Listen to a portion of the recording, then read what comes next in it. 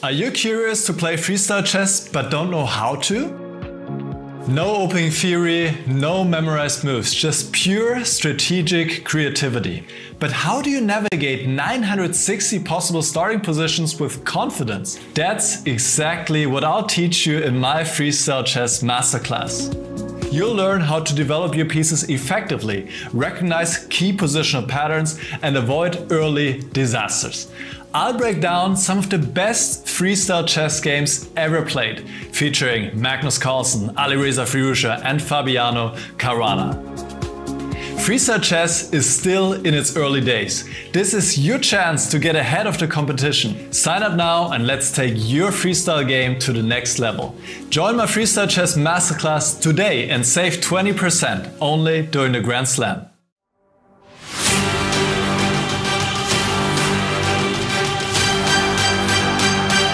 Every chess master was once a beginner, learning, struggling and mastering chess, one game at a time. And now, it's time to prove your skill. Welcome to the world's biggest chess tournament.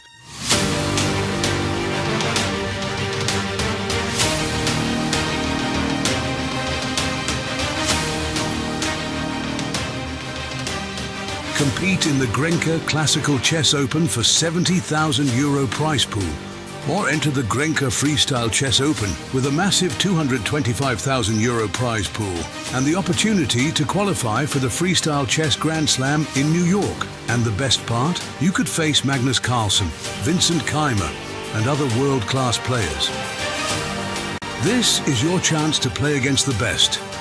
Are you ready to make your move?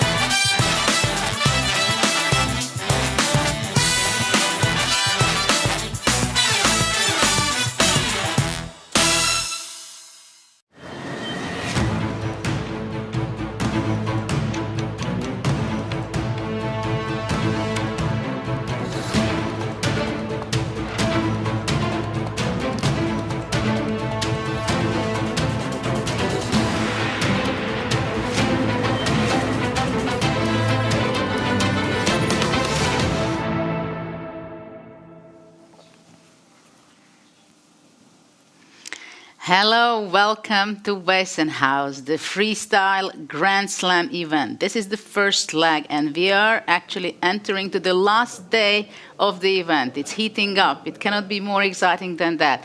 Generation clash is going on many boards for the first and second place for victory and also for the third and the fourth place.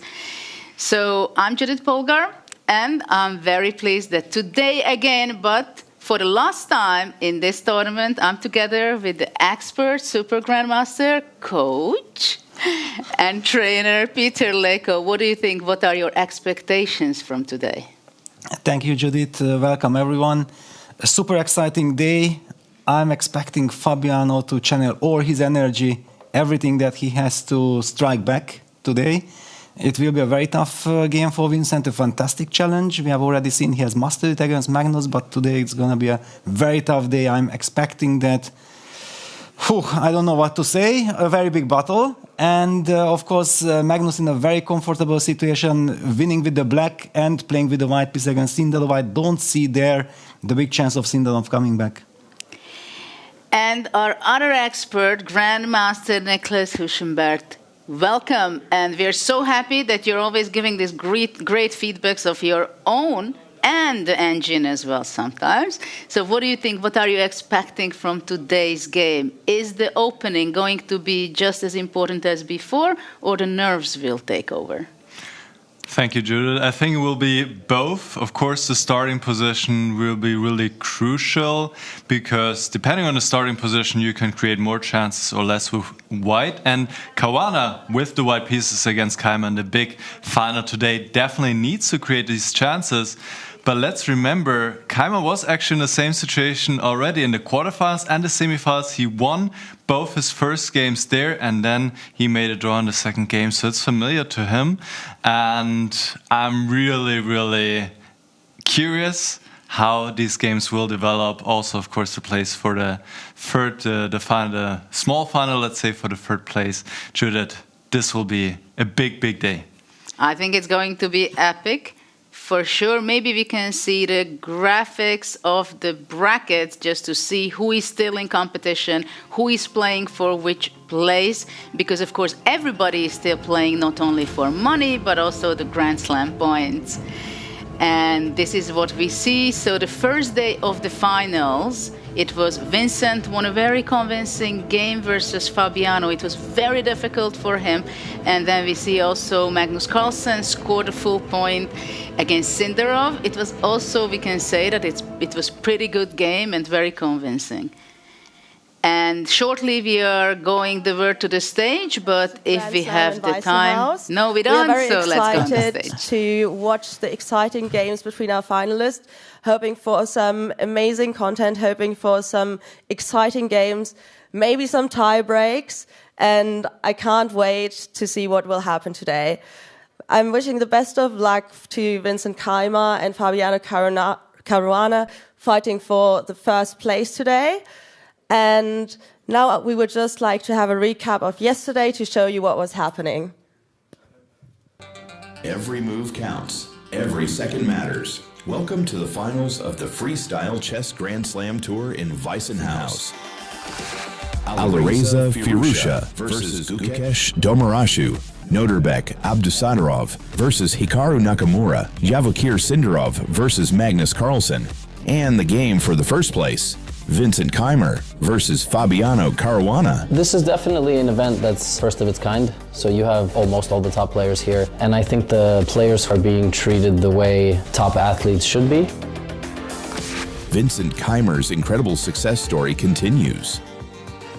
The 20-year-old German Grandmaster struck first, defeating Fabiano Caruana in their opening classical game. With remarkable control, he steadily increased the pressure before sealing the victory with a brilliant combination. For me, most things were coming very naturally, so I could also play quicker and my moves were easier to maintain. Also, it would, of course, mean a lot to me to win such an elite event. Magnus Carlsen applied significant pressure on Javokir Sindarov in the opening game of the third-place match. The young Uzbek started off well, but ultimately couldn't withstand Carlsen's relentless attacks. My chess is in a relatively in a good place. I feel like I'm in decent shape. I'm struggling like a little bit in the opening, but overall I feel quite good. While Nakamura secured victory over Abdusattorov, Gukesh and Firouzja played to a draw. And there's more exciting news.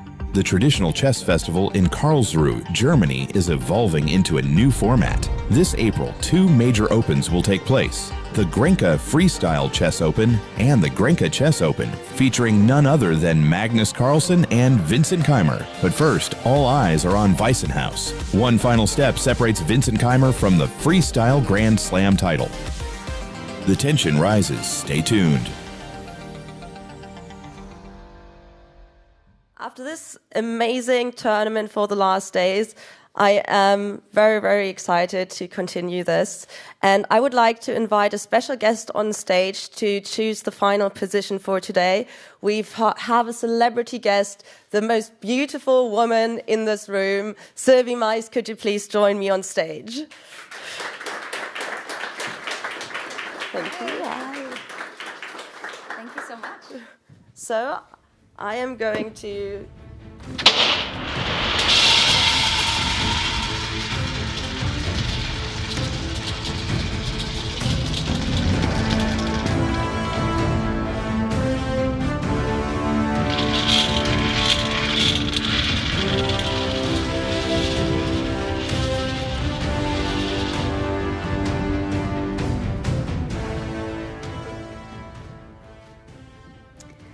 This is very exciting. So it will be number 909.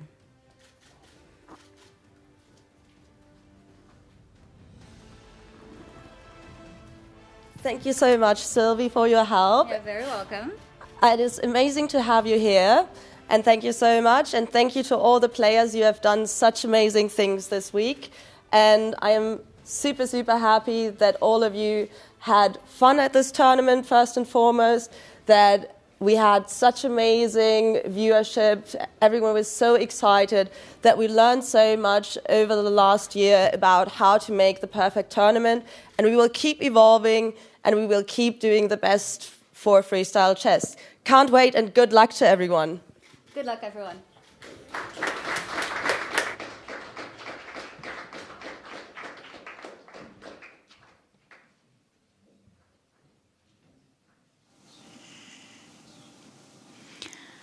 Well, definitely we are not saying two big things if we can say that all the players are having fun, enjoying this event immensely, because in the freestyle event, everything is unexpected, we can say. You don't know what kind of position you're going to be receiving.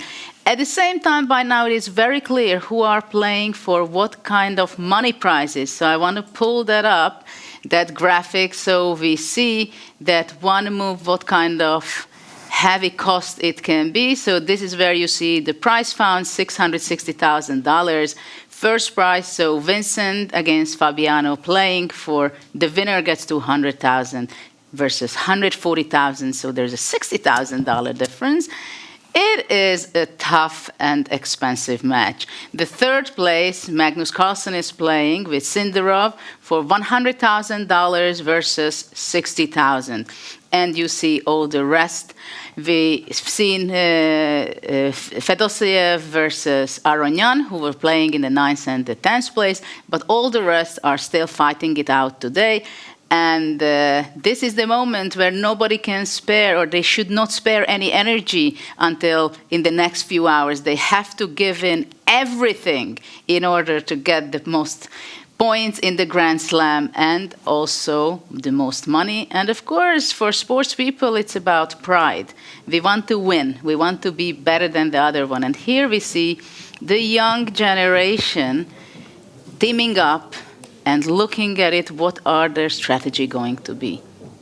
Peter, what do you think? What is your take on the number 909 position? Yeah, I'm also just getting started with this position. Looking at this king on b1, rook on a1, it's always kind of funny. Do you castle or not? Do you keep that king there? The queen is next to the king. The bishop on d1 is a little bit of a strange piece, and of course the knight on h1 and knight f1. I believe it was Vladimir Fedosiev who said that those are double knights because both knights are heading towards the g3 square.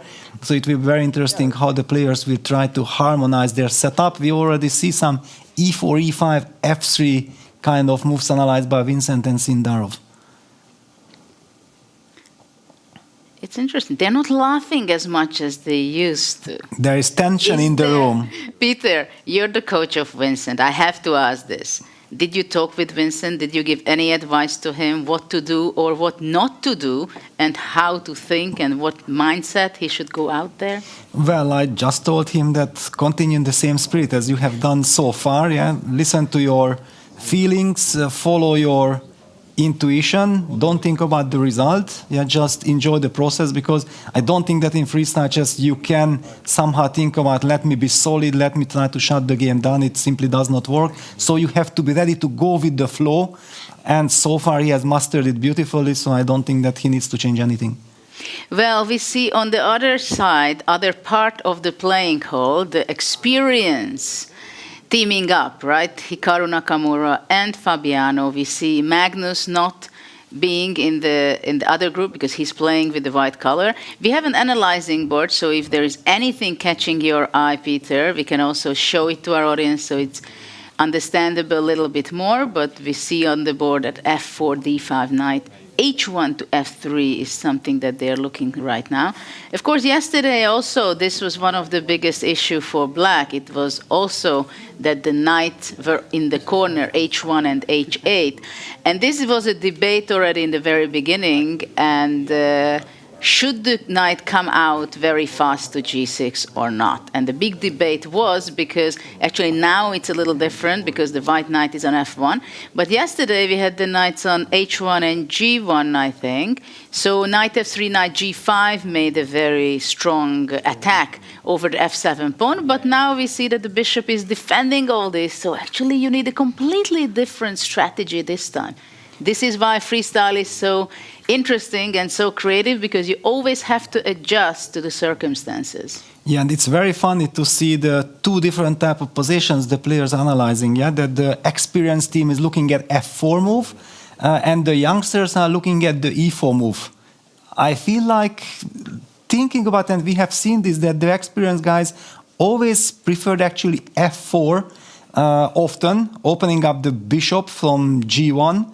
And I would be, if I would be inside the youngster team there discussing, I would at least ask the question, yeah, what do we do after f4? Just getting stuck with analyzing e4 too deeply, I feel it's counterintuitive. But I think they are there already as well. I see a position f4, no, e4, f5, no?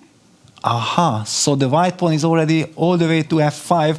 One of these teams that also Magnus has highlighted, that against the knight on, yes, against the knight on h8, there are ideas like, so probably they are looking at f4, and if e5, then f5, trying to grab space and hinder black's knight's development from the corner. Actually, it restricts both knights, right? h8 and f8 at the same time. What an opportunity for white if the pawn gets there. So maybe after f4, f5, maybe an interesting reply. Yeah, mirroring. It was kind of the logical strategy. I think it was also the very first move that Fabiano and Hikaru looked at. Then after knight ag3, they were not exactly sure how black should react, and then they moved on to f4, d5. I like this strategy, just to look at different kind of setups in order not to be surprised then at the board. I'm really curious how the players are experiencing this 10 minutes. That, of course, everybody has their own idea. They throw it out, the pieces on the board. We can go f4, e4, d4, knight g3, and then everybody has some idea. And still somehow they can manage that they get along. But it's very, very little time to get familiar and get an understanding of the position. Yeah, those 10 minutes are enough for absolutely nothing. Basically, enough to understand that you understand nothing. And you have to start thinking.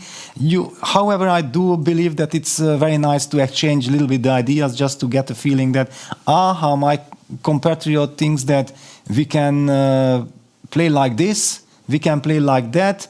However, we have seen also Magnus, also Vincent and the other players taking their time at the beginning, because the first moves are very costly. Well, the players who we see right now on camera, Gukesh is playing today with the white pieces versus Alireza, a world-class player, both of them. Gukesh is the world champion. Still, unfortunately, this is not his tournament so far, looking at the results. Yesterday was an amazing game between them, because Firouzja got a winning position which we would call there is no way that you can ruin it, especially that he had like 6-7 minutes when Gukesh had only a minute and few seconds. And it was an unbelievable save by the world champion, and Ali Reza himself couldn't believe it that he ruined it. But still, we see the experienced players what to do. And d4 we had on the board. Option. Yes, it was also one of the last moves that the youngsters looked at, and I believe it was Sindarov who after d4 said that, okay, let us go f5, avoiding any kind of e-force, and then after g3, I can even put it on the board, so d4, f5, g3, d5. But you know, they are watching some very interesting stuff, that d4, e5, reacting immediately in the center, and after d5 to play e4, a very funny copying the other's move. Also after d5 instead of f5, c4, opening up the diagonal for the d1 bishop and somehow giving more space for the queen. Well, I understand that from a white's perspective, you have to look at d4, e5. From the black's perspective, you think like this is way too adventurous. I don't know where it leads. So I perfectly understand why the youngsters Sindarov was saying that, okay, let us be solid, let us play f5. And they did something, and then black was even playing d5, the stonewall kind of structure. How interesting. The youngsters are also at this point to checking d4. While with black they are thinking about f6 to strengthen before making e5. Yes, and I think now they have exactly the following position on the board. Knight g3, e5, knight f5, targeting the g7 pawn. There are all these questions. Always watch out for vulnerable pawns. Exactly. Yesterday it was the f7, which gave quite a bit of a headache for Magnus also. He didn't like it at all. And also we see, of course, the players are playing already many, many different games in this tournament. Different numbers, because some play the playoffs and some didn't. But they do get a lot of experience and feeling and the touch for it. And we've seen that the unprotected pawns, like in this position, the g7 and g2, immediately, sometimes they decide to have the strategy to attack it. Well, this position I don't like for black. This one looks very dangerous because white grabs the space. Also, the bishop on g8 is shut out of the game. I don't see the perspective of black's knights. I actually prefer Sindarov's suggestion of d4, f5. That look much more solid. Yeah, this looks kind of pretty difficult for black. At the same time, when they were looking c6 and bringing out the bishop to b6, it was kind of an interesting idea, but at first it seems that white has a very strong initiative. Yes, it doesn't look healthy at all. I'm a little bit worried. Knight e3, c takes d5 they are discussing, and then probably if knight takes d5, then black wants to give up his bishop, and that would be kind of good. Yeah, bishop d5, e d5, and then bishop goes to b6, knight potentially from f7 goes to d6. Very harmonious setup. What is the king on b8 doing? What is its future? Is it going to castle to king side and go to escape to g8, you think? Or it stays there? Well, it depends on the circumstances. Yeah, which structure we will get. I think that's why also freestyle is so fascinating that you Magnus simply showed have... up. Magnus showed up. In the very last minute, yeah? Okay. It was maybe the curiosity of the war number one, just to let me hear what this my colleagues are talking about. All right, I'm very excited to see first move of Fabiano and of all the others, because it wasn't exactly obvious from the discussion that in which direction they were deciding. Well, I'm very curious whether Fabiano can come back. He's in a must-win situation, no question about it. So we'll see what kind of decisions. And we have some technical issues, but just in a few seconds, I think we are going to see the tension. Everything. The camera, everybody feels the tension. You just cannot take it. What will be the first move? Is it d4? Is it f4? Yeah, unfortunately, also suddenly the board changed, and we are back to classical chess, which definitely won't be played today. So, Fortunately. yeah, for Vincent it would be now very nice. I took a lead in the freestyle. Let me play my main repertoire with black. But yes, that's not the way how it goes. Unfortunately, we have a technical issue. I believe that maybe, yeah, in other games it's fine. Yes. So let me pick then Sindarov, Magnus Carlsen, Sindarov. before as a starting position. Vincent is very much in the focus. Yeah, maybe we can get the bird's eye view and see the first few moves on all the boards, which will be always, which is always an interesting moment. Do they align? Because we've had, and there we go, D4 is on the board. D4 by Caruana. He liked this move best in the preparation phase with Nakamura, but also Vincent and the others, they looked at this move. And the question is, do you play the Dutch going F5, or do you play D5, or maybe another move? Peter, F5 or D5 are probably the moves that we can expect, or anything else? Well, I don't know what to expect. I do hope that Vincent will take his time, because the lines they were discussing, I did not like them at all, especially knowing that Fabian is looking for chances. Yeah, then this line that they discussed, D4, F6, E4, E5, looks like suicide. White immediately gets the center and so on. No. This is not the direction I want to see this game heading. And Vincent is taking his time. Yeah, mirroring with D5 is a move that the players actually did not discuss at all. But now, before we move on, we just have a very short technical break, and we are just going to get back in a few seconds. Caruana, who's just drawn his first game of the semi-finals against Javokir Sindarov. Fabiano, what are your first feelings after that game? Well, a bit relieved, because I was under pressure in the end game and also very low on time. Yeah, the starting position was, I think, one of the most difficult that we've had so far, because White has so many different first moves, Black has so many responses. Everyone chose a different approach. Yeah. Like, it wasn't obvious at all when we were analyzing what the best first move is, and also over the board, I just decided on a move that we hadn't even considered, because it started to kind of look like maybe the pawn shouldn't go to f4, but then it didn't really work out very well. I think he got a very comfortable position. After queen e6, probably he's already on the slightly better side of it. Mm-hmm. And okay, then I think later on I was outplaying him a bit and I got a good position, but I couldn't quite figure out how to press what I thought was a tiny advantage. Maybe it wasn't there, but it did feel like after I got the bishop here that I should be a tiny bit better. Yeah, and towards the end, when the clocks were ticking down, it got a bit messy. Were you able to kind of keep calm? How were you feeling, essentially? Not totally calm. I didn't ever feel that I was losing, but apparently I was probably losing at one moment.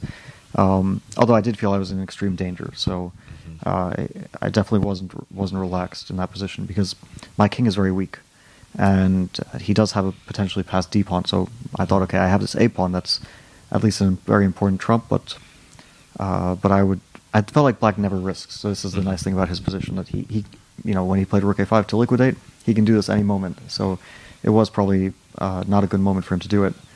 But yeah, a bit of a close call.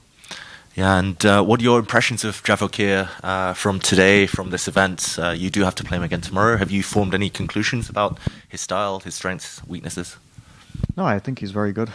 I don't see in the game today, it wasn't like huge weaknesses. I mean, maybe, at the end, of course, he rushed a bit, didn't believe, I guess, in the winning chances. But besides that, overall, I think he played like a high-quality game for the most part, especially considering the complexity. I actually don't think either of us were playing badly, except maybe for this one slip-up near the end. Besides that, I mean, it was a very difficult game, and it is an unforgiving time control, so, it didn't feel like a poor game, and I definitely didn't feel like I was playing anything besides like a top-level player. Yeah, I mean, with that in mind, were you surprised at all that he defeated Hikaru yesterday, or, is that just part of the natural part of his journey, since he's playing so well at the moment? Well, it can happen. In a rapid tiebreak, I really didn't think that any player is a big favorite. Mm-hmm. In this field, it's also a two-game match. Anything can happen. I did feel like Hikaru really should have put it away in the first classical game. I mean, that was basically a point that he had just had in his hands, and there was nothing that Sindarov could have done about it if he had.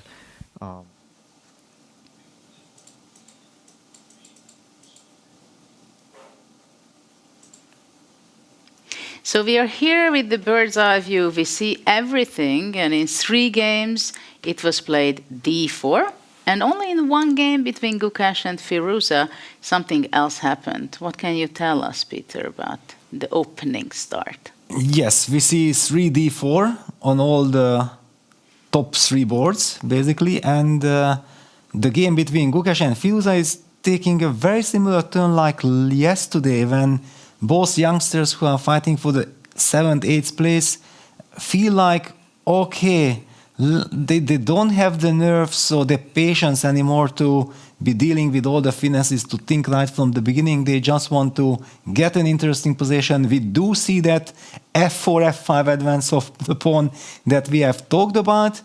It's a very interesting, fascinating kind of stuff. Maybe we could start out with that game because all the others are still stuck after 1 d4, and I believe this is absolutely the correct strategy from Black's perspective, that you have to take your time because the first move could be already quite crucial.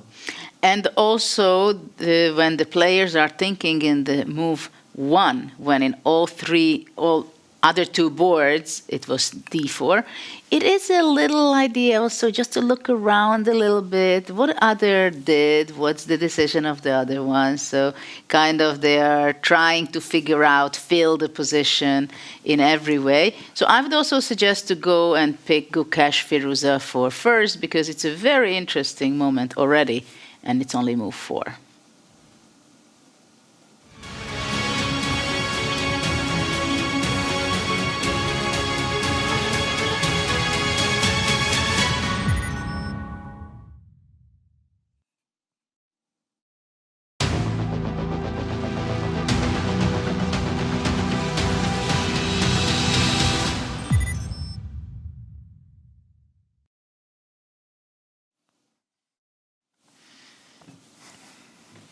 Let's try to break down the Gukesh game versus Alireza. They had the first game being a draw yesterday with miracle, with big questions.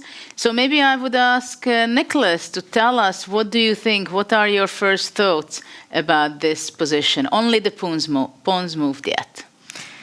Yes, let's maybe take it from the top, because there were already several interesting moments in this game, and just like Peter said, and just like we saw it yesterday, maybe the players are tired, they don't have the nerves, the patience to really take their time in the first few moves, which is definitely something that is recommended. We also see the other players thinking already on move 1 or on for white and black, and really taking their time. So f4 is, along with d4, I think the best move in the position. But I believe that the other 3 players did not choose this move exactly for this line, which was also discussed before the game in the preparation. So f6, Firouzja played quite quickly, e4, e5. And this is, I think, the first interesting moment. Now, you don't have to close the position with f5 and gain space on this side of the board, on the king side, the right side of the board. Also, a possibility was to go d4, play in the center once more, and also protect both of these pawns. Now black could take on d4, white could take back, d5, let's say knight hg3, and white has a bit of an advantage here, having better developed pieces. So already that was a difficult decision for sure, where time could have been taken by Gukesh. Instead, he quite quickly, after 30 seconds, played the move f5, and now d5 was the logical reply. The position is closed, the center is closed for the moment, and black now breaks in the center since there's not much tension. And here this was the next critical moment, where after 1 minute 43 seconds Gukesh goes d3. Instead he should have taken on d5, at least according to a computer. Bishop takes d5 and now played knight to e3 and open the position like this. And it reminds me a little bit of this one tiebreak game that we saw between Caruana and Sindarov, where there was a similar situation, and we said, well, he has to release the tension, because otherwise the opponent can just grab a lot of space. And this is actually true here. The computer is not a big fan of this move, saying that black now could play d4 and support with c5, and already black has a nice space advantage in the center and is maybe a bit better. But Firouzja did not like to close down the position so early, and he played the move c6, opening up this bishop and supporting the pawn in the center. And now g4 was played. Still, it feels like both players are really playing fast, just like yesterday, and a few critical moments were already missed maybe, but we are definitely in for an interesting fight here, Peter. Well, honestly, I'm completely shocked. Because what we have seen here, first of all, none of these moves make much sense, because and bishop b6 already played. I think black has a wonderful position, basically a clear advantage in my mind. And the point of white's idea of putting that pawn on f5 is to restrict the knight on h8. But in this structure, now that black has already received the c6, d5, e5, x6 construction, there's a very natural knight f7, knight d6 maneuver. And that knight from h8 will land on d6. It will be the perfect piece. We know it from the King's Indian that whenever white gets knight e1, knight d3 regrouping, and that knight is perfectly placed for potentially putting pressure on the e4 pawn, but also if after the trade of the dark squared bishops, black will go d4, then also when black goes for c5, that knight on d6 is a monster piece. So the whole strategy of going f4, f5 makes absolutely no sense in this regard.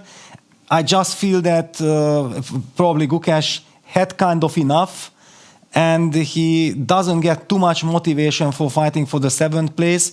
He will be fighting, but he doesn't have the mental reserves to use that patience, to slow down, think very carefully, because every single mistake can have very big impact for the rest of the game. Judith? But I believe that he is a player who is very concrete. So he... But where is the concreteness? Well, here? I mean, okay, he played f4, e4, and then he had to react somehow. Of course, he could go the way Nicholas was suggesting it, to play d4 in the 3rd move. By the way, I would like to come back to that moment, because I think that it's very important to discuss this, that the move d4, you mentioned as well, that why the players don't play d4, and I think this is very important, because when we are consulting with the computer, then it's very easy to say that, you know what, after ed, bishop d4, d5, you just play knight g3, defend the pawn. But when, as a human, you analyze the position, you feel like, wait a second, I'm pinned on the e file. Black has ideas of going c5, kicking that bishop away. Then maybe black will be able to decide, does he go d5, d4, transformation of structure. You have to think like half an hour for this position only, to be able to tell that this is a good transformation or not. You cannot rely on your intuition, because what does your intuition tell you? That it's a mess. Yeah. Well, it can be a mess very easily, especially when they open up the center. And actually, I think we can say that we've seen not many games where it was open center after 4 moves, let's say, because everybody's like trying to figure out, is it okay from this side, from that side, the center, the pawn structure. It's like a very creative play is happening from all sides. And of course, all players know that after 3-4 moves already, either side can be ending up in a worse position, or definitely something that you prefer to play with one side or another. Or we can say that maybe one is not better than the other one, just it looks much better, it's easier to come out with the pieces where you want to come out. So it is a very difficult battle, but it was very funny to see that really the first 5 moves of white and 4 moves of black were pawn moves. Yes. So it's like they want to make sure to understand the borders, right? You can come here, I can come there, and then the battle starts between our pieces. Yes, but the reason why I'm very happy, and I think we all agree that we like black's position, is that black can decide when do we release the tension or when do we close the center. So it is in fact in black's hand, and just after 5 moves, strategically speaking, having the option of deciding, determining the fate of the game, in which direction it will be taken, sounds a little bit frightening. On the other hand, I would like to highlight that the reason why Gukesh rushed with the pawn move to g4, because clearly he wants to put at least one of his knights on g3, probably the other one goes to f2, maybe the knight goes from h1 to g3, I don't know exactly, but definitely we will be seeing a knight landing on g3 soon. Do you think that Alireza can have a strategy of playing very solid, and actually I'm very happy to play the playoffs? Because Gukesh is, we can say that he's worse when it gets to shorter time control.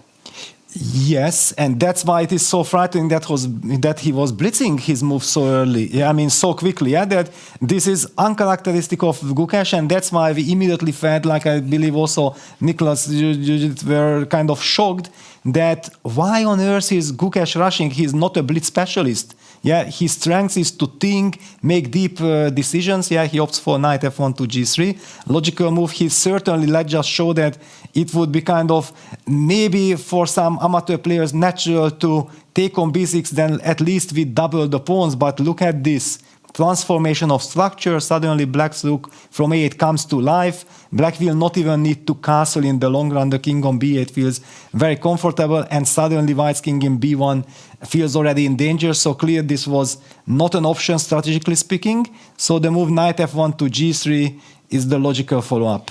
What feeling I have is that maybe Gukesh lost patience by the end of the day, end of the tournament. This is the last day. They are fighting it out already for 7 days. They are playing, and Gukesh went through on a roller coaster quite a bit in all kinds of games.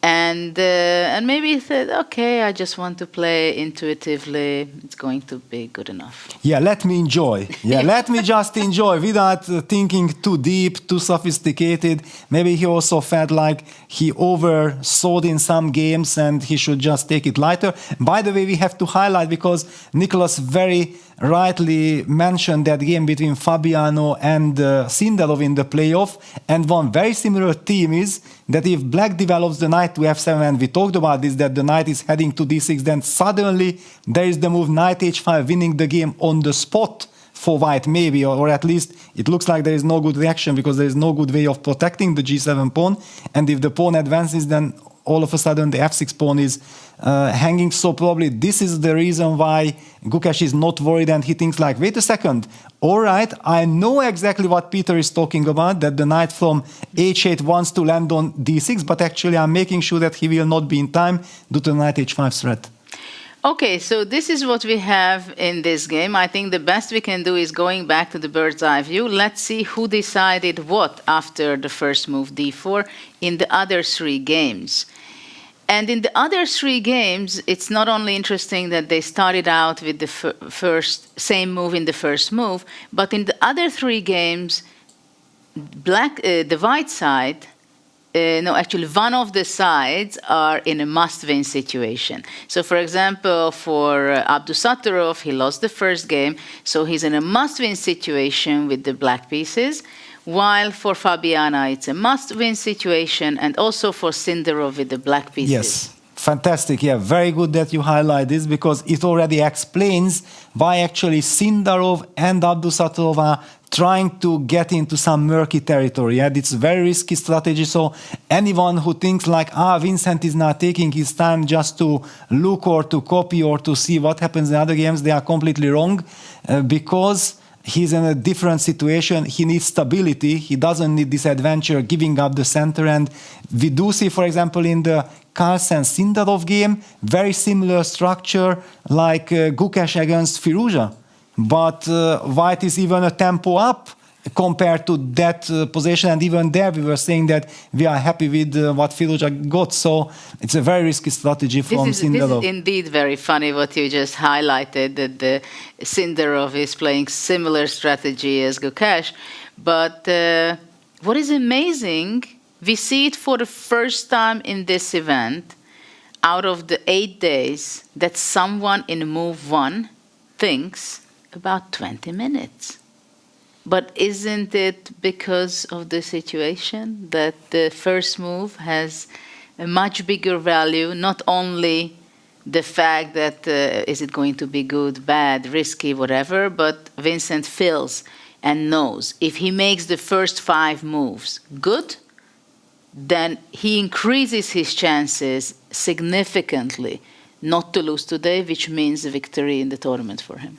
Yes, and also that all this discussion, this 10 minutes discussion with Sindarov and Abdusattorov were actually completely useless, knowing that they are in different situations and he feels like, no, probably I cannot go for this type of positions because they look very risky, dubious. Look at this, Hikaru is also super confident, getting the space advantage. Magnus seems to be enjoying very much, and we have very much the same pawn structure there. Black pawn in Sindarov's game got to f4, but we highlighted already that white has all these ideas of going c4, knight f2, knight d3, that knight from h1, the corner knight, which is an issue, will be beautifully placed on d3. The bishop on g1 is already an ideal piece. You cannot even imagine a better square for that dark square bishop than on g1 in this King's Indian kind of structure.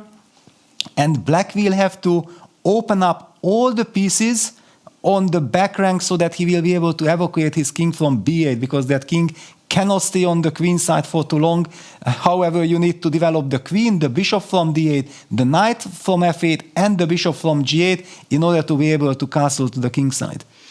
Absolutely, but it's also very interesting that Magnus decided on to go and close the position by playing d5, while Firouzja wanted to exchange the bishops first, and maybe only later he's planning to push d4. What do you think about going to the Nakamura-Abdusattorov game? Because there it is becoming quite interesting that what is happening. Also, white has a space advantage. Yes. Let's go there? Yeah, let's go there, and I will immediately give it to the floor to Nicholas to highlight everything. Just before I do that, I want to say that these are both Nakamura and Carlsen are very experienced players. They know how to handle space advantage. So I'm loving how the youngsters are playing, but I'm skeptical about the strategy.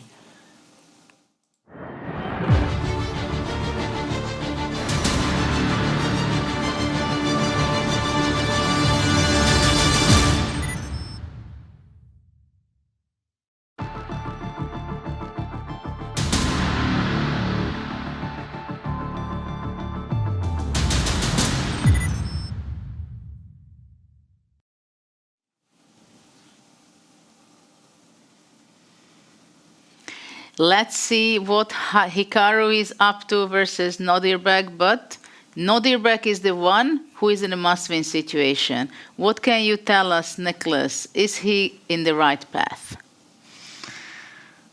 Well, he gave up some space in the first few moves and is trying to undermine it. Now let's just go through the moves that were played so far. d4, f6, and I think d4 is maybe the most unpleasant move actually for black, which explains why Vincent is thinking for already 20 minutes about how he should react. Nicholas just won, and he went for f5. He went for f5. Yes, he went for f5 finally. And we're going to see that later. So we have 3 different reactions by the players. Sindarov went d6, Abdusattorov in this game against Nakamura went, f6, and Vincent Keymer in the final went f5. So f6, e4, of course, here supported by the rook. Finally, we see something we've been missing in freestyle chess that we're so used to from standard chess 518, that you put your pawns in the center, and here makes a lot of sense because you also have support by the rook. You open up the bishop on d1. Now e5. Kind of a Caro-Kann. Kind of yes. a Caro-Kann, reverse Caro-Kann, yes. And d5, claiming space. And usually, rule of thumb in freestyle chess, if you can claim space and support your center and keep it, and you don't have to break up your pawn chain, then it is a good idea, because it is difficult for the opponent to organize his pieces since there's a lack of space and it's not easy to find good squares for the pieces. So d5, a good move. Now c6, immediately attacking the head of the pawn chain, and a very natural move here by Nakamura, c4, which was actually a mistake and instead he should have played Queen d2 or Knight e3 to support the pawn in this manner. After c4, what Black should have done is to capture on d5, but maybe, I'm guessing, given the situation in the match, Abdusattorov did not want to allow queen trades so early. Objectively, this would have been a good idea, however, because White loses a bit of coordination since the king has already moved. Now it's a bit tricky also to get the rook into the game, and apparently this is close to equal, but I understand that Abdusattorov wants to have a more complex position. He doesn't want to allow any piece trades or the queen trades early. He plays bishop a5, hitting the rook on e1. The rook moves forward to e2, and now Nordebek played knight hg6.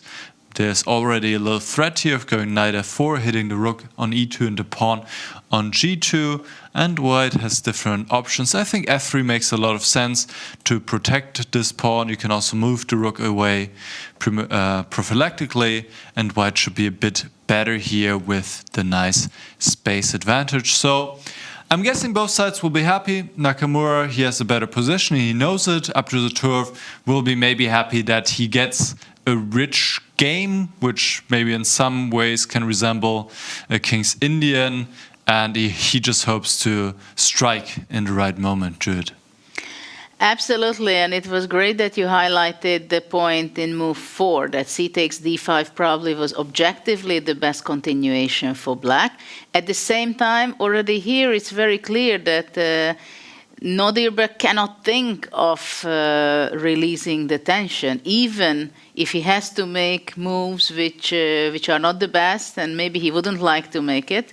He has to keep the queen on. He has to try to make a mess on the chessboard, so maybe Nakamura can go wrong. Because actually Nakamura played a good game yesterday. He made and showed incredible technique, which he was missing in the previous days. That's what it cost him to get eliminated from the first part of the tournament. And basically, White has a fantastic position. I think I'm not giving away any secret if I would say that all of us wants to be on the White side. But we'll see how the youngster player from Uzbekistan will try to make it the way, to give the difficult moments for Nakamura. And maybe we can go back to bird's eye view and try to look what's going on in the other games. And did Vincent made a decision in move 1 already? And what did he choose? And we see a move there. So what do you think? Game, Caruana Keymer. Yes, I think we have to go there, and I have to say that yes, Vincent did spend 20 minutes, but I think it was a very good decision. It's a very dangerous kind of position, yeah, that you can't rush, and he sticks to his principles, yeah, he sticks to the belief that yes, I will invest time and I will try to make sure that I understand what type of battle I'm entering. But yeah, let's get a closer look up. We also see that Fabiano plays quite quickly. He opted for this knight g3, f3 kind of setup, intending to go e4, and now Vincent goes e7, e5 immediately in the striking in the center.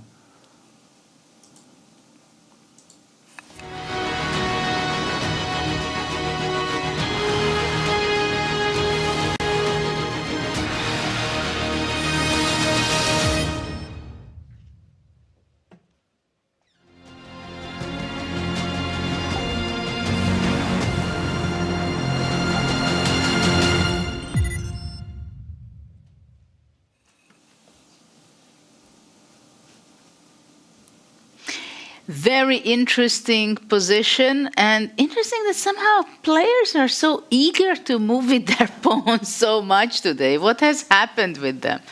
So what is your take, Peter, on this very aggressive play by Vincent? d5, f5, and in move 3 opening up the position by e5. Yeah, well, I think it comes out of necessity. We also talked about White's position, if we just go back to the start, that it's very difficult to develop the pieces. And of course, for White, after d4 occupying the center, it's logical that he's coming up with the pieces. Vincent did react with the move f5, which looks like the most solid move. Now Fabiano developed the knight, targeting the pawn. So Vincent thought like, no, I cannot afford to lose time to defend the pawn with g6, because then white will probably be way too active, immediately occupying the center with e4. Fe4, knight e4 looks like a huge advantage for white. And hold on, please. If let's say knight f7 would be played, it would be a huge blunder too. To knight f6. Exactly. The unprotected pieces are in danger unexpectedly. Yes, so for Vincent it was very natural to react to knight hg3 with the move d5. Now suddenly the queen protects the f5 pawn, and thanks to the move d5 and f5, he's trying to stop white from going e to e4. That's his main strategy. And then, if you already understand this, then it's very logical for Fabiano to continue in the spirit, to play the move f3. Now once again e to e4 is a threat, and black has no way of defending against that. So that's the reason why Vincent felt like, all right, I can't let that happen. Then what do? I have to strike first with e5. But clearly black has not yet developed none of his pieces. Fabiano immediately took on e5. I might have the feeling that Vincent is now in a psychologically difficult situation. He might be thinking that this is still Fabi's prep, and running into an opponent's prep in freestyle chess, that's I think a horror. Well, what I'm noticing, which is quite significant information here, Vincent has spent more than 25 minutes already, up to only move, 5?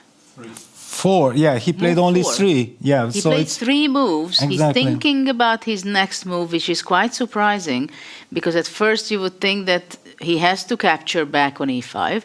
So there is a little shakiness with Vincent until this point compared to the previous days, what we've seen. And after what you mentioned, that black played d5 against e4, so in the first few moves, the battle was going on about can white play and be first to take the center by playing e4, and black can allow this, or black should react immediately and try to counterattack, right? So in the very, very early stage of the game already, there is a huge battle, and it's the question is the time. Do I have enough time to play e5? Do I have enough time to develop and allow e4?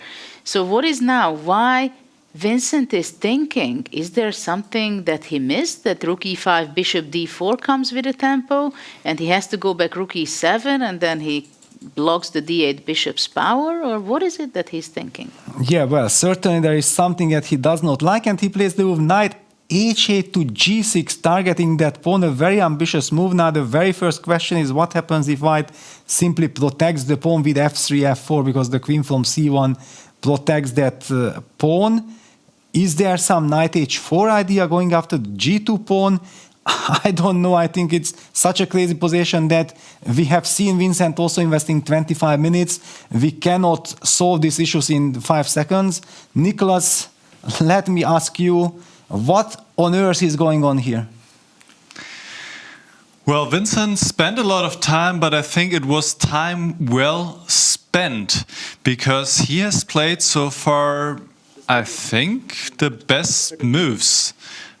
And let's go back to the starting position. So we saw d4, f5, 20 minutes only on the first move, but already here I think Vincent was foreseeing what was going to happen, because the moves for white are pretty obvious, developing the knight with tempo. Also, by the way, there is this idea of knight h5 and going after his pawn on g7, so this is also something to keep in mind. Vincent went d5, so if knight h5 now, he has the response knight e6, for example. Or is there anything else? Oh, he could even sacrifice a pawn with e5. I mean, you have to consider all of these moves already on move 1, so this is why he was spending a lot of time here after e5, knight takes g7, rook e7, the knight has to retreat, and then black can take on d4.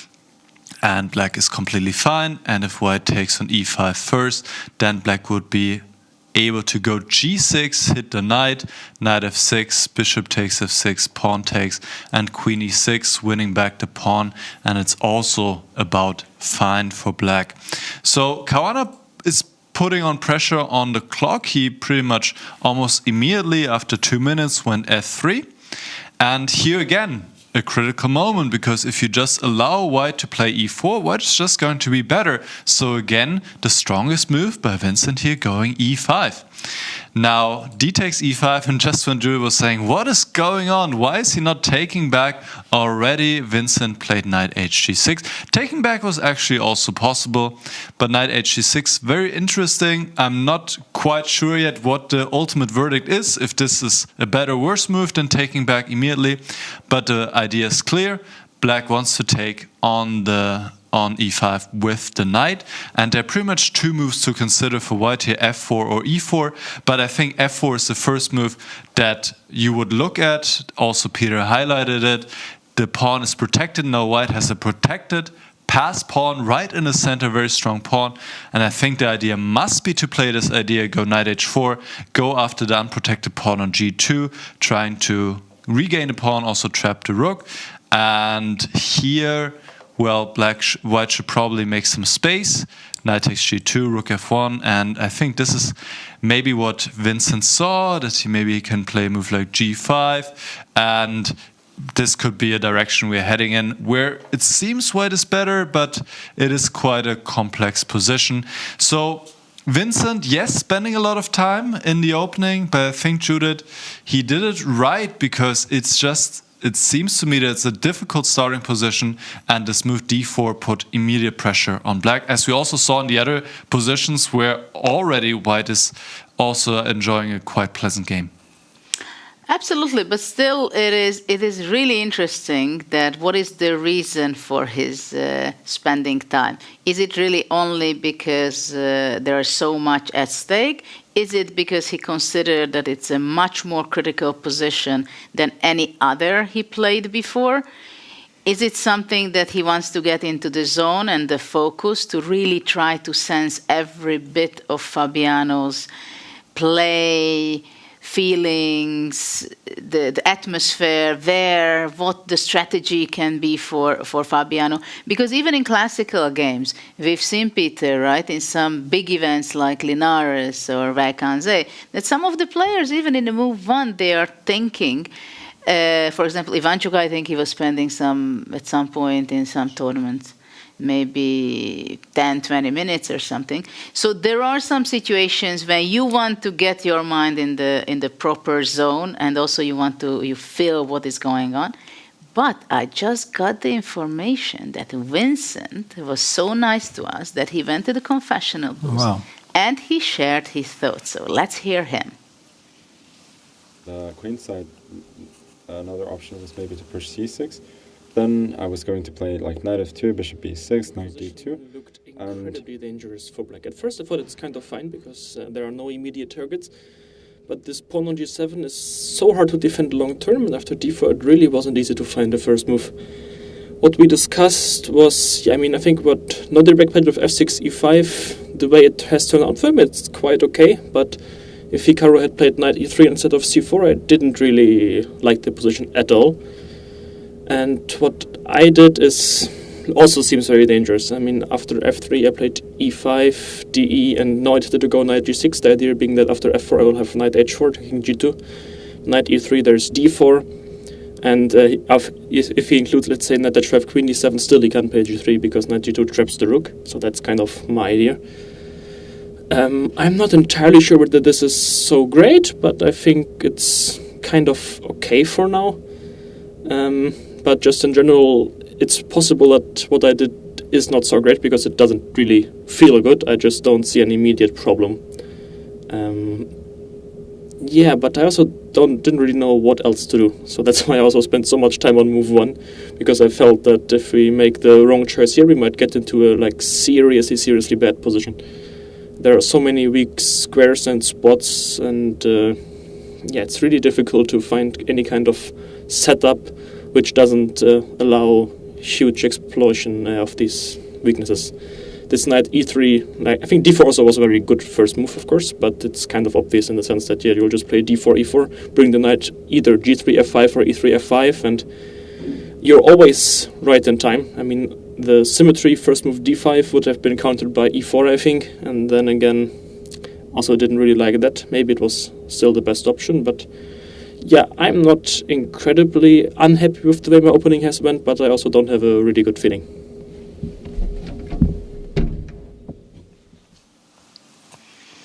So basically, the bottom line is that Vincent is insecure. He's not sure of himself, and this was the reason that he was spending so much time on move 1, because he felt there are some great dangers on the g7 unprotected pawn. He was not sure how to play. He didn't like how the others played.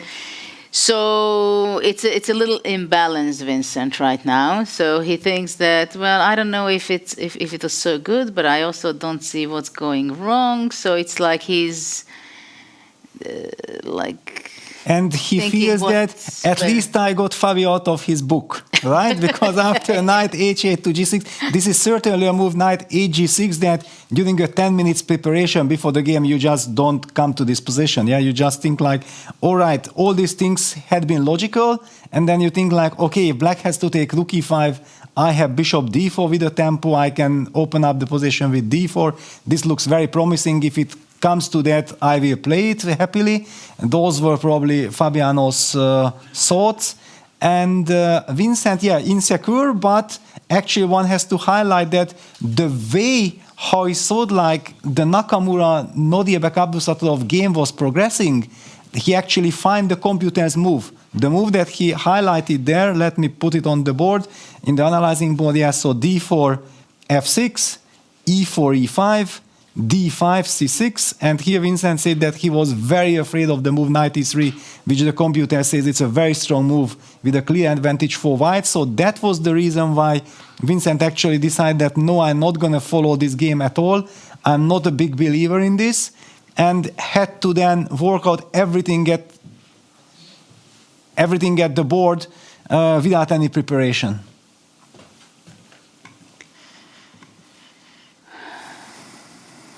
Knight g6. Yeah, interesting. We see Vincent going around, checking on the other games. Maybe he's more nervous than before.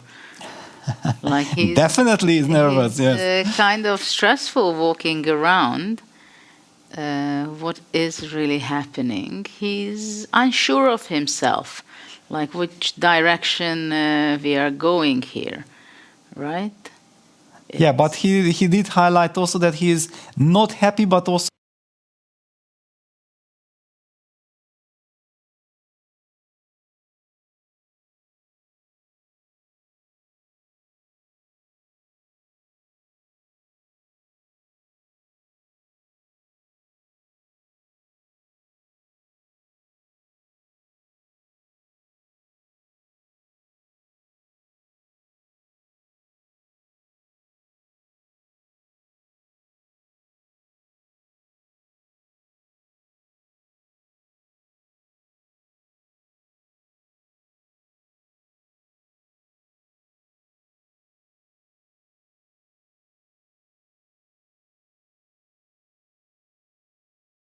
up till here. And then how do you evaluate this? And Fabiano is also thinking about this position and tries to evaluate it. Whom does it favor? What are these unbalancing leading to? He does see that the e6 square will be available for black, which is a very nice asset. We know always that the knight is a powerful blockader. I think it's time, before we will invite our guest, and you're going to be very happy, we are, let's go to the bird's eye view and let's see what was going on in Magnus's game as well, because I think that's the only game which we did not touch yet. And maybe we can also go there for a short time, because that is the game we did not touch. So let's pick the game Magnus Carlsen versus Sindarov, and let's see what is the structure over there.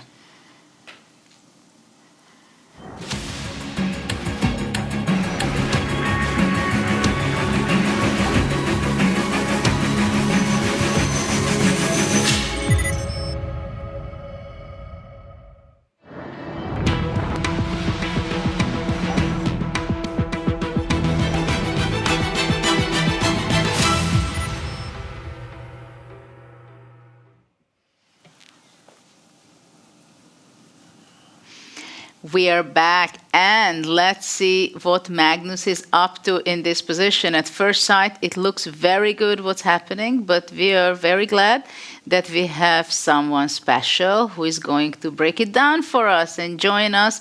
Levon Aranyan, again in our studio. Thank you very much for visiting us. What do you think? What are your first thoughts on this position of Magnus versus Sindarov? It looks that Black is a bit late with a counterplay. Generally, this is Zamish, but the king is where it belongs. And I've seen from games of my and Peter's coach, Arshak Petrosyan, he played a wonderful game against Belyavsky once, where he kind of put his king on b3 and started pushing on the queen side. So the king is never in trouble in these positions. And yeah, I think this is so comfortable. It's a dream type of scenario for a game where you don't have to win. Well, we have to tell it to our viewers that why is that when the king is on the king's side on g1, why is it important to go to the other side? Usually because the king side pawns g5, h4, g4 is pushed and attacked, right? So it seems so that White is optimally placed his king, or we can say also that Magnus was playing the way that he benefited of the fact that it's the number 909 position and the king is already standing on b1. And we have a move bishop d2, so we go to Nicholas. I'm asking you, what do you think also? And let's break it down with Levon. How is this position strategically? Maybe we can hear Levon's opinion from the first few moves, because we have not actually seen them yet. And maybe also, Levon, would be great to hear your thoughts on the starting position and maybe the first move that was played in 3 of the games, d4. Yeah, take it away. Yeah, d4 actually looks pretty logical. You know, we always have to look if there is a queen or a rook on d or e files in order to protect our pawns. And here the rook is only one, so d4 is very logical that we have d5, e4, yeah, in case of the symmetry. We have a clear plan. That's why I guess people didn't play d5. So in this game we saw d6. But I'm kind of skeptical about this, because I think this should be a very nice King's Indian type of position. Mainly due to the fact that the knight doesn't come out on f6 immediately. It would have been a different story, of course, if the knight is on g8 and then you play f5, knight f6, you challenge. Let's say if Black's bishop was also on e8, it would have been a totally different story. Maybe White couldn't be able to keep the center, and when Black would be in time for f5, c6, typical breakthroughs. But here... Well, sorry to interrupt, but the way you're explaining it, it means that for the player who knows more theory, more different kind of structures, understanding from classical chess, has an advantage, because you can connect different ideas, right? Like now, like yesterday we had a knight on g8, so this structure would not be so beneficial for White because knight comes to f6, right? And now you point out that because the knight is on f8 and h8, it cannot be reaching the ideal f6 square. I'll even tell you a little secret connected to this. A year ago, after I played against Vincent, I've got an unpleasant French. And I started asking myself, how come I wasn't totally sure that this is an unpleasant French? And I went in and studied the French opening, just to have more knowledge of the structures. And it benefited me, I think, throughout the year. I had good results with the French. That's where the French came from. And that's why Wesley played against me also, because he was inspired by you. He told me after the game. Yes. So yeah, you know, sometimes it's the other way around. With me, I came to the classical chess from Chess 960 to improve my This is where chess. inspiration came to you. Yeah. And yeah, since I have lots of King's Indian games, it just feels wrong. This feels wrong, and I'm sure you both experienced players, you will share my sentiment here. Yeah, basically with white, I would be thinking that I'm winning. Really, okay. Strategically, total domination. I think also Magnus doesn't really understand what's really happening here because he won with the black piece. Is a wonderful game, very complicated. But now black is in a must-win situation, and then white is given this position to Magnus. And we highlighted this idea of knight f2, knight d3. The knight is reaching the ideal destination from the Firouzja game, where we have the same structure. And this is a dream come true for white. I have the feeling that Magnus in this game, he will have the same mindset as he had against Abdusattorov, that in the second game he got a better position. And I saw the interview after he said, it may take long, but I wanted to win that game.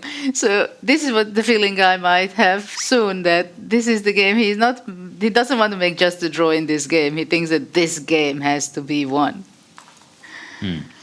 So let's just get to the current position now. Knight f2. So bishop a5. This is the current position now. After a3, there was the threat to expand with b4, and Sindarov traded on d2. Queen takes d2, bishop f7. I guess he's preparing to castle now all the way to the other side of the board. You know, I'm thinking now that I'm looking at the position. Instead of a3, wouldn't bishop a4 be more precise? Because after bishop f7, I can go b4 immediately. And if you recapture, then I can go for c5. I mean, with the bishop probably, because this is too devastating. The knight comes to c4. c5. This looks awfully dangerous for black. And pawn takes knight c4? No, bishop d7, bishop d7. c5. I don't know how well this works, but just structurally it feels awful. Yes. Knight comes to c4 after a5. This is finished. And if I take this one, the e5 pawn is not a happy pawn, I'll tell you what. Because a3, what I feel, maybe it gives some glimmer of a chance for black, because here at least, you know, b4, b6 doesn't kill me immediately. Bishop a4 castle. Yes. But Magnus's idea lies in g3.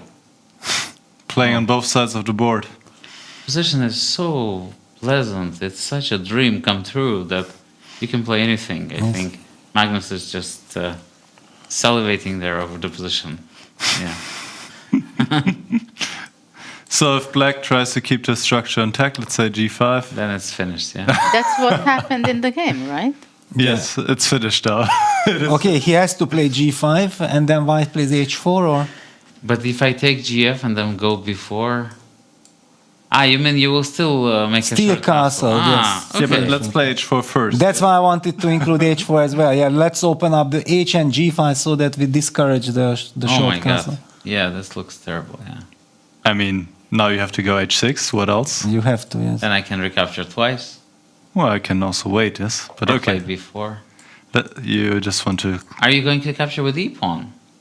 But then e-pawn, this g5 might be very weak, yeah?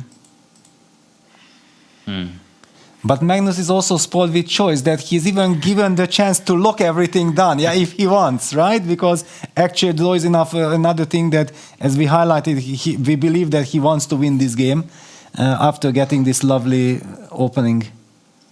Yeah, for sure. He's not going to be satisfied going, I don't know, g4. G4, h5, yeah. Trying to make a draw. Yeah, b4 on the board already. b4 now. First on one side, then on the other, then he's going to go h4.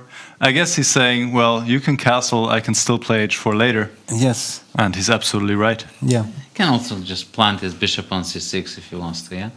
b6, bishop a4, castle, bishop c6, b5, and a4. If he wants just not to think and just be sure that he's not going to lose this game. That's also an option. Well, a very tempting one, but I think we have seen enough of this game.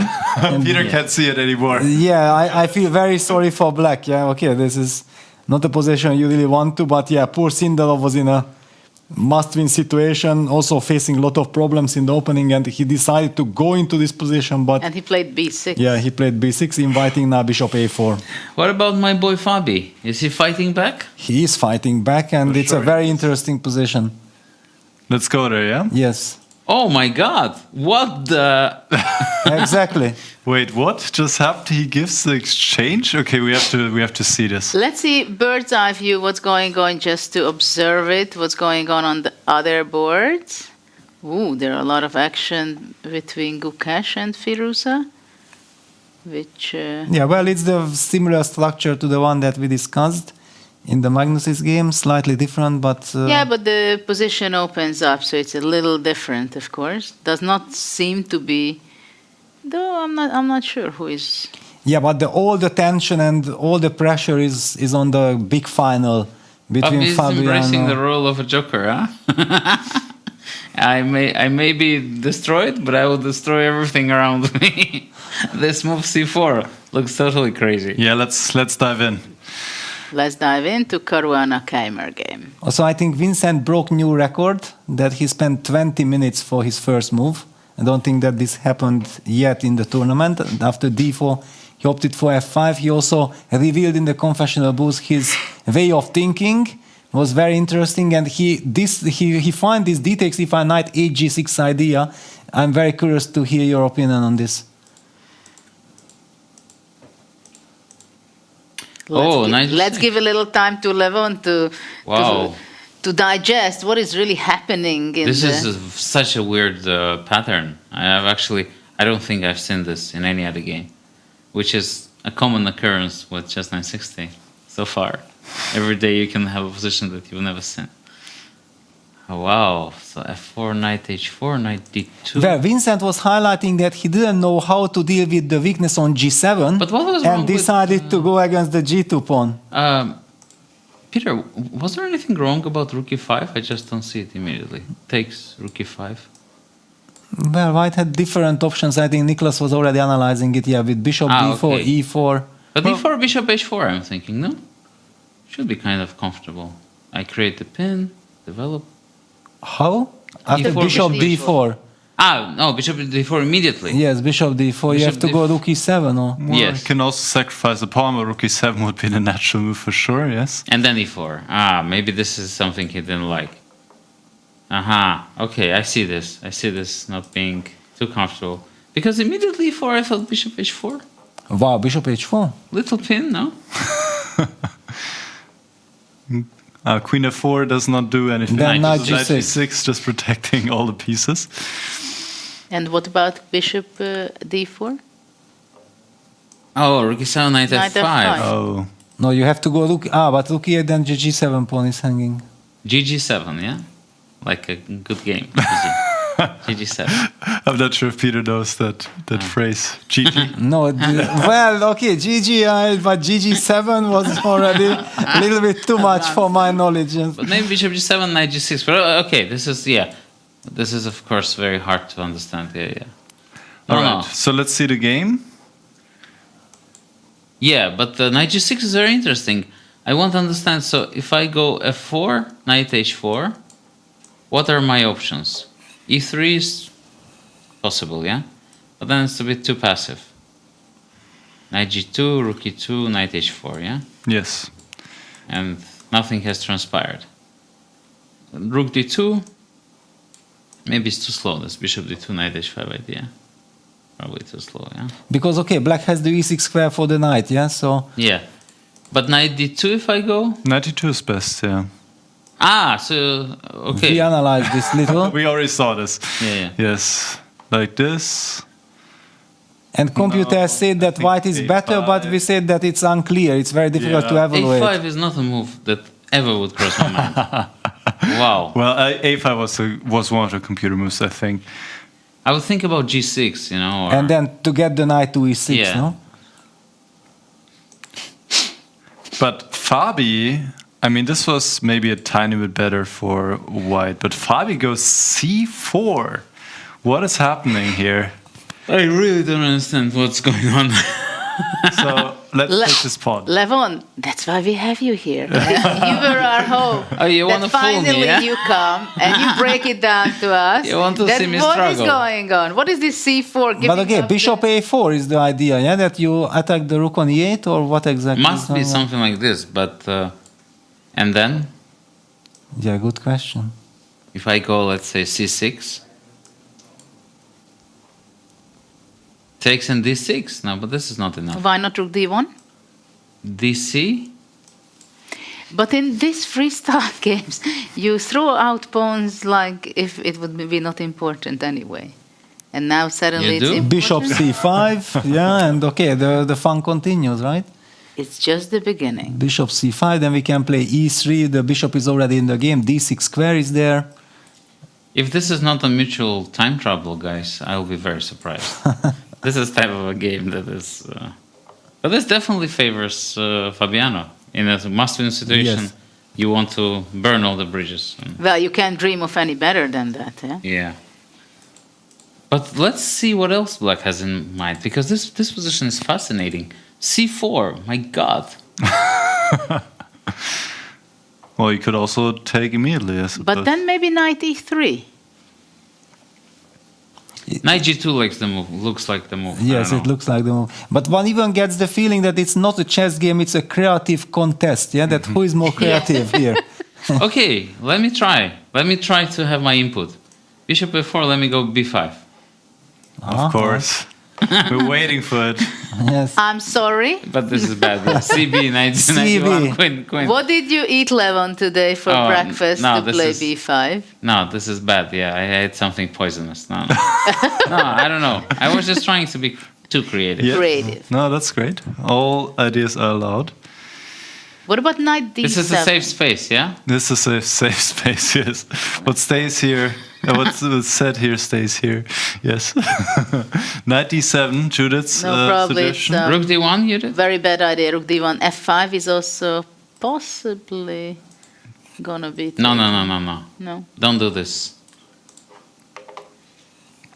No, actually, I think that our first line might be actually correct. Yeah, the c6, rook d1, dc, bishop c5, and it's just a total mess because even bishop d6 check, bishop c7, we will trade. I love this c4, folks. c4 is amazing. It's amazing, yeah. It's a great resource. Bringing so much dynamic to the position. Otherwise, it would have been static. Yes. And you don't know if you are better or not. And if you are not better, then you might lose your chances of fighting back. Brilliant move by Fabi. Fabiano, For sure. the Joker. But for sure, Vincent was not counting on c4. No. Nobody can see c4. Yeah. It's a total shock. Yeah. You can only see it when you're looking very deeply into your position. And also by Yes. elimination, kind of. You're right? looking into the abyss of losing the finals. And you see c4. So rook d1, because we said c takes d5, this does not work. Yeah. No. I don't know. It doesn't feel like it will work. Because after It's no d6, follow-up. what happened? Yeah, this we don't know. This we don't know. We just But there assume. is... Yeah, No, no, c yes, takes b7, both rooks are hanging. yes, both looks. Yeah, this we have to take care of. What about BC? But even queen e1. Then just queen e1, yeah, because bishop c6, knight e6 would have been no. Then rook e6. Yeah, I wanted rook e6. Sorry, this was good for me, but the other one, queen e1, is a terrible position. It's funny, yesterday, Vincent, when he was in the confessional booth, he said on his game that it's a complete madness. If that was madness, what is this today? Yeah, this is already they upgraded to an asylum. I mean, this is madhouse already. Yeah, but So is this good for white? not Or sure. just Bishop unclear? b6. I don't know. Bishop e6? b6. I think. b6, yeah. Bishop Yeah. b6 Bishop makes a lot b6. of sense. Okay, you have good compensation, yeah, but you can castle long Yeah, with at some castle short point. Here, I would prefer. Exactly. Yes. Yes. But I can't. No, you can only castle Peter, like you this. see so much excitement. No, and g1 I bishop hope- is Yeah, no, I hanging. can't This do is it a right problem. now, no. I hope you're going to play in Grenke Open. In after Grenke, this. yes. Well, I was You also and you asked did. already to commentate the tournament as well, but also to play. Yeah, I have should both open invitations right now. Yeah. This looks like it's okay for black. And somebody plays c4 against you. And you get this. I get heart attack, call the ambulance. Yeah, okay. Doctor has to stay right next to me if I enter the arena. But let's see more. Let's see if black can actually kind of cool down the heat somehow after c4. If there are options, just So Vincent is still thinking here. let's Critical moment. kind of ask our inner Peter Leko jump in and cool down the Where is the stability? Yeah? stability. Yeah. Yes. Well, first of all, G2 pawn is not yet defended. Yeah. So do we need to rush taking it? Can we play C6 or not? Well, you can do DC as well, yeah, if you want. Yeah. Also DC. Yeah. Bishop A4, yeah, I guess. Or 93. But also you have knight E3 now that there is no more D4. Something that Vincent mentioned, yeah, that he's very happy that he always has this knight E3 D4 Okay, knight resource. E3 G5? Yeah. It's another mess. This looks human, yeah? Yeah. But this looks like black took initiative in his Yeah, hand. G5 is strong. Yeah, G5 is nice. F takes F4. But wait a second, so with D takes E4, what do we achieve if white just follows with bishop A4 pattern, for example? But Yes. sorry, C6. I would also think of E4. Or Yes, just like this. logical, logical. Yes. And if takes knight E3. Did I hear a move? Yes, I heard a move. D takes C4. On happened. the board, yes. Can we zoom in on the players just to see the body language for a couple of seconds to get the feeling of the battle?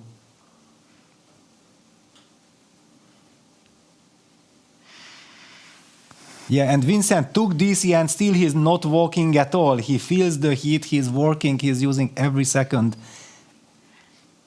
And Fabiano is in a pouncing position, yeah? He's about to... To jump on something, yes. Yeah. Probably he has a good feeling of the position. I mean, one cannot dream too much better than this. Well, also Magnus's position is not bad, I understand. No, but this is there are different dreams. Yes. One is a very pleasant dream when you're in a forest and you're enjoying. This is more of a dream of adventurous dream. Yes. You know? Absolutely. Yes. Yeah. It's more of Fabi's character's dream. Yes. Ready for all calculations and... But I think that Vincent can take some comfort that, yes, this is crazy, this is unclear, who knows what's going on, but if he looks at the Magnus Sindarov position, then if he compares it, he still prefers this one, right? You always have to see some positives. Yeah. So I think Judith C4 makes sense. But Judith, do you want to play Bishop A4 first? Or you want to play E4? I just thought E4 and if black takes, the bishop will show up on G4 possibly at some time. Let's maybe analyze this one. Yeah, let's analyze it. For It's sure, yeah. Let's very bring the interesting. analysis board back. But wait a second, really? Fabi with 75 heart rate in this position? Of course, it's the right heart rate. He's happy. He's happy, but I mean, how can you control yourself? Yeah, we are falling apart from the craziness, and Fabi is chilling there. Yeah, okay, I got what I want. I have a chance. I feel like all my reserves that I have inside me is now coming to life. Very interesting situation. All right, so D takes C4. Now we have different candidates. Bishop A4, E4. We looked at knight E3 briefly, but then disregarded pretty quickly. Anything else here? I think it's more or less logical. And I actually have a question to Judith. Do you think E4, G5 is too crazy? I wanted to ask the same, yes. It's great. Great fun. Because I think Judith would react with black with G5. That's how I know you. So what is your plan actually after G5, F takes G5? F4? Lovely discussion. Let me just lean back. I give the floor to you guys, and I'm enjoying the show, yeah? So, Peter, yesterday we had some recording session, and it was for the media team of WEISSENHAUS tournament. And it was me and Fedoseev. And they started asking mathematical questions, and they don't know that I've never went to school. So I'm like, okay, you know what? It's a quiz, we're competing, but I'll just sit here while Vladimir figures this out. So now I feel you. Okay, you guys decide what's going on. To analyze this position is not something I signed for, yeah? It was not in the contract, right? Yeah. But knight h5, yeah? Knight h5. Knight h5. But I don't know what's going on. And on bishop Knight G2, Rook E2, yeah? Bishop G5, I thought G3 maybe is unpleasant. G3. Well, there is Queen H3 move. Is that crazy? No, Knight With the F6. idea Queen D3 check.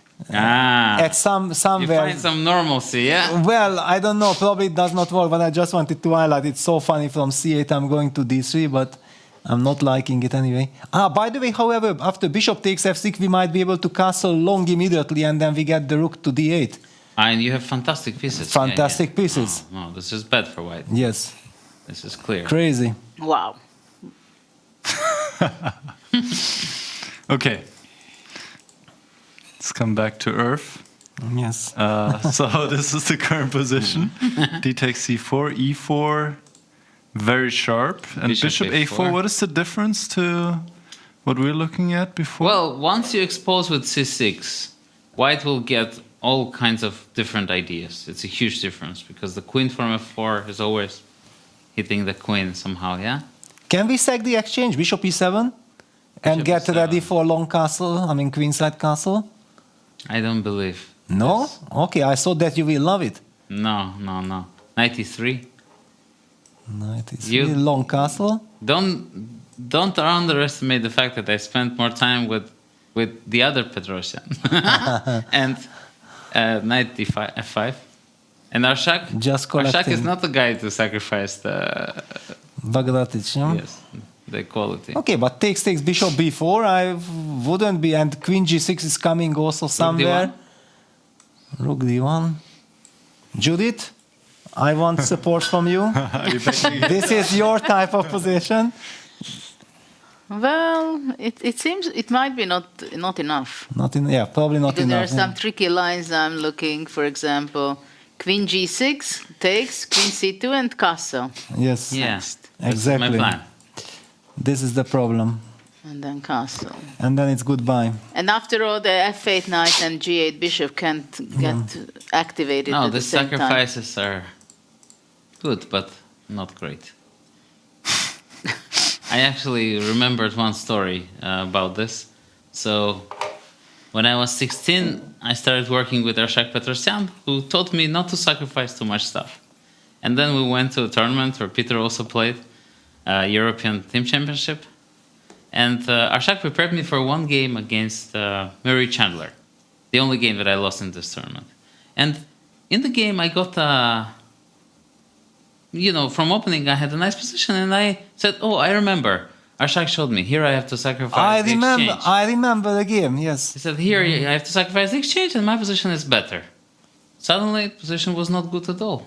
And then I come back to the room, I tell to Arshak, but this is part of analysis. He said, first of all, think. If this is my analysis, how can it have exchange sacrifice? If this is analysis that I showed to you, there cannot be any sacrifices. Because his style was always very materialistic. So that's what I learned. But I improved a lot because I stopped sacrificing too much when I started working with Arshak. Yeah. It was that e4 and queen e2. You had to get this. Yeah, I remember the game. Yeah, it was Arshak's position. Yes. You have to be very delicate. Yes. And not sacrifice things. Yes. You don't have to. But no move yet. After d takes c4, Fabian is thinking, rightly so. Now the clock situation slowly equals out. Yeah, So c6 is a must, right? I mean, rook e6, I know it looks adventurous, but disharmonious move, generally, yeah? Well, on rook e6, probably queen E4, c4 yeah? simply. Huh? Queen You can c4? even take it, I guess. Oh, you're not in a... You don't fear anything. You can take, yes. Yeah, I you also can. saw because there is no rook Castle c6. next. Yeah. Castle sometimes. Okay, not c6, next. let's assume... Because I think it would be a shame if we turn on the computer in this position. No, so no, should no. we try to figure it out ourselves? I only want to ask that, can we play bishop e7, bishop e8, queen e8, knight e3 and their turn on the computer just to know, is it plus minus or black has something? Because Let's I do feel that. that maybe queen c6 or somewhere something Let's do there is only there, otherwise we turn it off immediately. So here knight e3, yeah? Yeah, knight e3 and here, do we have something with black? truth? No, okay, g6 I don't want to play. No, but I don't want to play Okay, g6. okay, sure then. If you have to play g6, yeah, then there's something wrong with your Yes, concept. yes. Concepto. It's not. c6, yeah? C6. So if rook d1 now, you're not going to take on g2. This is the whole difference, or Probably not, yeah. okay. Bishop b6 then. We Yes. stop bishop c5. It's a healthy position Yes. then. All right. Well, I bishop think e4. c5? You want bishop c5, yeah? I thought Judith wanted e4, or wasn't it here? Well, that was a move before where you came up with your crazy g5. And But then you here, I said- don't think I can afford to play g5. Here, I think my position is way too exposed of the king to play g5. No, e4. But now there is no bishop g4 that Judith wanted to use, yeah, with the bishop on yeah, that was d1. my reason. At the same time, the d6 square is also Okay, nice bishop to the knight. b6. I go bishop b6 because I hit the bishop on g1. I'm loving bishop b6. Yes. Yes, bishop b6 is very good.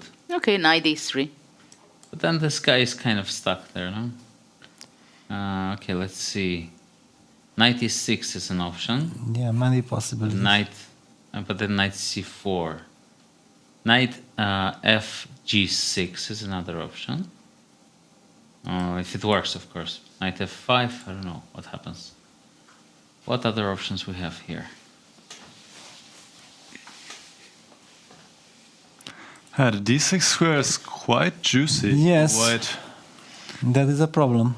Bishop e3, rook e3 we have in mind. Yeah? Or, bishop e3 and Even bishop bishop e5. is yes. No. And even if we play b5 included, I still don't like it. Yeah, you will just sacrifice maybe a piece, dark and squares yeah, it's are horrible. So what do you say, Peter? This was your suggestion. yeah, it sounded good, but actually after knight e3, I was not sure at all. Yes, it made a lot of sense, but it's dangerous. This bishop on e4 looks so stupid, but maybe this c6 weakness is important. The c6, yeah, actually I don't want to play c6, but what do I do? I mean, there was a reason why I came up with the exchange sacrifice, not because I thought it's so fantastic, but just that maybe it's good, but no, it's not. Yeah, this is still the current position. Bishop a4 is now our favorite move so far. Asking black how to cope with this threat, and c6, c4. c6 has to be played because knight d7, also this rook d1, and You will play c6 anyway at some point, yeah? you have to. Yeah, even if you play knight e7. So e4, so is g5 really that terrible? This is for us to determine, yeah? Because at least g5 gives some clear plan, yeah, to black. Yeah, you try to We have a move. fight We have a against move. It's bishop a4. We're on the right track. We're on the right track, folks. Okay. We're not complete patzers. It's good news. It's good news, yes. It's pleasing. So c6, e4, g5 is the suggestion. So, okay, let's start with f takes g5. Oh, already we have the next move, c6. We're on the perfect track. Yes. Okay. No, of course, Vincent also needs to speed up. He knows it, and he doesn't want to waste time for nothing. Actually, time is almost equal now. Yes. Oh. That's an important factor. e4, wow. Also already played. It's the logical follow-up. And now quickly Vincent will play g5. And I think g5, yeah.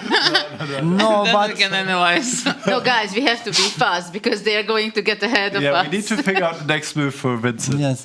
No, but actually g5 makes so much sense. Black simply cannot keep the possession. Yeah, he has to go with the breaking.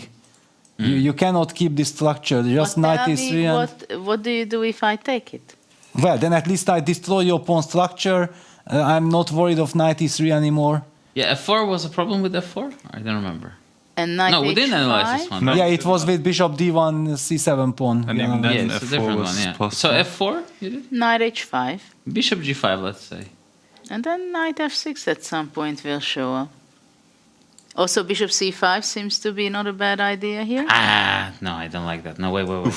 Bishop c5, no. Oh, God. Well, you can go queen g4. No, get this No, all this, away no, from me. no. Get that bishop out of c5, Nicholas. Take it. Okay, knight h5. We have queen g4. We have knight g2. How was we this can knight come back g2 to business? Peter's idea. Yeah, and then castle quickly somehow. This, yes? Yeah, this was fine. right? But why would I go rook e2? You will never play rook e2 now that with bishop a4. Yes, of course. No. Of course, rook d1 here. Okay, rook d1. But it doesn't stop my castling. That's good news. Yes, but you Yes. still have two pieces which... Yes, it's legal to castle, yes. Yes. Oh, I cannot move my queen knight g7. It's dropping my rook. This is bad news. Some good news and some bad news, guys. So, rook e5? Yeah, what about this pawn? Yes. Let's be greedy a little bit, yeah? What about queen d2? Bad news again? Double attack, yeah? Well... The knight on g2, bishop on d8. No, but taking on g2, taking on e5 in such a critical position, are we going pawn hunting? No, I cannot believe. Well, we have to do something, yes? When I look around in our studio, all the faces, they are not, Yes. not serious, pawn yeah. hunters. Not serious people now. But, so this is knight f6? No, Okay, don't take on Peter, g2. We're waiting for your suggestions. Okay, also don't push f4. So wait a second. Okay. Yeah, fg. Go back, don't play g5. Okay, no, g5 I like. G5 is okay. is in the spirit. Yeah. Okay. F Peter take is like a typical opposition member, yeah? He's listening to the ideas and saying, Okay, no, bishop this is b6, terrible. for example. Now bishop b6. Bishop b6 now, yeah. Bishop This b6 seems like now. a critical idea to play bishop. Okay, maestro. Because knight is G5, there is bishop f4. b6. What a maestro. I mean, What is the I love idea this. giving up the pawn Oh, it's first great. and after go But it's bishop great. e3? Stops knight e3. Because if bishop b6 immediately, there's knight e3. knight e3 was very unpleasant. So now knight e3 we... Yeah. Anyway, I'm worried of knight and then f4. Maybe you sacrifice, Knight f5. but okay, I believe it should be already fine. We are taking on. Yeah, I don't believe for white. I mean, even FG, I'm happy. Yeah, FG. Yeah, FG, and I'm happy. I don't believe in this. Knight d6. Okay. And queen e6. There This I'm happy. not enough soldiers. AG. All Knight this- back to knight G6. Stability. All the soldiers have left. Yeah, not the best pawn structure for white. Don't have enough men in your casarms and in your barracks. Barracks, yeah. No, I think G5 is strictly only move. It feels like black needs to break But this is a pawn brilliant structure. concept, maestro. This is very good. I like this. G5 takes bishop b6. Takes bishop Can b6. white go e6? Yes, this is possible. This is possible. If I Interesting. take on g1, queen f4, queen c7. I thought ef5. Just a simple chess, yeah? And queen c7? EF5, queen c7, yes.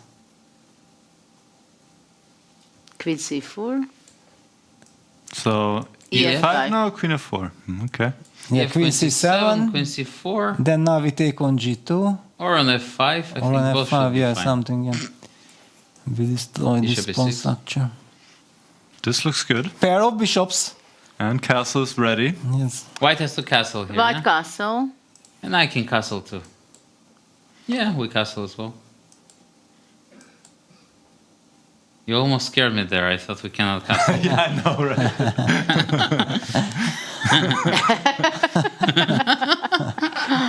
Not to forget about the rules.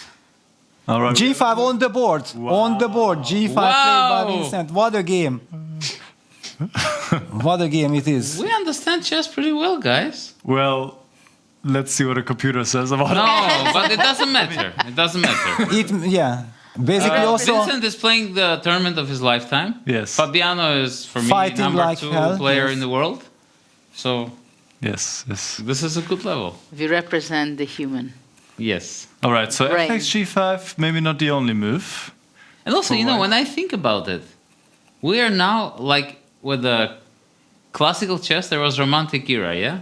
When they were playing these gambits. We are in the romantic era of freestyle chess. The first masters, the first people. absolute pioneers, yeah. Huh? Yeah, the pioneers. So it's very exciting, you know?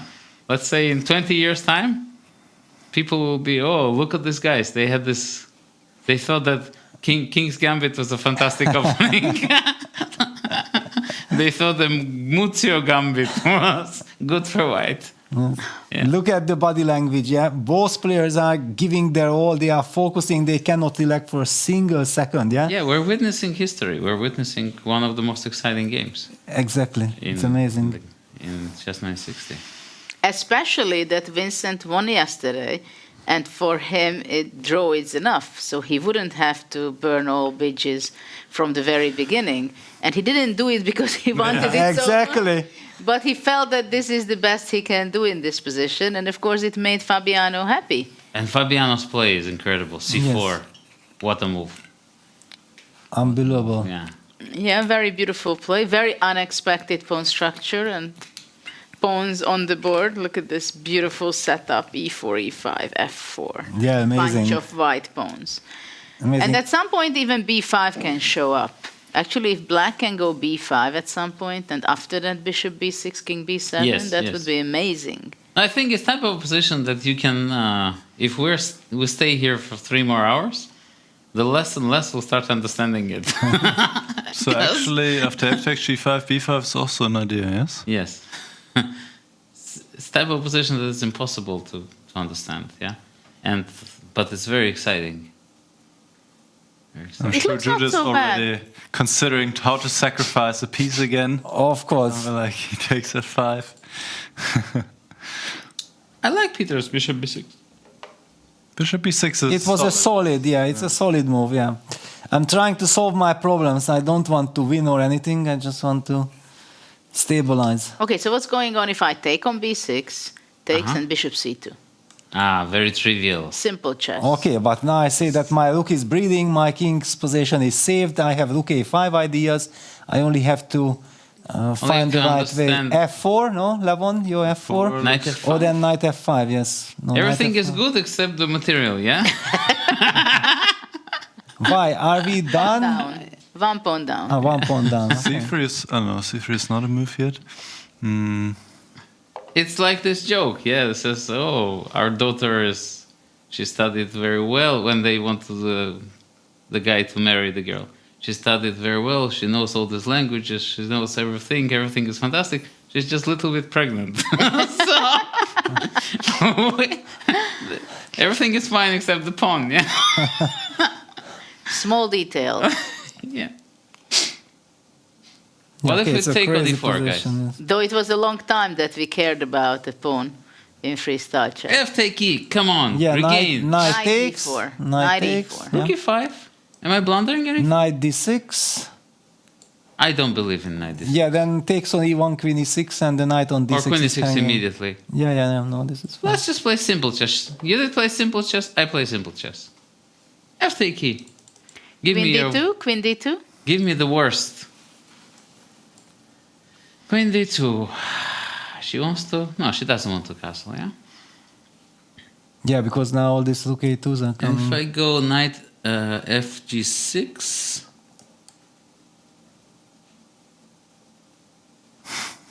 No, I believe after a b6 construction, black is just super fine. As long as we can kind of regain the material. Yeah, if we don't lose on the spot. Yeah, if we don't lose on the spot, we are fine. Yeah? Yeah. No, but I like f8 because it takes away the f5 square from the knight. Yes. This knight f5 is extremely annoying, yeah? Knight f5, knight d6. Doing the elimination. So what else white can do instead of f takes g5? Exactly. Yeah. Are there any alternatives for white? Vincent plays very bravely in this tournament. Yes, he's playing a tournament of a lifetime. Fantastic.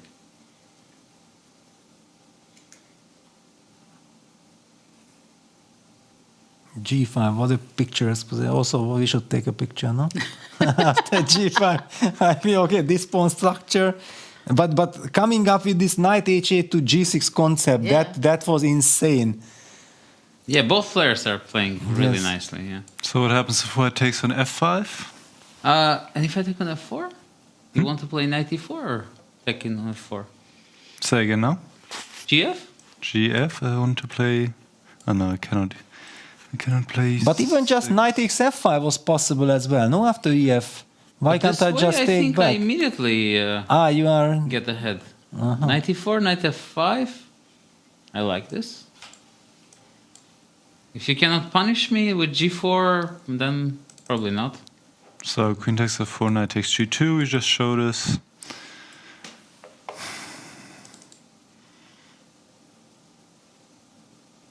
But then maybe I can sacrifice the exchange or not. Knight g2, queen f2. What is this? Takes. It's strange position.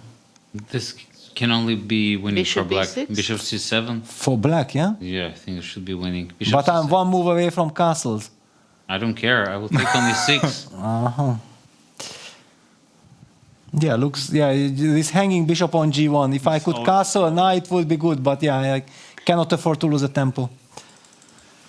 And actually, the bishop on a4 is not standing too well after c6. That's why you wanted e4 with the bishop on d1. That was your idea. Yeah, but it didn't work. Well, or at least Also g5. we assume that probably did not work. We don't know. Yes.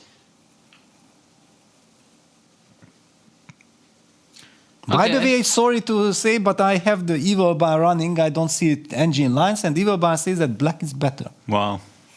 Wow. Engine says that black is better after g5.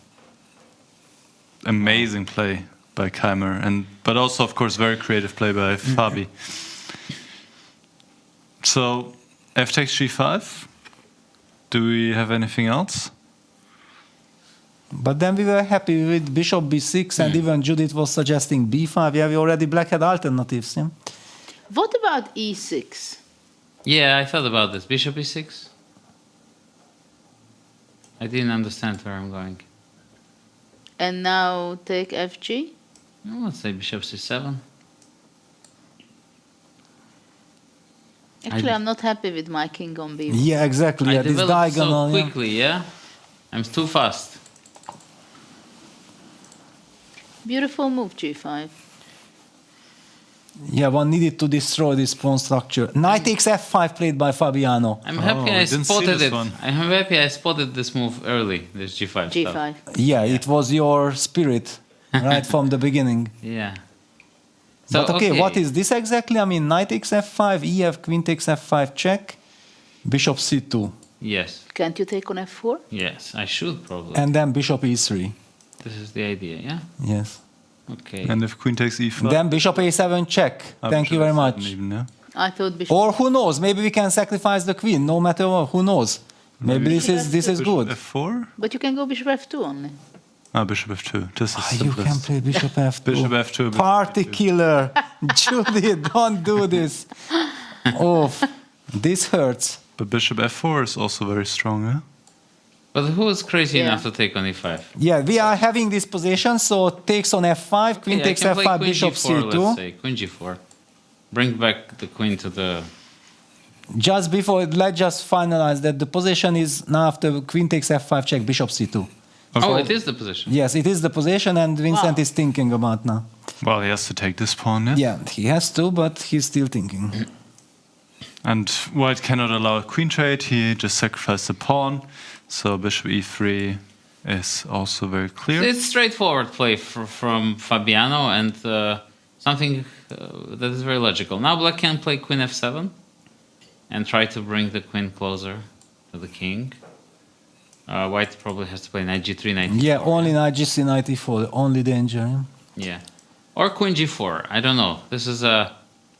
I think the move was played or not.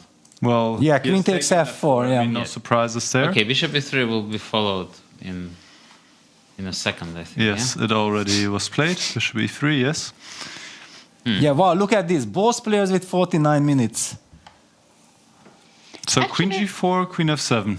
Vincent came back in time. I mean, he was almost half an hour behind. And now they balanced it out. So Yes. everything is fine. And even the position, maybe next time he goes to the confessional booth, he will share that actually now he is calm. If he has another time. Yeah, I don't think, yeah. Peter, what is your general feeling? Which move is it? You are the guy with the good feeling, natural feeling for the right moves. Well, thank you for your praise, but yeah, putting the pressure, yeah, the psychological pressure. I do believe that white still has very dangerous play, yeah, that this knight is coming to g3 very quickly. Black has to be super precise, so I don't think that black can afford any move and it's fine. Queen f7 Queen probably. f7, yeah. Yes, queen f7. Queen g4, knight, Knight g3, g3, then it's bishop f5, yeah. Yeah, we can never castle, yeah, because we step into this. Trapping the queen already. Okay, so queen f7, knight g3. Let's just consider this. Knight g3 is the move. Yeah, knight just is the move. Yeah. Because is you absolutely can the go move. here and here. And now we need the solidifying. Cementovic is needed, yeah? Yeah, Cementovic is needed. But the problem with Queen F7 is that we block the bishop, yeah, so What we can about never bishop activate C7? it. Yeah, bishop Makes C7. sense. Bishop G5. Stopping castle. I mean, black can still castle, but would lose the exchange. Yes, I keep forgetting that you can steal castle. Yeah, actually. Because I don't mind the exchange at all. I want think safety. Nicholas was hired because he knew how to castle. All other candidates didn't. I made a whole course, so I had to learn it. So can we take this pawn? Or I'm you don't joking, take of course. about it? Nicholas is a very good player. Thank you. No, but it was during my game against Vichy in 98 in Madrid that we played some Caro-Kann, and Vichy was taking on A2 my pawn with queen d5 to A2, and the question was that some b5, b3s were included, that after bc, bc, rook b8, do I have the right to castle long or not? Because if I can, then I'm actually winning. If I can't, then black is fine. And Vichy gave me the chance, and I thought like, okay, Vichy, one of the best players in the world, if castle would be legal, he would never play like this. And I didn't dare to challenge him, and only after the game I went to the arbiter that actually I could have, and I said, of course you could have. Oh no, you know, and the game was draw, and okay, it was a fantastic so bluff. Not Yes. everything about chess 960. It's not, yeah, this castle's business. And Anand, the name Anand and his move together confused me completely. I'm a bit worried for black somehow here. Yeah, not easy. Yeah, knowing that. But what is apparently- wait? Queen e3 you didn't like, yeah? You didn't like what to do, right? No, Now, once I because castled I can castle. in a classical game after playing, it was Marozzi, I was black against Grandmaster from Romania, Constantin Ionescu, and I've played some point rook d8, rook a8, and I made a long castle. We played a couple of games, moves. Later we agreed to a draw, and we started analyzing, and only we realized in analysis. But you signed the score sheet already. No, because the position looked so bad, and suddenly I castled, and everything became good. But there was also this incredible story in '94 in Munich Blitz tournament when Dreyev in a very bad French, it was plus minus against Kasparov, he suddenly castled. And he turned the tables and Gali went on to lose the game. He was completely furious. What happened? It turned out that it was an illegal move that changed the course of the game. I remember this. It was published everywhere, and I was playing at the same tournament. No, I'm not liking this for black. No, yeah. Can we put the queen back to f4 and after bishop e3 to think But why about don't you like something? it? Bishop c7? What's the big deal? Your pawn up? Bishop, well, but what about the king? Forget about the king. I can't forget about the king. 96.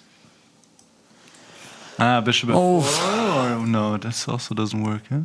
Bishop h6. Okay. But you're not mating me, are you?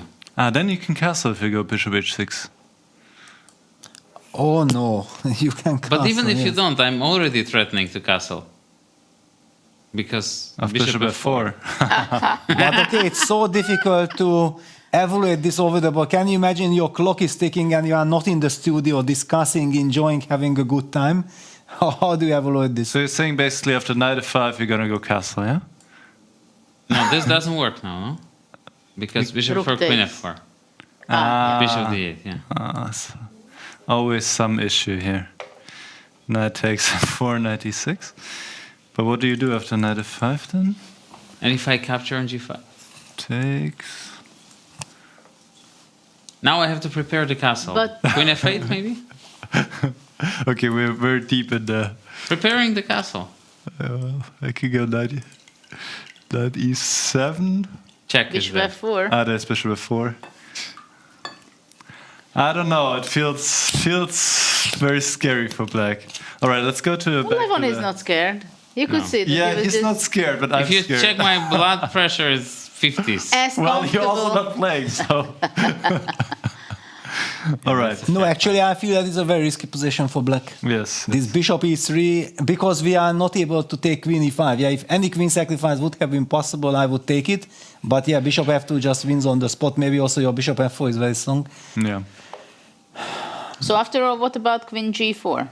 All right. Let's see. Knight Yeah, then b3. knight g3. But now there's also this move. So now rook e5 is not possible. because of bishop a7? Well, maybe I even... Here we're happy to sacrifice. But always rook e8 is a threat, yeah? I don't believe, yeah. Bishop e6. Rook e4. Thank you very much. No harmony, yeah, the queen on g4 is horrible. No.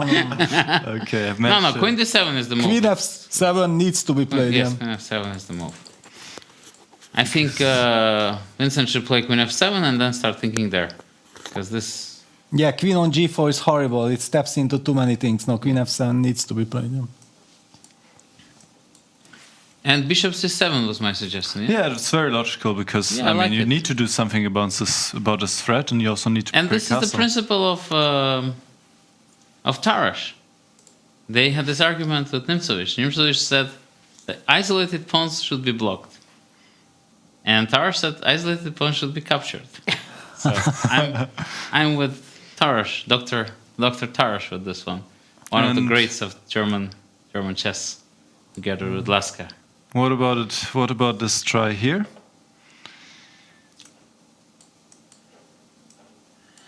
I'm not so keen on giving this exchange. I'm hoping for c3 in the right moment. Some vessels, yes. Because the rooks are overpowered in many of chess 960 games. It always feels like they're more dangerous than the classical chess, the rooks. The rooks, yeah? Somehow. Okay, when it opens up. Yeah. When it opens up. Okay, bishop f6, all right. I'm still ready to defend. But maybe because they are starting out from a very ugly position many times, and you Maybe. don't know what to do with them. And suddenly, when it comes alive, then you think that Wow. it's much more powerful than a Rook f5, in. queen e7, queen f1, and then knight h5. Yeah, So- somehow this f5 square, yeah. Soon enough, I will start counting the chickens. Also, the queen e7, knight e4 takes on g5. No, this is wrong. Yeah, doesn't feel right.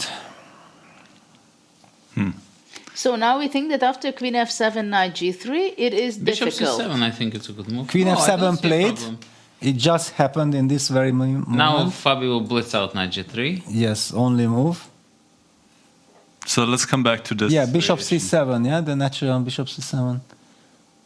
Levard is happy. Yes, I'm taking the pawn. Following Dr. Tarash's Bishop advice. takes g5, this one. This is what we were looking. Okay, wait a second. No, don't don't wanna take take. this No, pawn. no. Knight e6. Develop the knight. Bishop f6. Okay, long castle. Okay.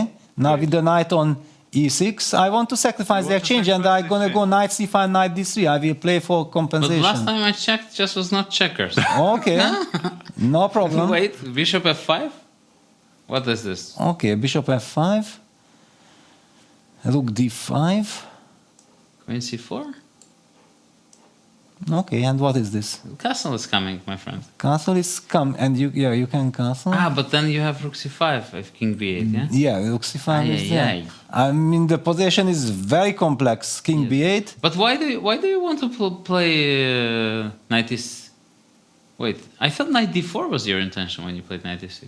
No, I just wanted to enjoy that. I'm coming out with my But pieces. also I can knight even d4 is very sacrifice strong, the I action. think. He wants to castle long and sacrifice the rook. Exactly. This is the main strategy. And I wanted to get the tempo of bishop f6. Yeah, that was my. Quel maestro. That's the But what is concept. this? What is white doing? Knight d4? But wait a second, we are exaggerating the excitement of the. Look at the position, look at the heart rate. This does not match. 77 and 85 in this white position. These guys are unhuman, yeah? Maybe they're sleeping. Like they are.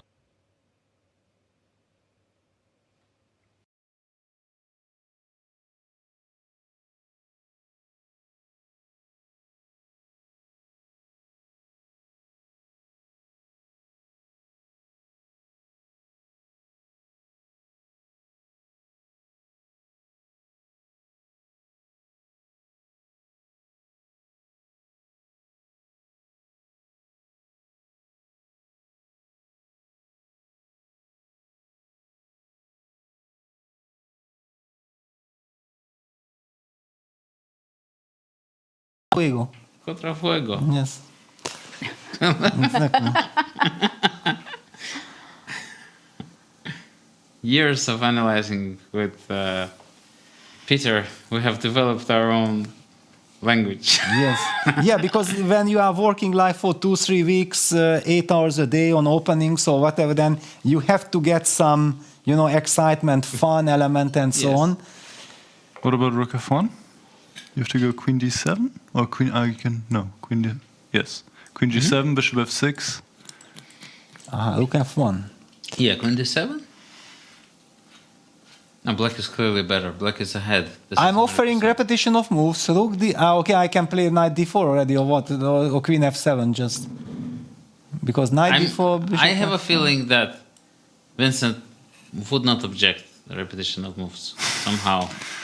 Yeah, that's probably. I have my doubts, but most likely he will repeat.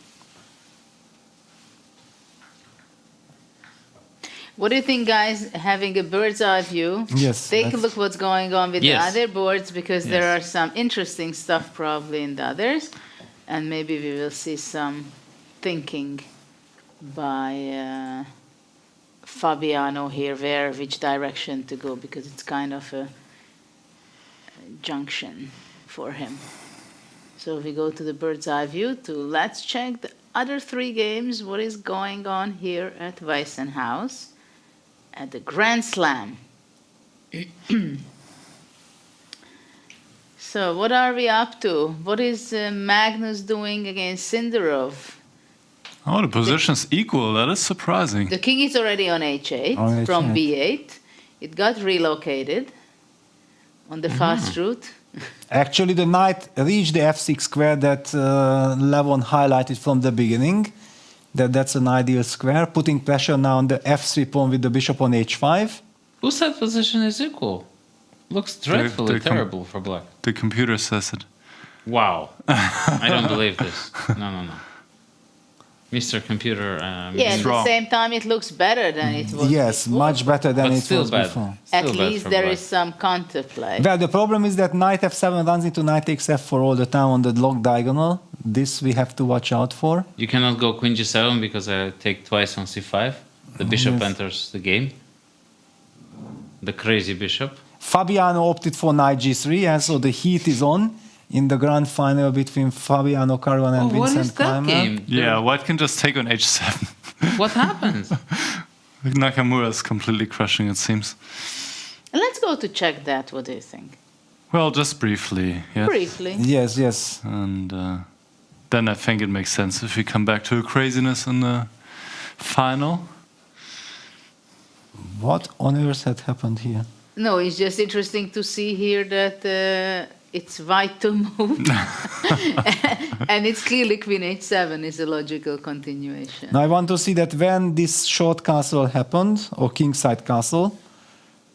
This is also bad position for black. Yeah, it was very unpleasant position. Yeah, so he relied on the fact that he can castle all the way, but somehow Hikaru had foreseen it. He castles to the queen side, natural bishop b6, knight f5, knight takes f5, bishop f5, rook f6. Ooh, rook f6, forgetting about queen h3. Oh no. Blundering just in one move. Oh, the players are getting tired. Yeah. Tired, yeah, queen h3. Takes, and rook, yeah, okay. There is not much to talk apart of telling that, yeah, it's just a matter of time when black resigns.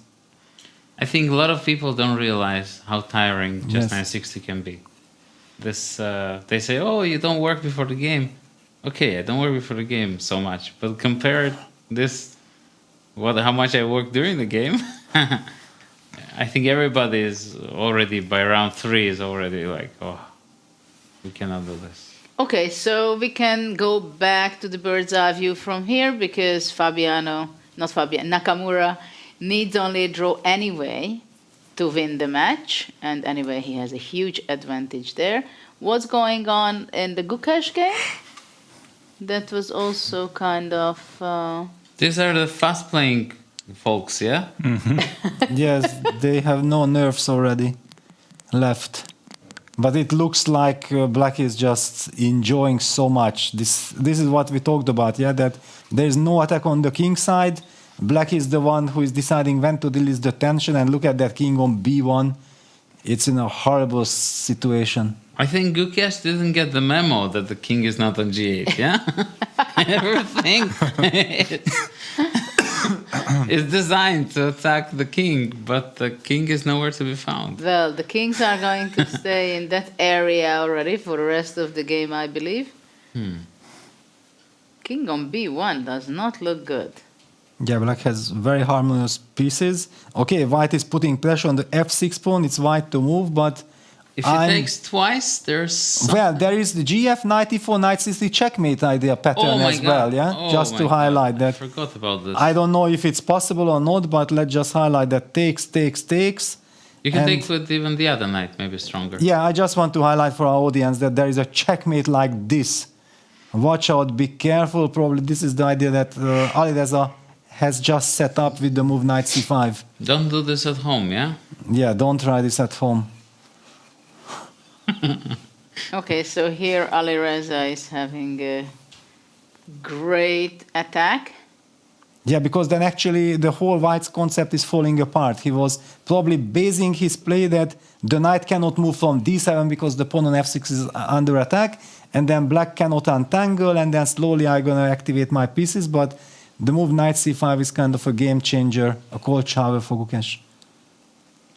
Okay, so let's go back to the bird's eye view again, and probably it's time again. Vincent played the move knight g6. That already happened. Aha! This is not according to my plan. But it's also developing a piece. Should be a good move, yeah. And knight e4, what's the intention? Rook e5, yeah? Simply, probably. Bishop f2, rook e4 is there. Yeah, wait a second. We have to get then the game up. Yeah, let's bring the analysis board up to have a look together. Knight g6 played by Vincent Keymer. Time is about even still. And now we're just looking at knight e4, and you said rook takes e5. Well, then I think you can... Let's zoom in. Yes, exactly. Let's zoom into Nicholas. All right. Knight e4, rook takes e5. Stepping out of this potential fork on d6. So bishop f2, there's rook takes e4. And what else? Yeah, not so easy to put the pressure. Queen d2. Let me try to develop, but even rook d5 is safe. Also, there is bishop a5, strangely enough. Oh. Hitting the queen with a tempo. But then knight e4 is not the correct move. Okay, let's just consider the position of knight g6. What about just playing queen d2? Immediately, right? Castle. Bishop c7. And you also want to go castle after castle. So, Yeah, we were very worried that the white knight from g3 enters the game very quickly. Yeah? If that's not the case, then black is in What about time. bishop f5 here?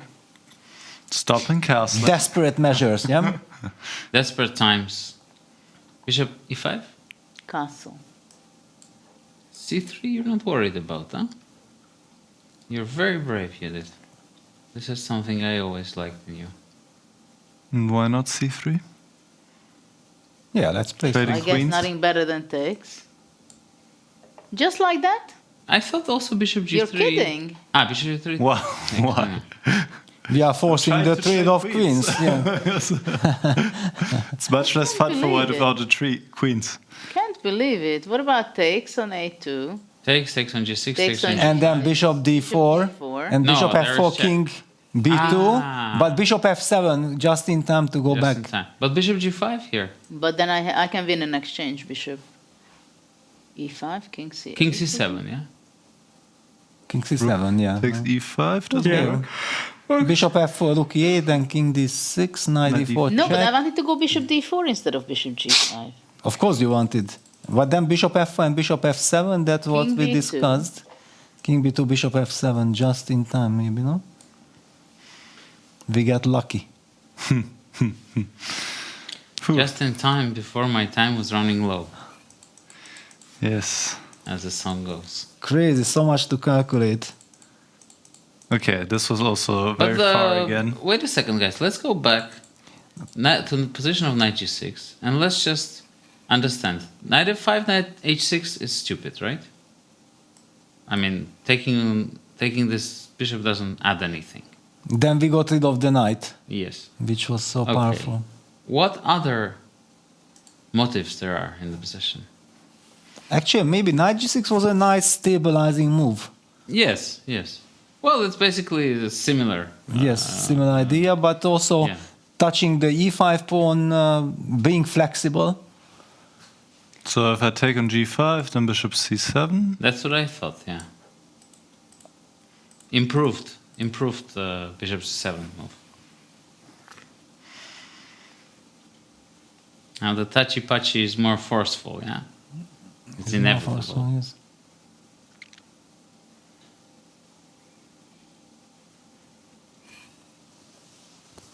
Yeah, Fabiano taking his time.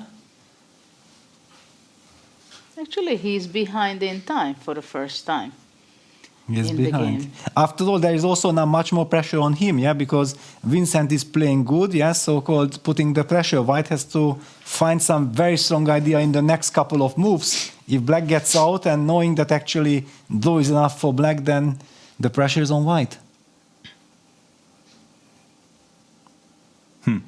So bishop takes g5 doesn't really amount to anything. Okay, what other ideas are there in the position?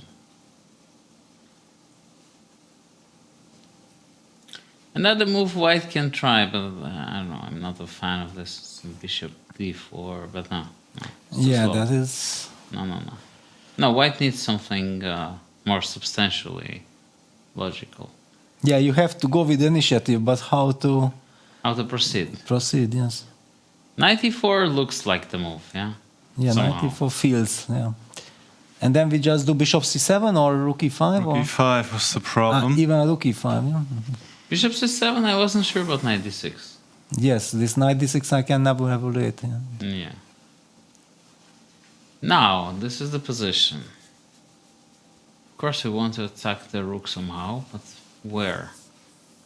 How, what to bring?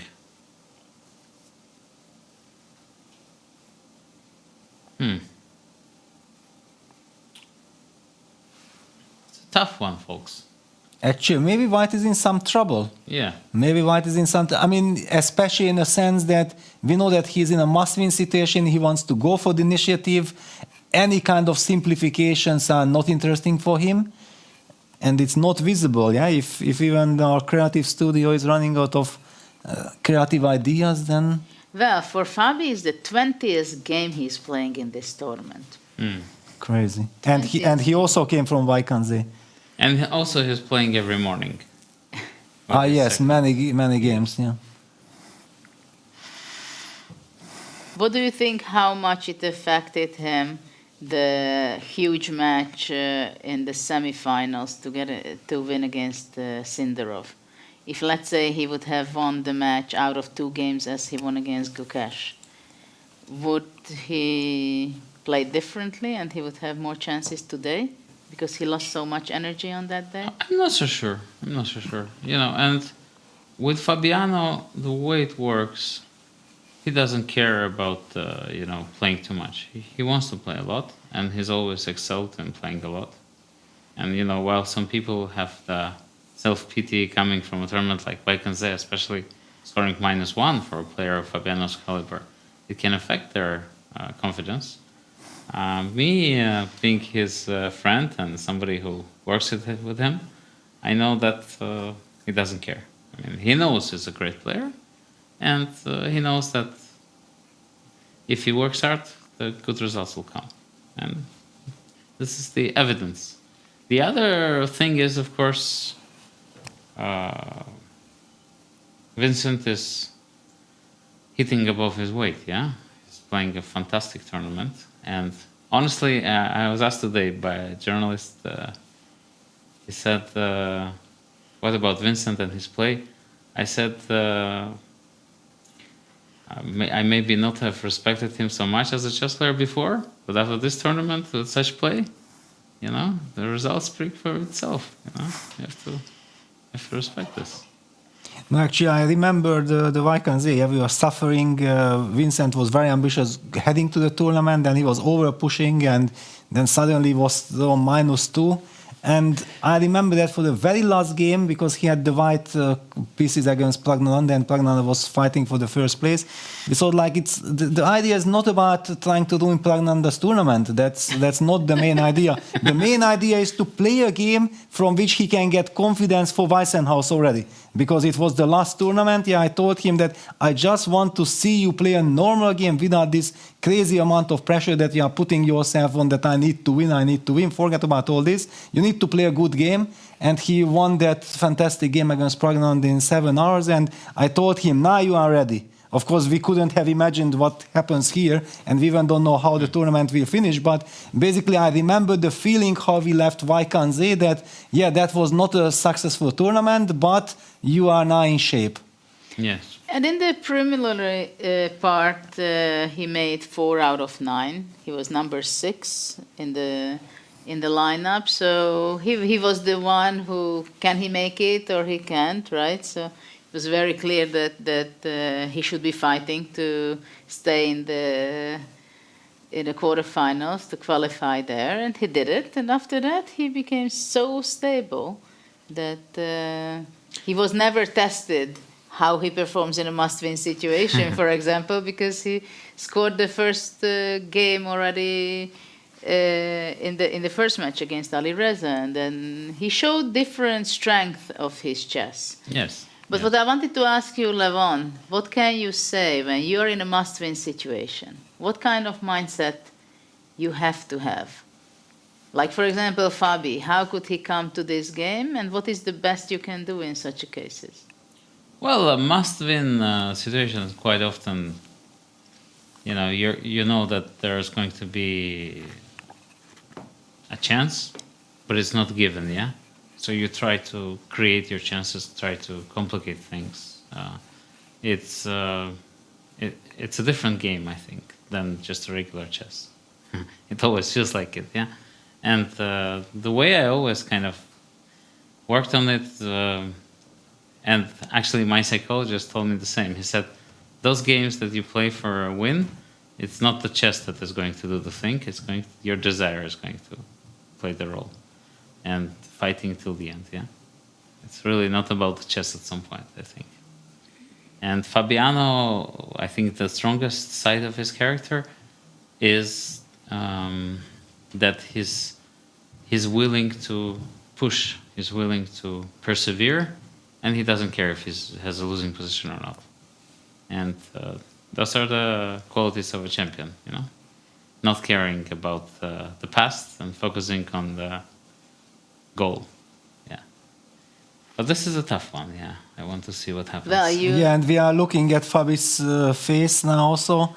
He's looking for chances. He wants to create something, and it looked like he went for C4, he went for this bishop A4, he went for E4 afterwards. Yeah, he's putting a lot of pressure on Vincent, then this knight takes F5, bishop C4, bishop E3 sequence of moves, also unsure of. And he might be also thinking, what do I need to do in order to get to Vincent, yeah, because right now Vincent finally also played the move knight g6 for the very first time. Kind of he got up, yeah, he's walking around, which also signals some kind of confidence that finally I settled on something that I like, and it might not be as dangerous as it looks.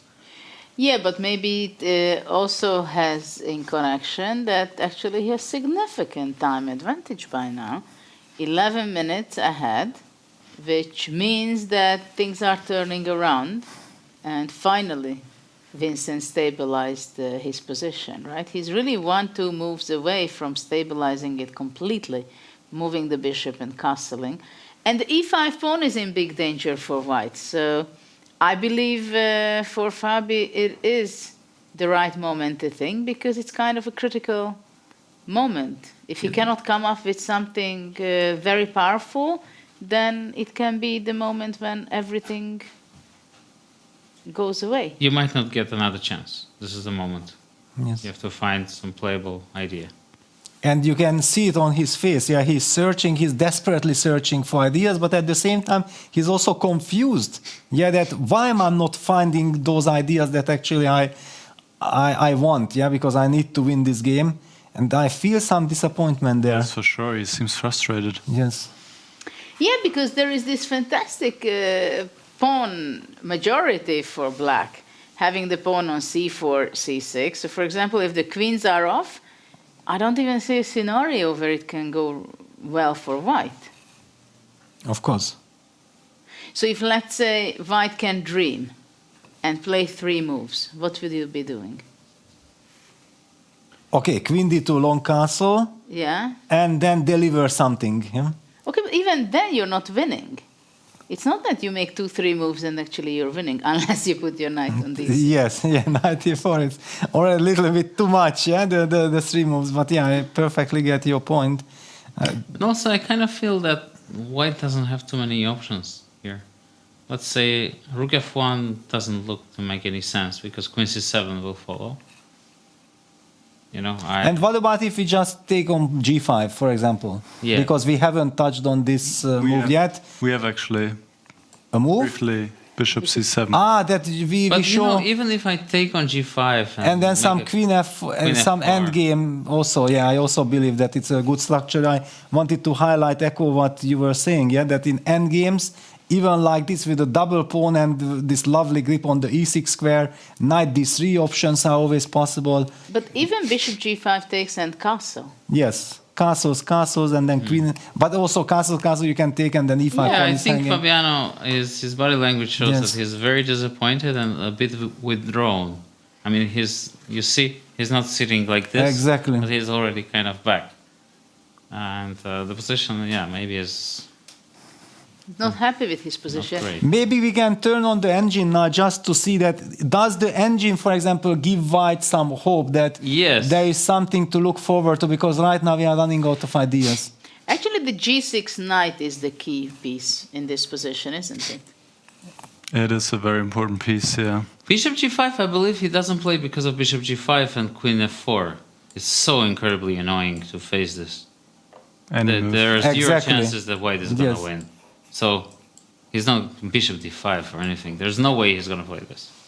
This is resignation, yeah? But this is the best move, actually. But it's a resignation if you need to win the game. Yes, yes. Yeah. And then what else can you do? So as I see, queen d2 is another option, but yeah, it's a sad one. Bishop c7. Bishop c7, yeah, that's if you want. Yeah. Bishop g5, you cannot castle. Yeah, something along these lines. You know, maybe for the sake of our understanding, can we maybe go back with the engine just to see if that objectively all this was correct or was not? all correct? Because then I would be very proud of ourselves. c4 question mark? I don't think it's a question mark. See, you did e4 g5 still instead of c4 g5, yeah. And it's always the key move against e4. Only move, actually, g5. Only move. We're doing good, folks. Well, we have quite some rating in the studio, no? Counts for something. Yeah, g5, very important move. Was it the only move? The best move. Yes, g5? It was the only move, yes. Only move. Could not be worse. Wow. Knight f5 was best. Knight f5, pawn takes, queen takes. No, this is all first line. I mean, Vincent, let's see the accuracy score, 99.5. It's ridiculous. Wow. What can you do with a guy who has 99.5? You can only applaud, yeah? Knight g3 and then knight g6 again, best move. Bishop c7 was also possible, but now I see that knight g6 is stronger. Yeah, knight g6 is so much more unpleasant. Because I was trying to do the same, yeah? Bishop g5, knight g6. Yes. But now that queen f4 is there, yeah. This is a nightmare scenario for white, yeah. Oh, we have a move. Let's see. Oh, he took on g5 actually, after all. Yeah, well, he understands that this is bad for him, but the other things are just completely terrible. Well, his body language was telling it all that, what to do. I have nothing better than bishop g5, but it's not going to be enough. Exactly, yeah, that's the signal we were getting. So now the question is whether Vincent will take. I believe he will take it. That's 100%. not really a question 100%. to me. He's And after, Peter's student, after all. after takes, my question will be, is he really going to go Queen F4 or long castle? 100% Queen F4 is going to happen. 100%. Yes. Wow. That's a solid judgment. Yes. Not even 99%. This is such a joy to play, folks. Queen F4, You know, yesterday- you need to make a draw, finished. Yesterday, between Ali Reza and Gukesh game, I said, well, it's 99%. It's over, it's finished. And then what happened? Yes. That little 1%. Well, I even corrected you that it's 100%, right? Yes. Yeah, takes Okay, on but- the board. Vincent, come on. Show that I know you. Show me that I know you, my friend. Peter, is it going to be a... Yeah, on the board, of course. Of course, yeah. On the board. Yes. You just, you know, because players are having the feelings, and the feeling tell you that, of course, I take Queen F4, have everything under control. You just can't control yourself. Yeah. Okay, you guys can't control yourself. What about Queen H5? Oh, but you cannot castle. Now we can play castle, Queen but you H5. cannot castle. You go Rook E5. No, I don't go Rook E5 castle. Queen H5 just castle. Why would I take Rook E5? I castle because you already can't castle. Take it back immediately. Don't even look at this. Bishop G6. Okay, no. You wanted something like this, yeah? And then you want to do Exactly. it. Of Nicholas course. knows what I wanted. Yeah. So let Judith have her fun. Bishop Something. Okay. Yeah, it's some checkmate kind of stuff. Yeah, this is for checkmate. Of course, after Queen You H5, can't we just stop Peter castle. Yeah. from castling here. Yes, no, definitely not. And now I cannot castle. You cannot castle, exactly. No, this is terrible. Yeah, it is. I agree. You have to take... Oh, he will take on F4 and Yeah, and just maybe we can zoom on the player. There is nothing much to analyze right now. We have to see the body language, and Fabi is really in a state of shock. Like, I need to win, but actually Black is very comfortable, and I have to go for an end game that I don't believe in it at all. Huge time advantage for Vincent as well. It will be very difficult. I'm actually surprised that White has equality chances here. Yes, even if Black would need to win, it would be much more likely than anything else. Because it looks ridiculously dangerous. The computer was playing Queen F4, Knight F4, and saying it's only 0-30, but it doesn't feel like it, yeah? It was much more dangerous for White. Of course, because there is no scenario that it can be good for White, but we can see that how bad it can get. Yeah. This combine this knight on f4 and bishop d5, knight take g2, rook e2, knight f4. This is in German. There is this game also in this Mühle. Yes, I know that one. You know, yeah. And then when you are just jumping on the squares already and picking up opponents' pieces, yeah, it's just crazy. And that's how I feel with this construction. Jumpy pumpy is happening. What is the name in English of this game? I don't know. You don't know? Yeah, I played a lot as in my childhood before starting playing chess. Yes, I played a lot of Mühle. Also requires some calculation. Yeah, of course. Theory also, you have to have your repertoire and everything. Yeah. That's where we need to come up with the freestyle mule for you. Well, you know, there is the game Stratego. There is the game Stratego, which is a very famous game with these 40 soldiers for both sides, and you don't see each other's pieces. And normally you are placing all those 40 pieces, but like around 91, 92, I actually invented that, no, we play the sheer random Stratego, yeah, that we just blindfoldly putting up the pieces, because then we can set it up in 1 minute, and then we can play immediately. And you can only change your flag, that if it's on the front row, then you can move it somewhere, but otherwise it's complete freestyle. Freestyle Stratego. That's how I played with my father. In the meantime, while you're discussing all these other Important very subject. interesting games, Freestyle games. yeah, I'm looking at Fabiano, and he's kind of giving the impression that he gave up. Yes, exactly. He's looking to the right, to the left, on the position. Show me any other guy in this position who would feel he's not giving up. It's such a dreadful position to get. No, I'm not blaming him. I'm just saying that we are entering in a situation right now where Vincent is getting extremely close to take the $200,000 and the victory and being the first winner of the first Grand Slam series. And look at the heart rates, because now Vincent is about 100, he was even above 100, while his possession is already stable. When it was completely out of control, because he was focusing on the possession only, yes, increasing, because now he feels the tension that I'm so close, I solved all these problems, and he's getting overexcited that, oh my God, I'm very close. It seems like I solved every single problem that I was faced with, and there were plenty. Yeah, he seems to be in an extremely comfortable position. And he's kind of relaxed, right? That all the dangers what were around up to this moment, because there were some quite some interesting lines which he had to calculate, and he got to, you see, Fabiano? Even picking up his pen, yeah? He's just really thinking, what the hell can I do to keep the game going? How? You see, looking other games, very disappointed. Well, I remember we talked about this with Vincent, and I told him, forget about the prize fund, because it doesn't really matter if you win 200,000 or 140,000, it's anyway a jackpot. Yeah, he has never won a prize fund like this. I think he won second place in the World Rapid Championship in Almaty, and then he won 50,000 or something like this. That you already have the jackpot, just enjoy, focus on the game. And he also gave me the feeling like for him it would be so much more important to win a tournament like this, yeah, because then he feels like I belong here. Yeah, this is the feeling. The feeling is so much more important than any amount of money. Sure. Well, I'm not sure our audience would agree on that one.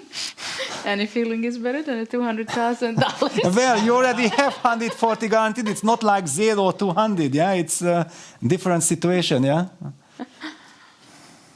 Well, 60,000 is also in some places money for an apartment.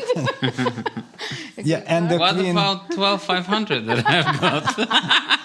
It's a good pocket money, no? It's good, yes. In the US. You go to Grand K tournament and you win, and you take the 60,000 there. And plus the New York chance for the next leg, yeah?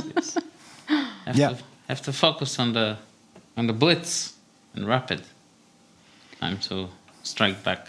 Yeah, to improve there, yeah, because I think in classic, but that's why actually the Grand K Open suits you perfectly. And 9 games of classical freestyle chess, who will stop you? Only you, Peter. Well, okay.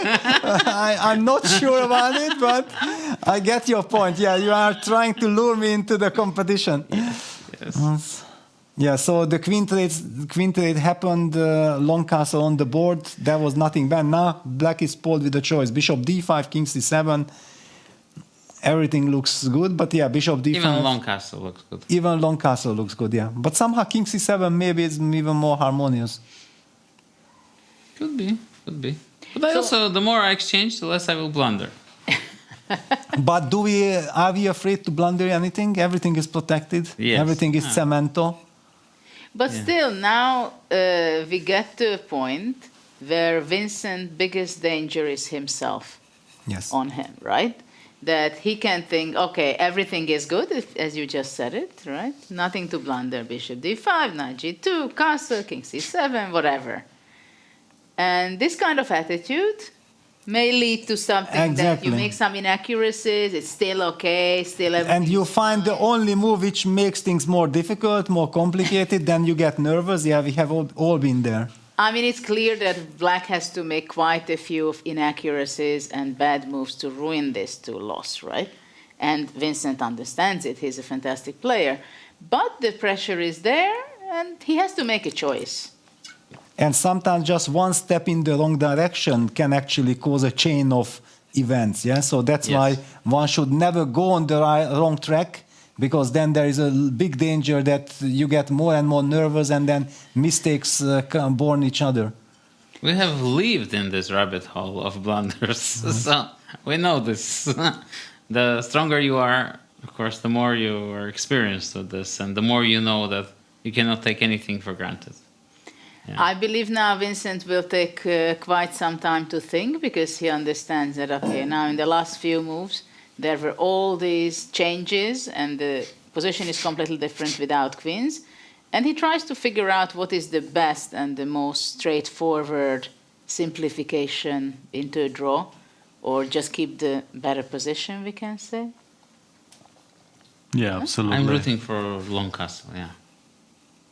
Simplification. Wait a second, rooting because there is more intrigue after long castle, or because you think it's the best move? I think it's the best move. It's the best move. It's the most annoying to face, because white will not get any activity after that. But is there any danger for black to grab that pawn on g2? Maybe you didn't notice it, that it's hanging. No, we saw it, but... But why is it dangerous? I mean, take it. Take it, yeah? But it gives white some initiative, some time. I don't feel like taking it. And I cannot really imagine Vincent taking it. Because also this pawn is not running away. No, it's not running away. He takes it. I cannot believe it. Takes on g2, really? But it's a good move. It's a pawn. It's a pawn. Ponchik is there. It's a pawn for free. For free, yes. And some tempi, and I don't know. But what tempi? I don't know. Exactly, my nerves are just signaling me that, okay, there are some... Bishop d5 and then takes on g2 was so much more natural. But I like knight g2, actually, now that I think of it. Rook g1 played. But knight e3? Probably he has to go rook d7. And if I castle? Yeah, there is always castle. Yeah, this is crazy. Know that against a rook on d7 we can castle. We have to change the rules of Fischer, and that you cannot castle against a rook on d7. What is this? There should be some common sense. No, but you can castle with the rook on b7 in a regular. Yeah, no, of course, I'm just kidding, but it's so confusing, yeah, sometimes. Yeah, just thought that I stopped castling. Exactly. I stopped king c7. I stopped everything for black. So you guys were mentioning knight e3. Well, what else is white going to do? Well, I don't know. Rook d1, for example. Can I rook just... e5 doesn't work, yeah? That's too much. Then too much. And if you take, then I will jump knight e4, knight d6, and not like... What do you mean? No. Where are you gonna jump? Okay, rook d1. What is this rook fairy d1, tale? knight c2, king c7. Yes. King c7, yeah, you don't need to castle. Yeah, because long castle, just to highlight that... okay, there are moves already. Knight is on the board. Let me just... How do I castle here? You put the king on the rook. Yes. And then suddenly knight e4 and then knight d6. And things are out of control. But okay, not that this much. Is going to happen. I think rook e1 is going to happen. But I think king c7 after knight but c2. King c7, knight f5? So this is the current position. And can you go on with rook e1, takes king c7? But what, so rook e1, we are discussing knight takes c2, king c2, king c7, knight f5. White got activity. I told you guys I don't want to give any activity. But so what? I'm nervous. Well, rook g7 is coming. Rook yeah, d7 because rook d8, rook g7, rook d7, knight d6. Ooh. This is already not so easy. Ooh, knight already d6. What? Rook f8. Rook f8, the other rook to g1? I don't know. I mean, of course, black is fine. Yeah, I just feel that this is, especially knowing the match situation, that black needed only draw, then keeping this fantastic construction was so much more natural than to go for... But maybe Vincent had foreseen a force way that I'm going to give back everything and I'll liquidate into even maybe... No, I'm thinking after rook e1, Peter, he can take and play bishop f7. I mean, if he's so scared. And then bishop to g6. Bishop g6 on castle, thank you very much. That is the profession. That's why he opted for this, of course. Yeah, bishop f7, making sure that the knight from g3 will not activate. Please equalize, please make your draw. I don't mind. Leave me alone. Bishop f7 is a very nice move. Very nice, yeah. Now I'm satisfied after bishop f7, because I was already worried that, Yes, too many possibilities, and but yeah, also Vincent had too much time that if he's not confident that he knows that he has everything under control, he would never have played like And this. it's a very calming move. You get excitement for half a move, and after bishop f7, you go back to Chilling. understanding it's finished. Yes. The bishop cuts. The Because knight. on king c3? Bishop After g6. Bishop g6, yeah, And the castle. we don't care anymore. Yeah, this is very good. Well played by Vincent. Can we maybe get another bird's eye view to... Let's go to the bird's Yeah. eye view and see what's going on. Actually, what has happened with Magnus in the meantime? Ooh la la. So Nakamura's won. So he's the first to finish. I feel like for Hikaru, he thinks like, why the tournament isn't starting right now?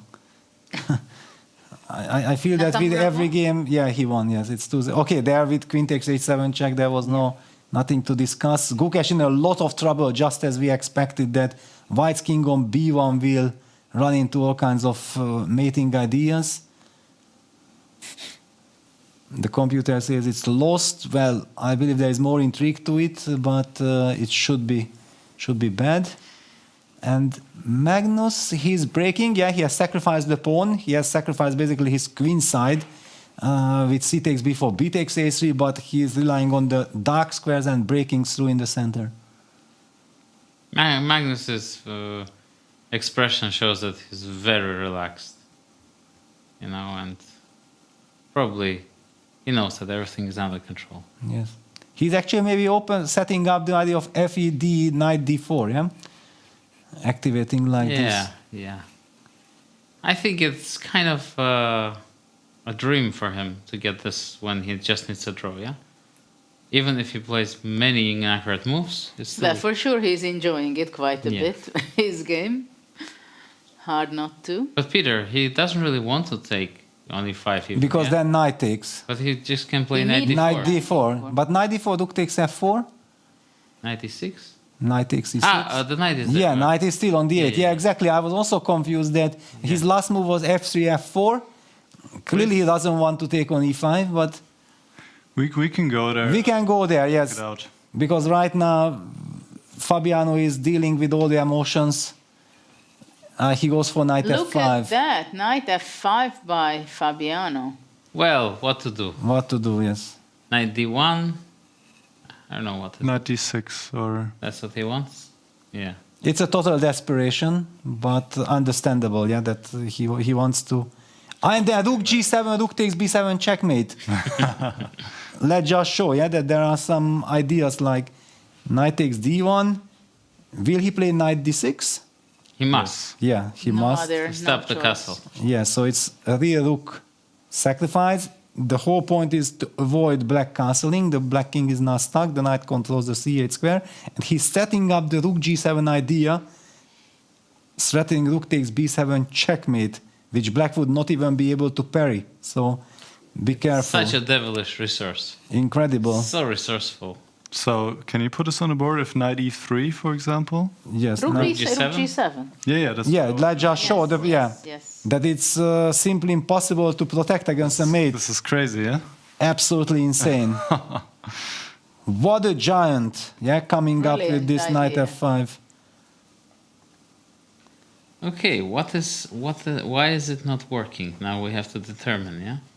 Well, I saw that I can take on d1, knight d6, play king c7, rook Yes. g7, king b6, take on b7, I don't care, I start running with my king to c5 maybe, and Bishop d5. and And Cementovic capture there, yes. But it's a beautiful idea, but just not enough. Just not enough. Yeah, but Vincent has to calculate and Yeah, he stay needs to sharp. calculate, yes. But of course, Fabi knows and gives away. Well, okay, I know, it's gone. I'm not gonna win this, but still, I have to try. Yeah, and shows tremendous class and resilience. Yeah, that What a player. exactly. He came up with so many brilliant ideas in this game. Yeah, it's amazing. Yeah, that Vincent was so far keeping everything under control, but he has to control himself. He has to calculate. Do you think it came as a surprise, knight f5 Yes. for Vincent? Definitely. 100%. Yeah. Just when he saw like, okay, that's it. I'm liquidating. Everything is taken care of. Suddenly some new questions. Yeah, but knight d1, of course, is the easiest. Knight d1, knight d6, king c7. Yeah. It's a forced. You have to take on b7. You have to take on e8. Then I take on e5, and we agree to a draw. I'm not even sure that king c5 is the best. Maybe king a6. Yes, but we are not playing for a win. Ah, actually, king a6 is... King a6 probably wins on the spot. Yes, yeah. trivial. Yes. But we play for a draw. We want to Why should we highlight win? that the draw is enough. Why should we win if we can make a draw? Yeah. Of course, yeah. The world is a much more peaceful place, yeah, with a draw. Everybody is happy, everybody is satisfied. Well, I'm not sure now everybody will Rook be happy c7. and Yes, satisfied. no, Bishop not. d5. Rook c7, bishop d5. We still want to draw.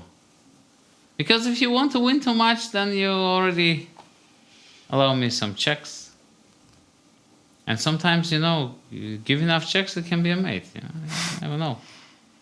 Yeah, just highlighting Okay, that. so yes, knight finally. e8. Yes. And then king d1, and then rook h7.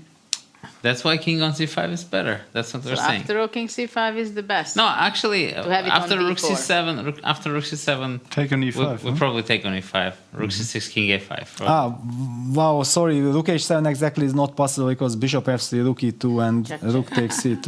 Yeah, just highlighting. So, yeah, all right, this is not important. It's clear that actually black has to be brave enough to simply capture that rook and then run out with the king. This would have been a fantastic resource in a blitz game. Total shock. Yes. You mean in a blitz game where you get only 2 seconds per move? Or no seconds at all. Or Armageddon Yes. version of the playoff. So, knight d1, right? And it's on the board. On the board, yeah. So knight d6 will be blitzed. No, he starts with rook g7. Wow! What a maestro, what a brilliance. Yeah, avoiding any kind of king c7 ideas. But now black can castle. And now black can castle. I saw this, yeah. Yes, now black Castle can wins on castle. the spot, yeah. Knight d6 check. Takes. Yeah. Ah, it doesn't win on the spot. Yeah, you're right. But where is the danger? Now if we just go back with the knight to e3. I mean the d7, yes, sorry, no, that, okay. There's the yes. danger. No, there is the danger, yeah, no, it's... Well, you can go rook d8, bishop Well, d1. bishop e6 is possible and rook d8. Yes. Yeah, but something to calculate. But after knight d6 check, can we just play king b8? Is that a possibility? Sure. And rook takes b7 check, then king a8. Yeah, and knight e8 I probably have to take. Rook e8. You have to pick up the knight, king takes Yeah. d1, and then bishop d5. Yeah. This is very professional. Or huh? c3. Or c3, yeah. Okay, it's good for black. Rook g7, unexpected. What a surprise, huh? Total surprise. What a But okay, maestro. Vincent is going to castle He's now. in the castle. He's just so happy and relieved that he can castle. Finally. On move 20. There we go. Is this the correct way? Putting the king on c8 is 11? This It is doesn't correct? matter. Doesn't matter. It doesn't matter? It's not like in classical chess? No. You can touch the rook, you can touch the king, you Really? can touch anything, yeah.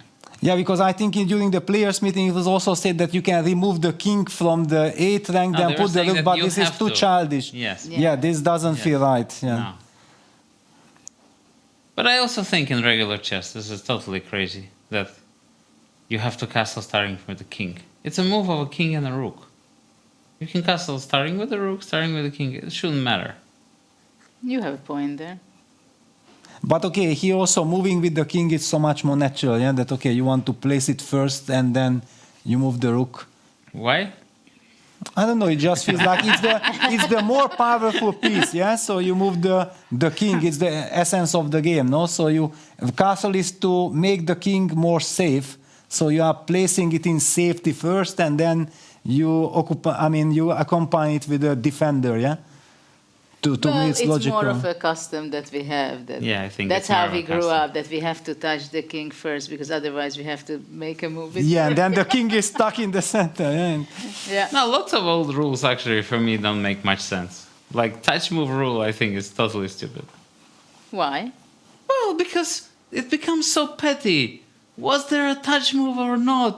Let's look at the cameras. I mean, this is just Okay, ridiculous. we don't have so much of a But camera. unless It's you not like push- in tennis. That unless- is it out or in? But unless you push the clock, I think it should be allowed. You know, it shouldn't be such. We shouldn't be so petty about this. But it's strange. It would. I know tradition. Yes, I know. of course. No. I know. Yeah, but okay, we have moves. So in fact, after Rook G7, long castle did happen. Knight D6 check. Black, of course, opted for King B8. Unfortunately for Fabi, he cannot rely on his powerful initiative, because after Rook B7, King A8, Black's king is running away and White's construction is falling apart. So he had to take on E8, which is, of course, good news for Vincent and all the German fans. Rook takes E8, the position simplifies. And now, after bishop takes D1, we are expecting the bishop from G8 to move probably to D5. A Or protected C3, square. as Levon pointed out, that it's an option. But somehow bishop D5 and rook E5, and then keeping this pawn majority, who knows, maybe you want to play B5, B4, and because White will anyway pick up the pawn and start pushing the pawn. And how do we stop it? Going for counterplay against White's king, yeah? That's why I would love to keep the structure. He went for bishop D5, of course. But White has a passed pawn, an H passed pawn, so I'm pretty sure H4 will be on the board, which is already... Yes. There's the only chance White has to push the pawn. At the same time, Black is extremely stable. And we'll play B5, B4, right? Or I'm is he actually going not to- sure that Black is winning. I think it should be around draw. I mean, yeah. Black is better, but I think Black would be also very happy just to liquidate, yeah? That you But can call if- the arbiter and... if we were playing a game, not counting the last game, I'm sure that Black would be trying to win this one, no? Okay, Black played the move Rook E1. He's inviting King D2, he will play Rook H1, so that he will I have think all he this... just wants to give checks on Just H5. a draw, yeah? Just H5 wants to make a and draw. then check, check, check. Yes. Chase the king. And also B5, B4 is coming too fast, yeah? There are so many possibilities. The bishop on D1 is too passive. We did see Magnus actually beating Fabiano last year with this H-pawn with Rook Bishop construction, but there Black had no counterplay and he couldn't stop the H-pawn. And the pawn was on H7 or H6. right? Exactly, yeah. Well, it seems like we are not going to see a playoff. At for least the not between final those match. two. Well, in none of the matches, right? Could be. Yes. So what is White doing after check? Because King C3, Rook H3, yeah? King B4 I don't believe in. Well, okay, King E3 or something. Check King Rook E3. B2. Ah, you want to give this pawn, huh? No, I don't want to give I will anything. take But yeah, and then you are going back Rook H2 and C. And thank you very okay. much.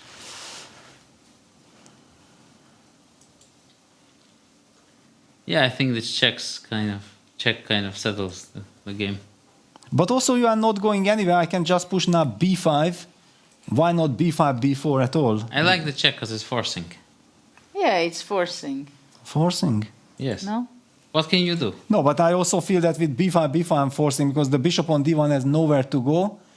And when you move the bishop, I'm going to give you a check when it hurts. And the C-pawn is also queening, yeah? Check, King C3, Rook H3, King D2. This is going to be the game. It's going to be the game, yeah? Okay, I'm fine with it. But yeah, of course, Vincent takes his time just double checking that he knows that every single move is good here. I mean, he's choosing between B5 and Rook H2 check. Nicholas, any drama, any options to go wrong here? Still? I mean, not really. I think giving checks makes a lot of sense. In the blitz, you of course will play B5 and win the game with B5. Yeah, but since you have time, you will just make a draw with checks. There was one very interesting moment if we go back to Rook G7. Here, actually, Vincent's only mistake, you could say, was to play castle. There was the move A5, which was even stronger because of the knight D6. You can go king A7, hide like this, and you just get a better version to what happened in the game. He ruined his perfect score. Perfect score, yeah. Terrible. He's only terrible mistake for such a strong player to do this. Yeah, it's embarrassing. Almost. And he played Rook H2 check. Yeah, he follows Levon's and Judith's advice. Just make it force. Rook H2 check, king C3, Rook H3 check. The only move is king b4, which runs into b6 and some checkmate. So this is the end of it, most likely, yes? Yeah. But then we have to zoom in also on the players, yeah? If this is really about to finish, then... Let's go close up on the players and have a look. Because these might be the last few moves, and Vincent might become the champion very soon.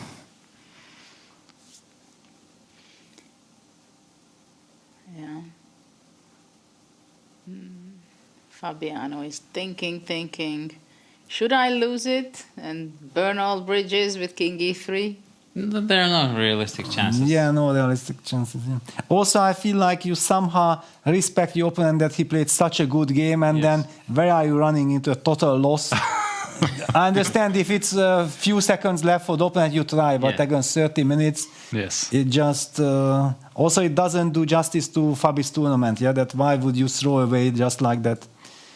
It's logical to settle. So is he going king c3, king b4? That's why we need freestyle chess ratings. People will think much less in such situations. They will settle for a draw. They will settle on the... No, it would be lovely if there would be ratings and everything, yeah? Yeah. You can actually go king e3.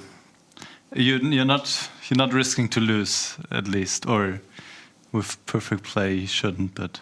Oh, okay. Oh, the way but White you are also not playing for a win, yeah? The way White is making draw is saying that in some positions you can go bishop c2, rook c2 and remove the rook. Yeah, but it's horrible that this is not losing. It's a miracle, yeah? No, Fabi will repeat. No, this is also not a winning try, for sure not. Yeah. And you, with black, after taking and rook h2, you can always go for c3. Yes. Yeah, Vincent is looking at Fabi like, you really thinking about going king e3? Is really that an option? No, I don't think so. Look at Caruana's heart rate. I've never seen him so low, like right now. Yeah, he has settled with the result, with the outcome of the match. Seems like it, yes. And now we are witnessing some historical journey for Vincent. What a tournament. What a performance. And very deservedly. I believe that absolutely, the way he played, not a single playoff. From round to round, from game to game, he proved it and showed it the diversity of his chess knowledge and nerves and stability. He was just better in every match, and he played against the #1 player in the world, the #3 player in the world, and Ali Reza, yes, who is one of the very best. As well. Just absolutely stunning performance, and also this game navigating the opening phase, which was so difficult. With 99.5 accuracy until move 14 or so. So we see king c3, rook h3, where Fabi is going. He's going back to d2, yeah. Admitting that this was the journey for him in the tournament and agrees for second place and take the $140,000. I would agree also. It's tough for Fabi because, I mean, last year he was also in the finals and he lost against Magnus. And it seems the story is continuing, or it's repeating itself in a way this year. Which is very positive. I mean, he's one of the best. 2 times in the final in this tournament. Great, but if you get so close, you of course want to win it, right? Well, he'll have more chances in the tour, for sure. That's what they say, right? That in sport, the most unhappy person is the number 2. Because you feel that you had the chance. You were there fighting for the victory and the trophy. And well, being number 2 for 3 years, I accept. Testify. And of course, this WEISSENHAUS Grand Slam event is only the first leg of the series, and the next one is going to be Paris. After that, in New York, in India, in New Delhi, and the last one and the final one will be in Cape Town, in South Africa. Cape Town, where you can double the points. So there are going to be chances for everyone who is not around the first place, because they can collect the double point. But let's see if Fabiano will say enough is enough, and by agreeing to a draw, gives the first place to the young. Yeah, actually, if it's a draw, I really, in my heart, so much have this feeling just to run to the tournament hall, hug Vincent, and say We allow you to do how proud I am. What We a performance. force you to do No, it. but the problem is that I don't want to disturb the other players because they are playing. Yeah, this is the problem. If it would be the last game, then yes, but It would be great that we would Yes. show and we would go on with commentary. The moment of the trainer and the student. I would be very happy. I mean, if it would be possible, but We should make it possible. Nicholas, can you just check for yourself that how are the other positions, that would I disturb anyone? Is somebody in a very crazy situation? I mean, Magnus is almost winning. Firouzja is completely winning. And that's it, because Hikaru already won, yeah? Yeah. So, yeah, it's the handshake. Yeah, the players are discussing. That's it. Congrats, Peter. Congrats. Thanks a lot. Thanks a lot. Bravo, Vincent. Amazing. Congratulations for Vincent and here to the coach. So Then I'm running. yeah, Peter is running, and let's see the moment of truth. So I will leave as well. Thank you, very much, Levon. Levon. Thank you very much. It was a Thank great you. pleasure to have you here. I will run to the and studio. commentate I mean, with run to you the playing and hall. follow your games before that. Thank you. And see you next Ich time. laufe jetzt in die Spielhalle. Vincent gratulieren, er hat gewonnen. Nicholas, what do you think about this match? What was the journey of Vincent? What a crazy moment. I'm just really, really happy for Vincent because, he's been one of the top players and top junior players for a while, but everybody, was always talking about, obviously they were talking about Gukesh and Erigaisi, Bragdananda, Abdusattorov, who are all just absolutely amazing players and players of his generation. Vincent was always, he's also there, but he's not quite there yet. And today, he really arrived in the absolute elite, winning this tournament, which is one of the strongest tournaments of all time, beating Firouzja, Carlsen. I mean, I think you can count on one hand how many times Carlsen has lost any kind of match against anybody in any time control, and then beating Caruana in this final with such convincing, powerful play. I'm just stunned, and I think we can say with confidence the future of this young man is very bright, and he is the first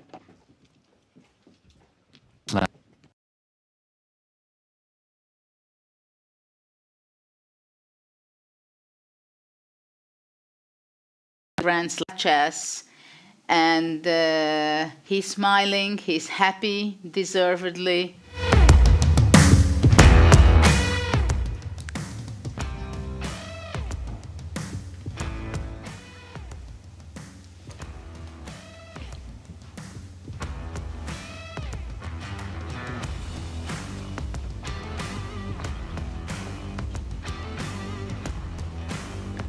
So we see some shots from today.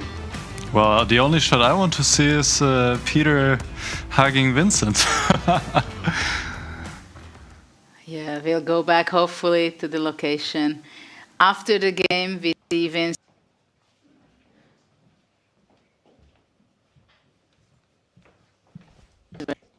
where they had all the drinks and snacks in between the games or during the game where they could go. I think Vincent was taking off the heart rate, monitoring rest, and how calm he is.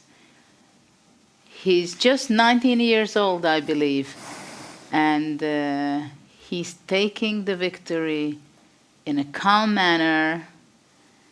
And what a performance he did.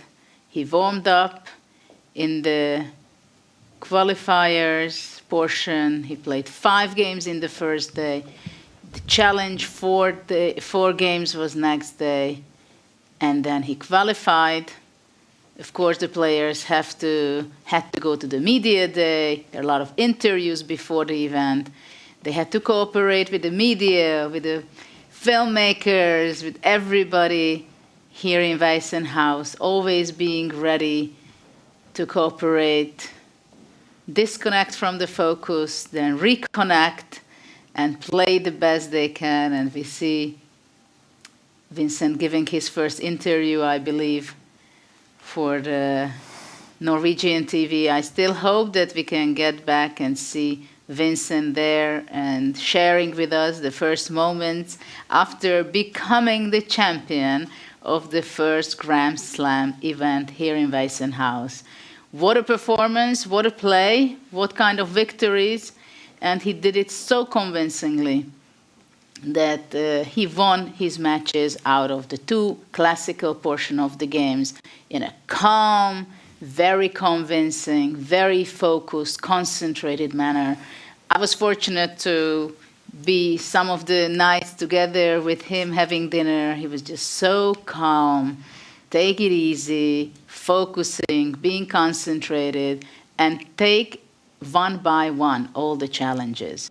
I hope that maybe he can also join us in the studio and share his impressions of the tournament. But of course, this event is the highlight of his career so far, I can say.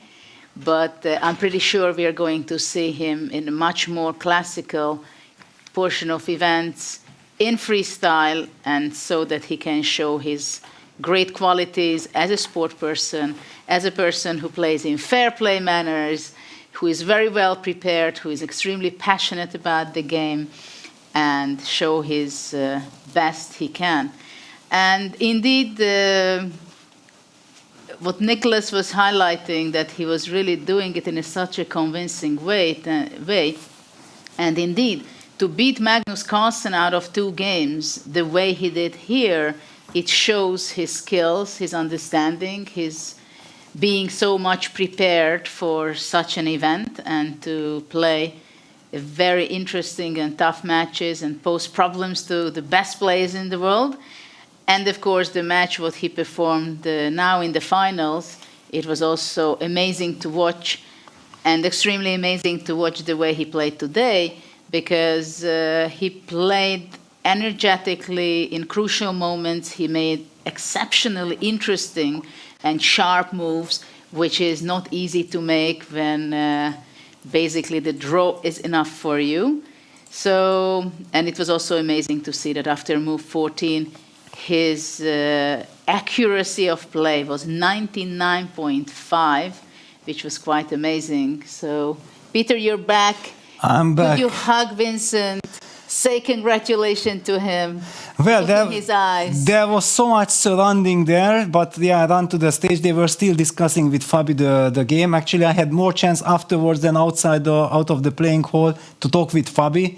And I also congratulated him on this fantastic performance. He was shocked, like, what did I miss? Was there a chance? And I told him, you know, you tried everything, and the guy played 99.5 accuracy, and he was also like, yeah, I couldn't see. I was bringing everything to the game, and it was not enough. Well, it can happen, and I'm so fortunate that I was part of the journey here to see it escalating to this point and see it unfolded this way from minute to minute, and commentating it with you, Peter, Nicholas, the Levon joined us, so it was quite a journey. And we're going to see, of course, a lot of interesting battles in the upcoming Grand Slam series. But of course, let's see, still the fight goes on between Magnus Carlsen and Sindarov. What is going to be in this position, Nicholas? Yes, it is the last remaining game of the tournament. potentially, because Sindarov needs to win this position to force a tiebreak, which seems quite unlikely. Magnus only needs a draw to win the fight for the third place. And actually, if we just go back one move, there was a interesting idea here to go e7, luring the queen to take the pawn on e7, and then white could even take the pawn on a3. Now the knight is pinned on c5 and attacked by the bishop, and here black really does not have any resources. If rook f2 check, then white can either step back or just even allow a trade of rooks, because it does not help black, since afterwards the knight is still pinned and will be lost. So the most logical move would be to go rook c8, but now if the bishop takes c5, if queen takes c5, white is very happy to trade into his endgame, because he's up a pawn, and this is just a completely winning rook endgame with a pawn on c4. And if the rook takes on c5, well, then I believe white could just play rook b5, for example, again exploring this pin, forcing a rook endgame and also just winning. So this was an easier path for Magnus, who took on c5. This was the second best move, but after queen takes c5, at least the queen is active, and you have some hopes connect to rook f2. So some work still to do. I mean, there's many winning moves here, but you have to calculate it's not quite over yet, Judith. Yeah, actually, it seems like previously Magnus had a more convincing winning position for my eye. At the same time, probably really with accurate calculations, it is still winning. The e6 pawn is there. The e5 pawn is very much a weakness. So can white go rook b5 and win the game? Rook b5 allowing check, for example, queen f2 or rook f2. Probably that's not an option, because that would be a blunder for white, right? Well, I don't know yet, because you can play king b3, but rook b2. f3. Okay, depends with which piece I'm giving the check, yeah. Yes, but I was actually surprised that why did Magnus go for it? I'm a little bit confused. I'm trying to think of a move. I did see when, because I turned towards Nicholas when he was showing the line, and computer's main move is rook d1. How obvious? Yes, okay, we understand that. Okay, it will be very nice because we can always block the rook f2 check with rook d2. It makes perfect sense. But if you haven't seen it from a computer, then usually for your eyes, how natural is this move rook d1? Not at all. Not at all, exactly. I mean, especially the position what was before. I mean, I would be kind of disappointed unless I'm planning to play rook d1. I know that actually it's completely winning and it's easy, but it doesn't come naturally at all. No, not at all. And I'm even still little like, what is the idea after rook d1, rook f2 check, for example? We play rook d2 because draw is enough for us, or do we play king a1? No way. Maybe we play king a1, yes. King a1. Just like this. But then what really changed with the rook on d1 compared to rook on b1? I'm trying to humanly grasp the difference. Well, I'm not even sure that rook d5 is a threat right now, is it? Yes. And he's going to make rook d1. He will make it, yeah. Magnus has figured out the subtle differences between a rook on b1 and d1. And he's not thinking, he has the time. He has kind of 18 minutes, yeah.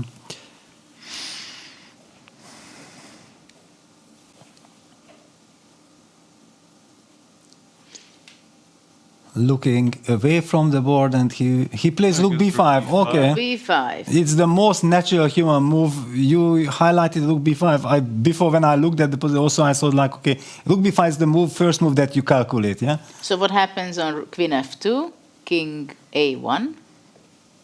For example. Okay, rook f2 check. Yeah.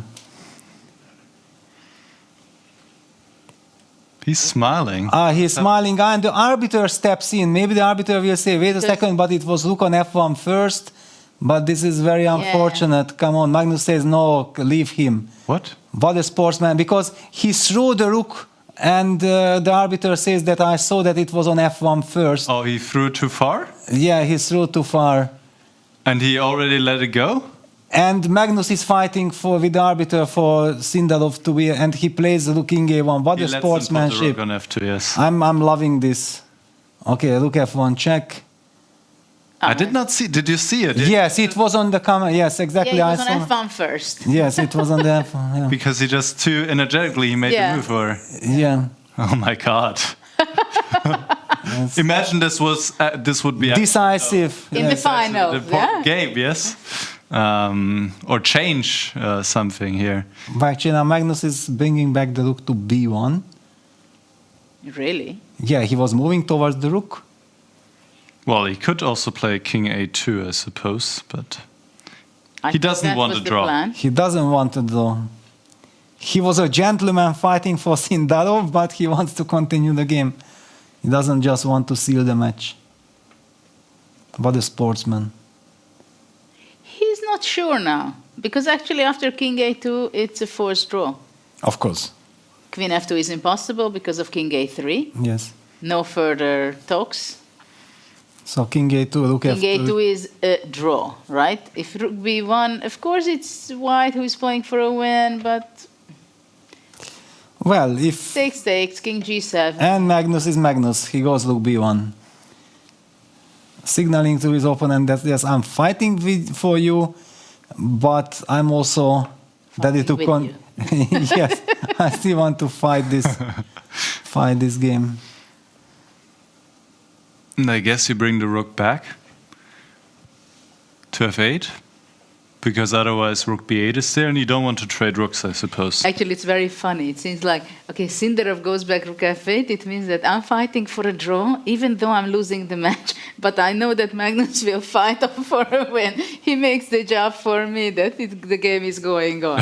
Yes, but I think we should also talk about this, because this is so stunning and so nice to see, and maybe for us it's natural, but for many people who are often thinking what I'm playing a game to win, yeah, and then here's the chance the arbiter comes and the arbiter shows that, actually the rook is on f1, and Magnus could have just written on his score sheet, rook f1, 1-0, thank you very much, game is over, and celebrate. No, it is not about you have to win with fair measures, yeah, play a game, it's a good game to honor the game, to honor the opponent, honor yourself, and basically by respecting the game, respecting yourself, this is the way how actually everybody should be treating the game.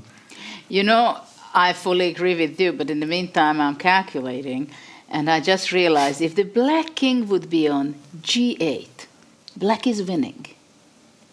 Wow. Why is that? Queen d4. Queen d4. Rook wow. takes, and you go e takes d4, c5, and black wins with the check. Yes, wow. Yeah, takes. Rook b1, takes. e4, and because the e7 pawn or the e6 pawn can be guarded with the king, suddenly black's pawns are more advanced, so white pushes c5, black pushes d3. Then we can even show it if you just play king g8 now and h5. Yes, exactly. And then we can show the... Yes. Let's just show this, that all of a sudden, black plays the move queen d4. Yeah. Takes, e4, so now e7 is bad by king f7, so white pushes c5, black pushes d3, come on, c6, d2, king c2 has to be played, then black plays a2, and after c7, black first queens the pawn, white has to capture it, and then the other pawn queens with check and wins the game. So such small nuance, and then sportsmanship here or there, it would backfire horribly. Then people will no, take the point. Yeah, that's the lesson of the game, take the point. But no, the situation is different. Wow, beautiful, Judith, that you highlighted this wonderful line.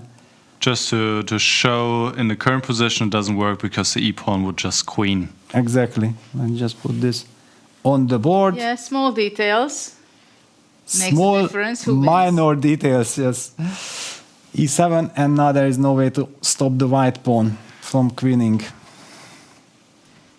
But I'm wondering if we can maybe get a replay of that moment from our production team where the rook went too far to f1 when it should have gone to f2. We'll see if we can bring this up at some point. Yeah, that would be fantastic. Quite an unusual moment. It's not something that happens very often where players put a piece on the wrong square. No, because he did not put it. He threw the rook stylishly and he... Sliding. Yeah, sliding. Yeah, that's... No, you're sliding down. Exactly. To do that. He wanted to be super precise, yeah, and the rook went one step too far. Too Yes. strong of a slide, yes. Yeah, maybe we can see that at some point, but now we have the current position, and you either trade or you go back to f8, right? Yeah, I think you probably go back to f8, because if you take on b1, one thing I noticed, I'm pretty sure everybody knows it, that Magnus is not only the best endgame player in the world, but his queen endgame mastery is second to none. It's just amazing what he was producing. I have had the honor of commentating the Magnus Tour, and they are also in rapid time control, often with 1 minute on the clock. He had the perfect vision to how to win queen endgame switch. For human eye, looked like, okay, this is very drawish. Yeah, it was stunning. So don't trade the rooks against Magnus here. Well, at the same time, this position may be not fun if you have the rooks either. But let's say if I take the rook on b1, and after king b1 I go king g7, so just in case get the king as close as possible to that dangerous pass pawn on e6. What happens? King a2 would be natural, right? King f6. Yeah, king f6. Is the sure move to play queen f3 and queen f5, or what is white doing?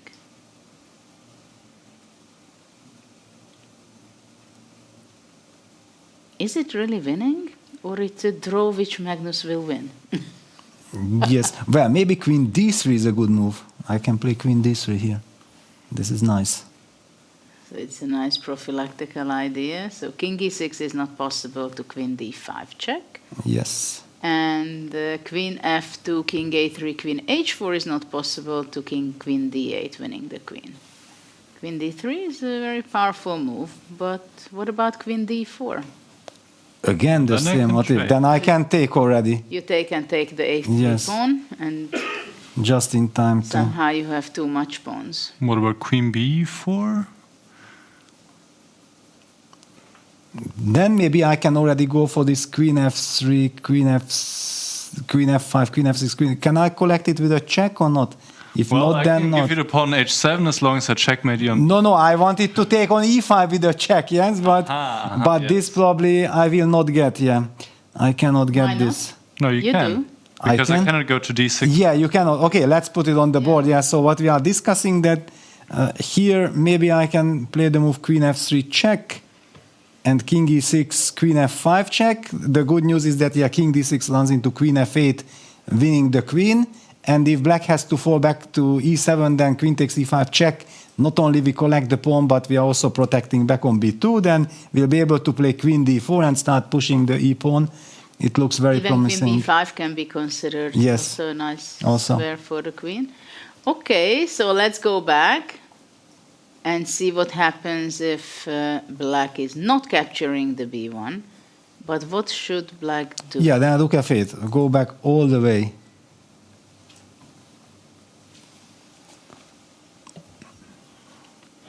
And he does it. Back.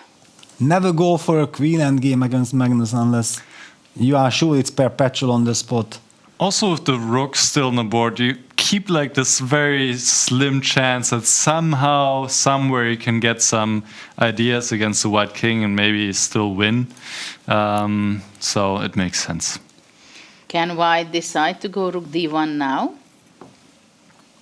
Though I'm not sure it's such a smart thing for Magnus to move on. I mean, what's the real point, right?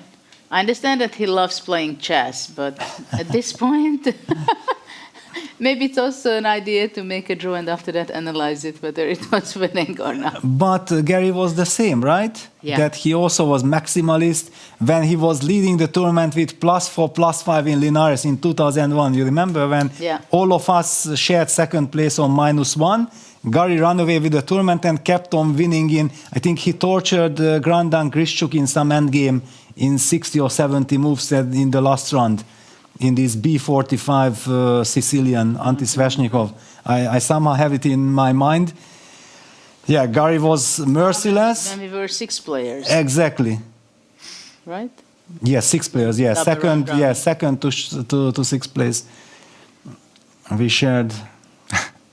And Gary was running away with the tournament. Yeah. Yes. Yeah. So what will be Magnus's decision?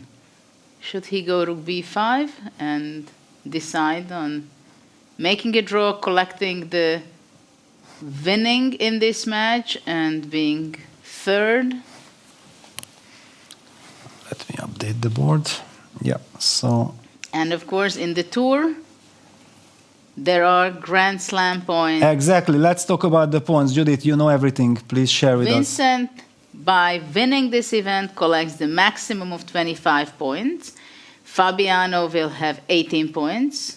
It's clear. And now this game is running for 15 points for number 3, and number 4 is going to receive 12 points.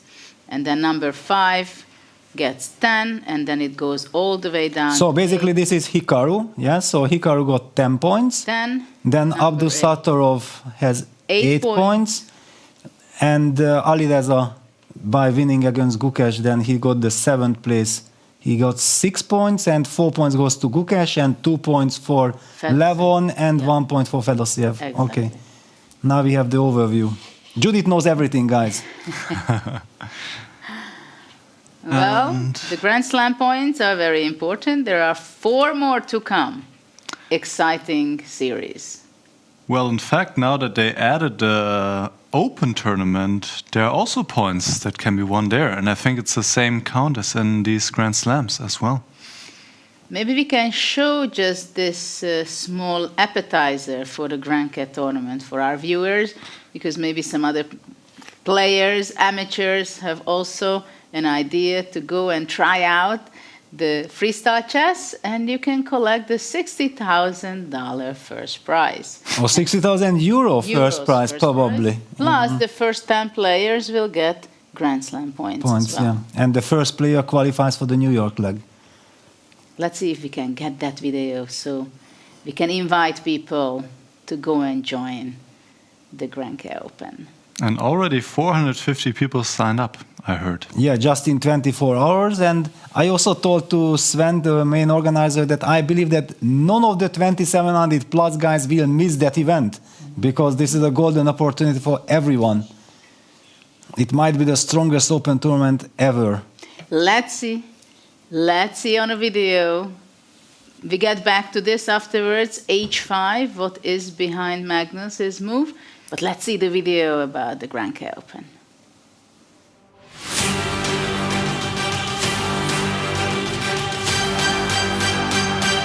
Every chess master was once a beginner, learning, struggling, and mastering chess, one game at a time. And now, it's time to prove your skill. Welcome to the world's biggest chess tournament.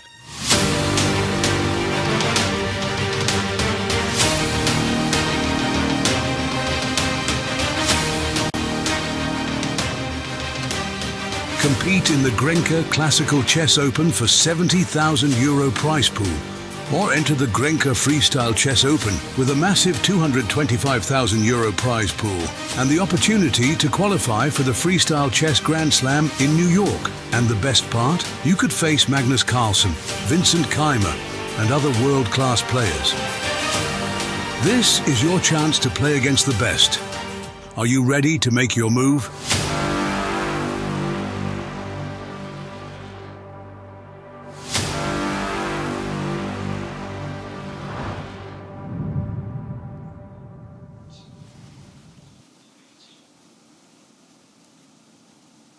Grand K Open in April 17 to 21. Very tough tournament, but it's a very exciting one too. 5 days, 9 rounds in classical, time control. You can also mix that you start out with the classical chess games and after that you switch to the freestyle event. Nicholas, what are your plans regarding in the Open? Are you looking forward to compete there and challenge yourself and others? I mean, can we talk about how amazing this teaser was? I'm like, where can I sign up immediately? You know, you see this, it's just like, it's a chess festival. Everybody's coming together and now you have the option. You can play classical chess, you can play, I mean, the standard chess, you can play freestyle chess. You can do it both if you want. You can start out in the standard chess and then switch over. Up to 5 rounds can be played first in the one section and then in the other. And honestly, I'm definitely considering to play. This is the first time ever you can play in a freestyle chess open with a long time control, and to have the chance to play against players like Magnus, Vincent, and like Peter said, many other top players who are going to sign up and just have fun, not have to worry about preparation. You can be creative from the first move and just enjoy this beautiful game. I'm strongly considering to sign up to that. How about you guys? Well, I retired 10 years ago and I'm not in standard chess you retired. Exactly. This is freestyle. And in freestyle I didn't even start it yet. You never know with me when I will show up, but I'm not planning this spring. It will be too early, I think. What about you, Peter? Are you considering to play or more you prefer commentating? Well, I have an open invitation from Mr. Sven Noppes for both jobs. If I want to play, then I can play. If I want to commentate, I can commentate. My wife has a very clear preference. She says, yes, just do the commentary, She knows exactly how crazy I get when I start playing and all the tension, everything is heating up. But really, it's so nice, and this harmony, because what I don't like when people are feeling that there is some threat that freestyle chess is against classical chess. So like here it goes hand in hand, Everybody has the chance, the choice, whatever he prefers. I'm pretty sure that all the 2,700 plus guys will be signing up, will be battling it out, because you get this golden opportunity to qualify to play this event with the classical time control. We have heard Levon, he said, whoever organizes freestyle chess tournament should know my number. Just call me and I'm signing up. It will be a wonderful event. I'm also getting extremely emotional because Vincent's journey started at the Grenke tournament 2018 as a 13-year-old, 99 seed, winning that open tournament with 8 out of 9. That was a complete sensation. We even had I remember that this closing ceremony when Korobov and Shirov and all these guys were on the stage and they were half a point behind Vincent. They were looking down at really this boy, and there was a sign. I think it was 15,000 euro first prize back then, plus the qualification for the classical tournament. That really this boy outperformed us. What happened here? That was sensational. And now we are coming back to this event with freestyle chess. Last year already 2,600 participants. I was asking Sven that, what do you think? Do you have enough capacity for 3,000 people? Because I'm expecting record number of players coming up. Yeah. I also asked this question from him, and he said probably maybe 3,500 may fit into the room. But I also, when I saw the prize found and the flexibility that you can mix your tournament playing the classical way of chess or the freestyle, I also had the first impression there will be a lot of people signing up, trying to get all the benefits what chess can offer in different forms there. But what actually we are having on the board, h5 was played, and then king g7. Now the white rook is again on the 7th rank. What is going on? Yeah. Can I go back to h8 or? Yeah, very interesting. I just looked out to see the clock situation. Yeah, so 11 minutes for Sindarov, 12 minutes for Magnus Carlsen. Where do you want to hide that king? Is this king safer on h8, or do you want to use the chance of maybe trying to run out with the king, hide it there? But I understand both moves are very shaky. Any preferences, Judith? Well, I don't know. I don't like this check. What happens if king goes to h6? Trying to go out, and then after queen d2 check, rook f4, I would be going. Yes, I'm only afraid that maybe some e7 intermezzo somewhere, but yeah, first let's see what happens after check with queen d2. Rook f4 is obligatory. Maybe now you just simply go e7. Yeah, because the rook is pinned. Yeah, so the rook is now not able to join the attack. So white can probably just push the pawn to e7. Let's just highlight that now queen g1 check. First of all, we can retreat with the rook to b1, but probably can even afford to just move the king up. That's what I thought, that this is the problem for black, king Yes. a2. Exactly. So rook b7, a very unpleasant check because black's last move was king h8 to g7. If now you have to fall back with the king to h8, that means that you are also allowing white maybe to get the pawn to h6, boxing in black's king to the maximum. But is it possible that after king h8, white goes e7 anyway? Directly, yeah, to try to finish it off. And how does this line go? e7. If rook f1, king a2, Yes, and if rook e8, h6. just like this, yeah? Total box. And it's always the back rank issue. Let's just highlight, yeah, rook takes e7 runs into rook b8 checkmate. That's the box we are talking about. And whenever white's pawn lands on h6, it's game over. So I remember we started the Grancat trailer when h5 happened, and we kind of promised that we will be talking about what was the idea behind h5. Now the idea is clear. Magnus wants to get the pawn all the way to h6, and he seems to be on the right track. And to restrict the king's possibilities from getting out from the corner. What can black do? I don't know. Let's ask Nicholas. Any miracle save possible here? We have already seen Sindarov doing miracles in the tournament. Is there a chance still for him? Not really. You probably have to step back to h8. I mean, you can play king f6. Surprisingly, it doesn't lose on the spot. I thought queen f3 is killing immediately. Queen f3, king g5. I know. Oof. It's ridiculous that this can even be considered. And what? Queen g3 check? King h. Don't tell me king h6. And this is.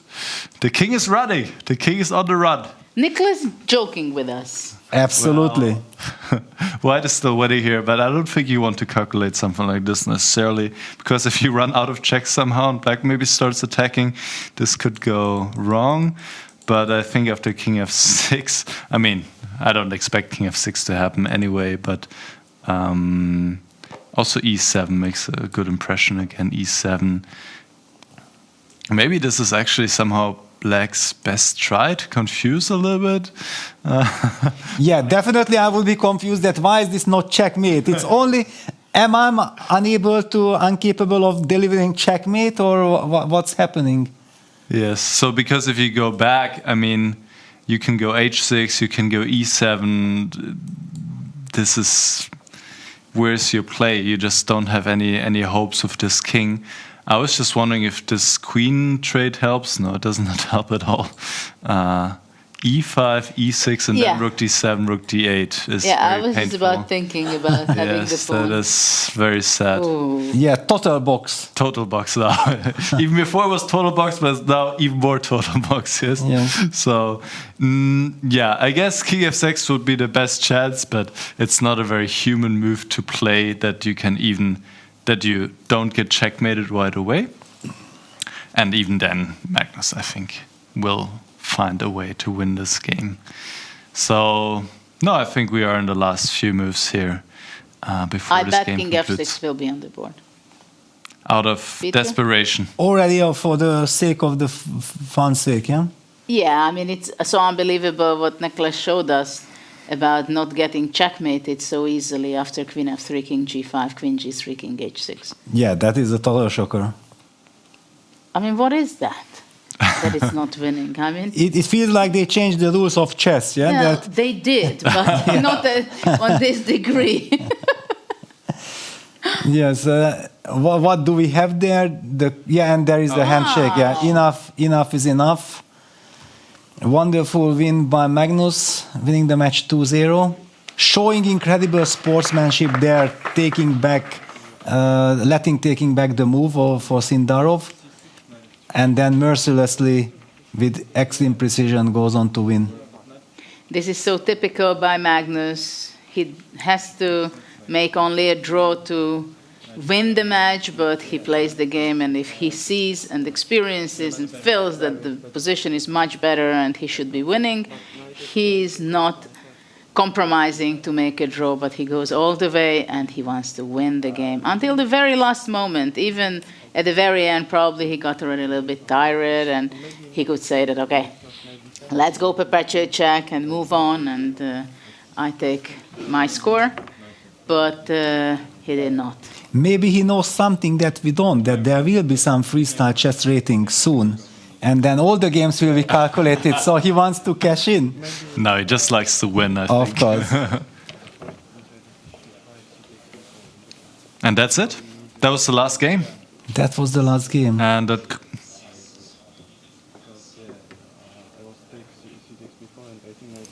Actually, maybe if we will have a little chance then to see the finish of the Gukesh-Alireza game, because it looked like there were some mating patterns just very quickly.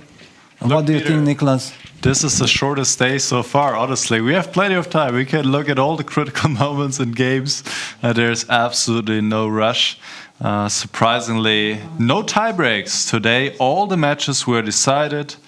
And we just saw Magnus winning his match for the third place. We saw, of course, Vincent Keymer becoming the Grand Slam champion here in Germany, WEISSENHAUS, Germany.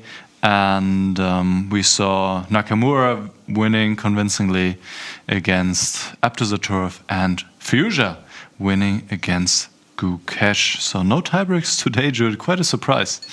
Incredible. I was already prepared for being here again for like 8 hours, like we did the day before when Fabiano won and got into the final. We see some pictures. The last game finished, which was Magnus's game against Sindarov. And we see Magnus being kind of happy, but more of tired. Magnus, we see, I believe.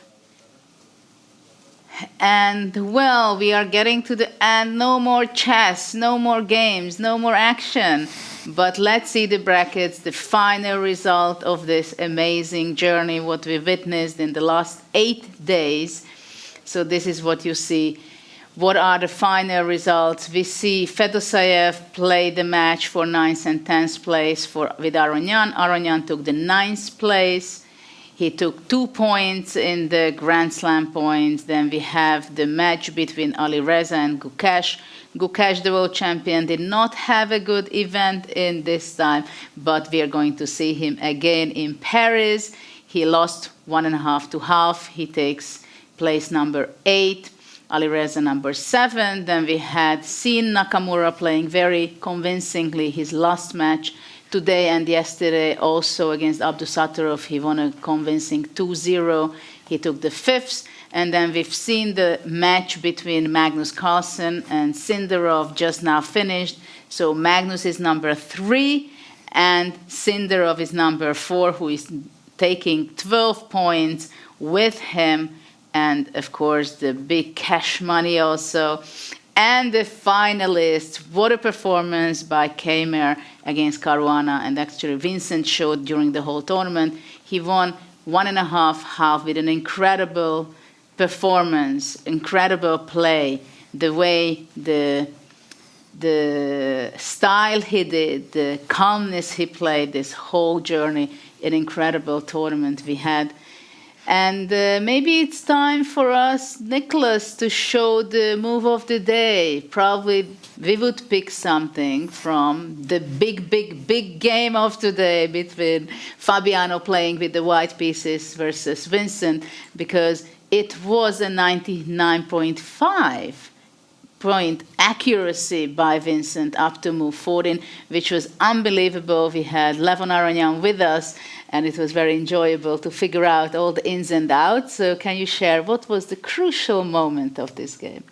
I think the crucial moment and a very important move was right here when Caruana just played e4, he wants to get his piece into the game. He has a very impressive pawn chain in the center. This pawn is strong, and white is ready to develop a lot of dynamic play.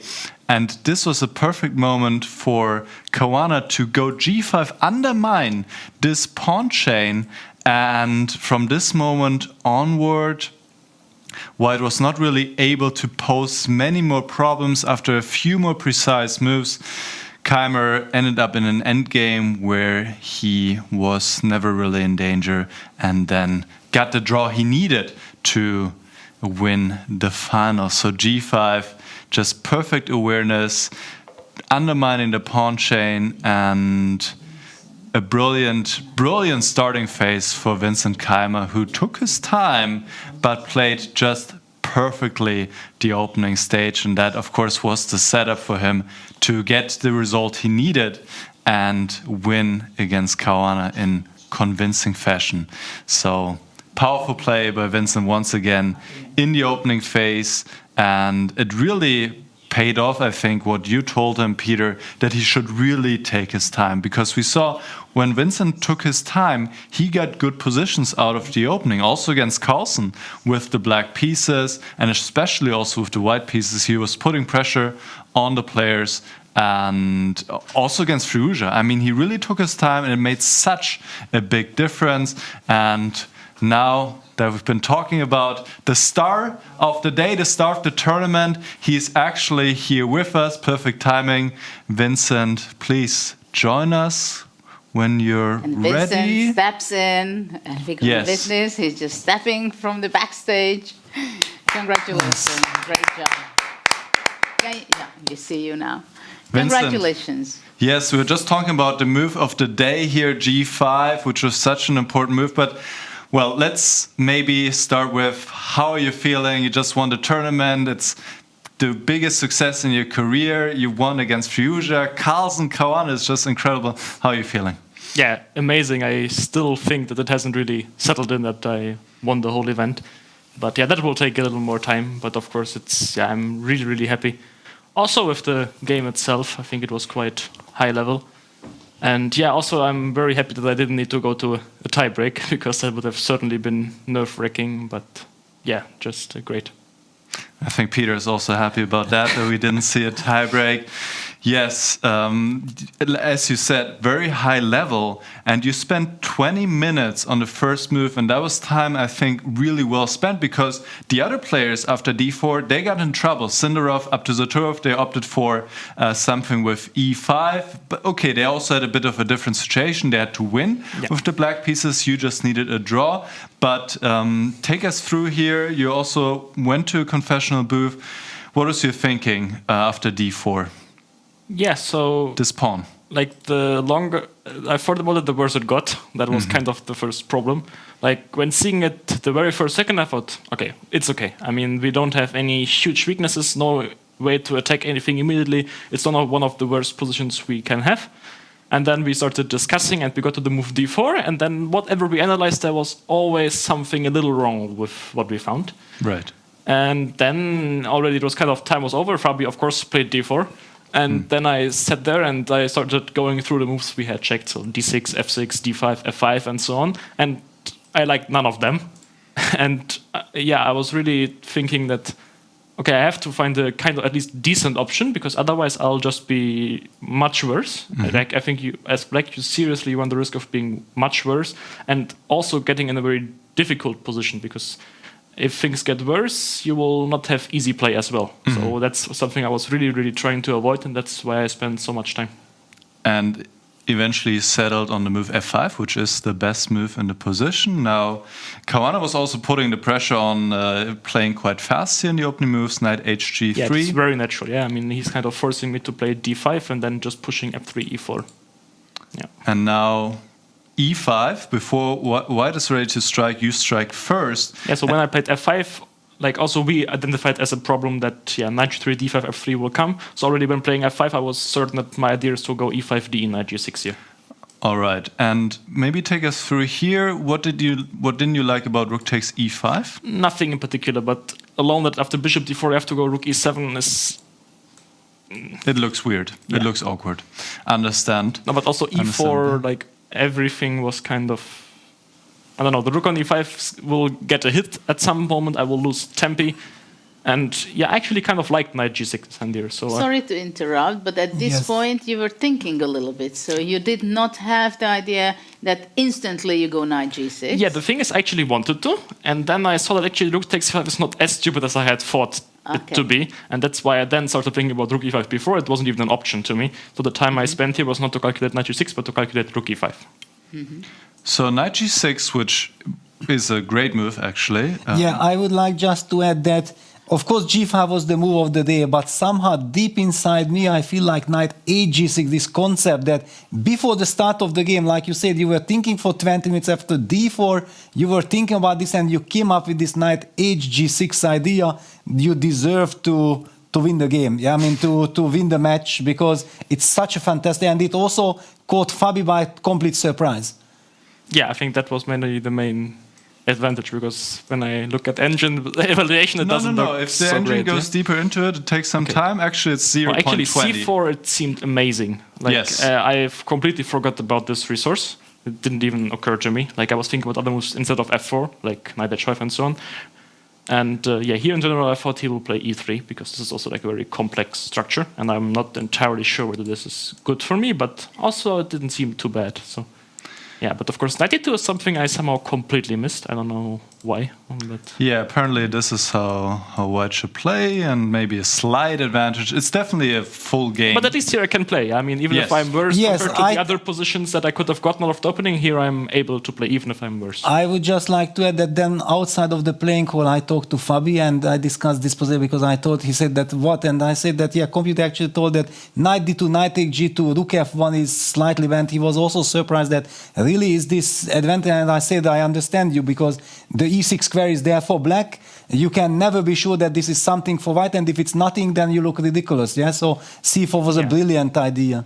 Brilliant idea, but maybe in the end, the critical moment, because from here on, it didn't feel like there was. I mean, you just found all the right moves now. Yeah. Yeah, I mean, DC was kind of important, at least for me. Because if knight takes g2, bishop then a4, bishop a4, madness, and now c6 and rook d1. Yeah, but also cd and dc, yeah, is like humanly kind of... Yeah, this is also a move we looked at. cd knight e1, d takes c6. It's just very, very messy. Yeah, I mean, already it feels wrong. Like, if I see, of course, if I have to go for it, I will. But if I see I have the option of going dc and things are kind of under control, then I will. Yes, e4, did you see this move from afar as well? I mean, I was thinking about it mostly with bishop on d1. Immediately, but anyway, my idea has been to play g5 myself against pretty much everything. So, because I thought that if he ever gets his knight to e3 under good circumstances, I'm kind of crushed. Absolutely. So, playing g5 and forcing e3 was kind of very important for me anyway. And so, of course, I've been always relying on g5, because otherwise I think I'm just strategically busted. Yeah.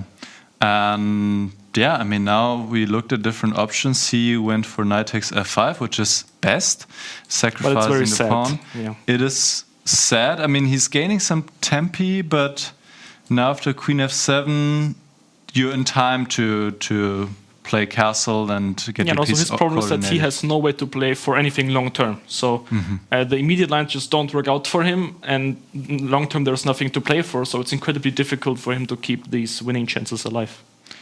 Knight g3 and now knight g6. Yeah, I think bishop g5 is the move he really despised playing. But he also didn't want to lose. But there's just no other way. Yeah. He's just not getting any play. Yeah, if you go knight e4 or something like that, if he goes knight e4, then you take. And there's just no follow-up for white. Yeah, we were looking at this position. We tried a few moves, and then we just stopped. We don't find any idea. And then eventually we turn the computer on. Computer says bishop takes g5. Levon said, okay, there's no chance he will go bishop takes g5 because he cannot win this endgame. And then Fabi went for it just out of lack of alternatives. But then he found one more amazing resource. We can get to this moment where he suddenly offered the rook on d1. Did you see that one coming? Not really. I have to. Okay. I mean, when here at f5, knight d1, I was kind of thinking that he would go knight d6. Yes, that's but also then what we I go expected. king c7 and rook g7, king b6, rook b7, king a6 just works out for me. Yes. Rook g7, I have to say, caught me by surprise. But Us as well, yeah. But fortunately, it wasn't a very...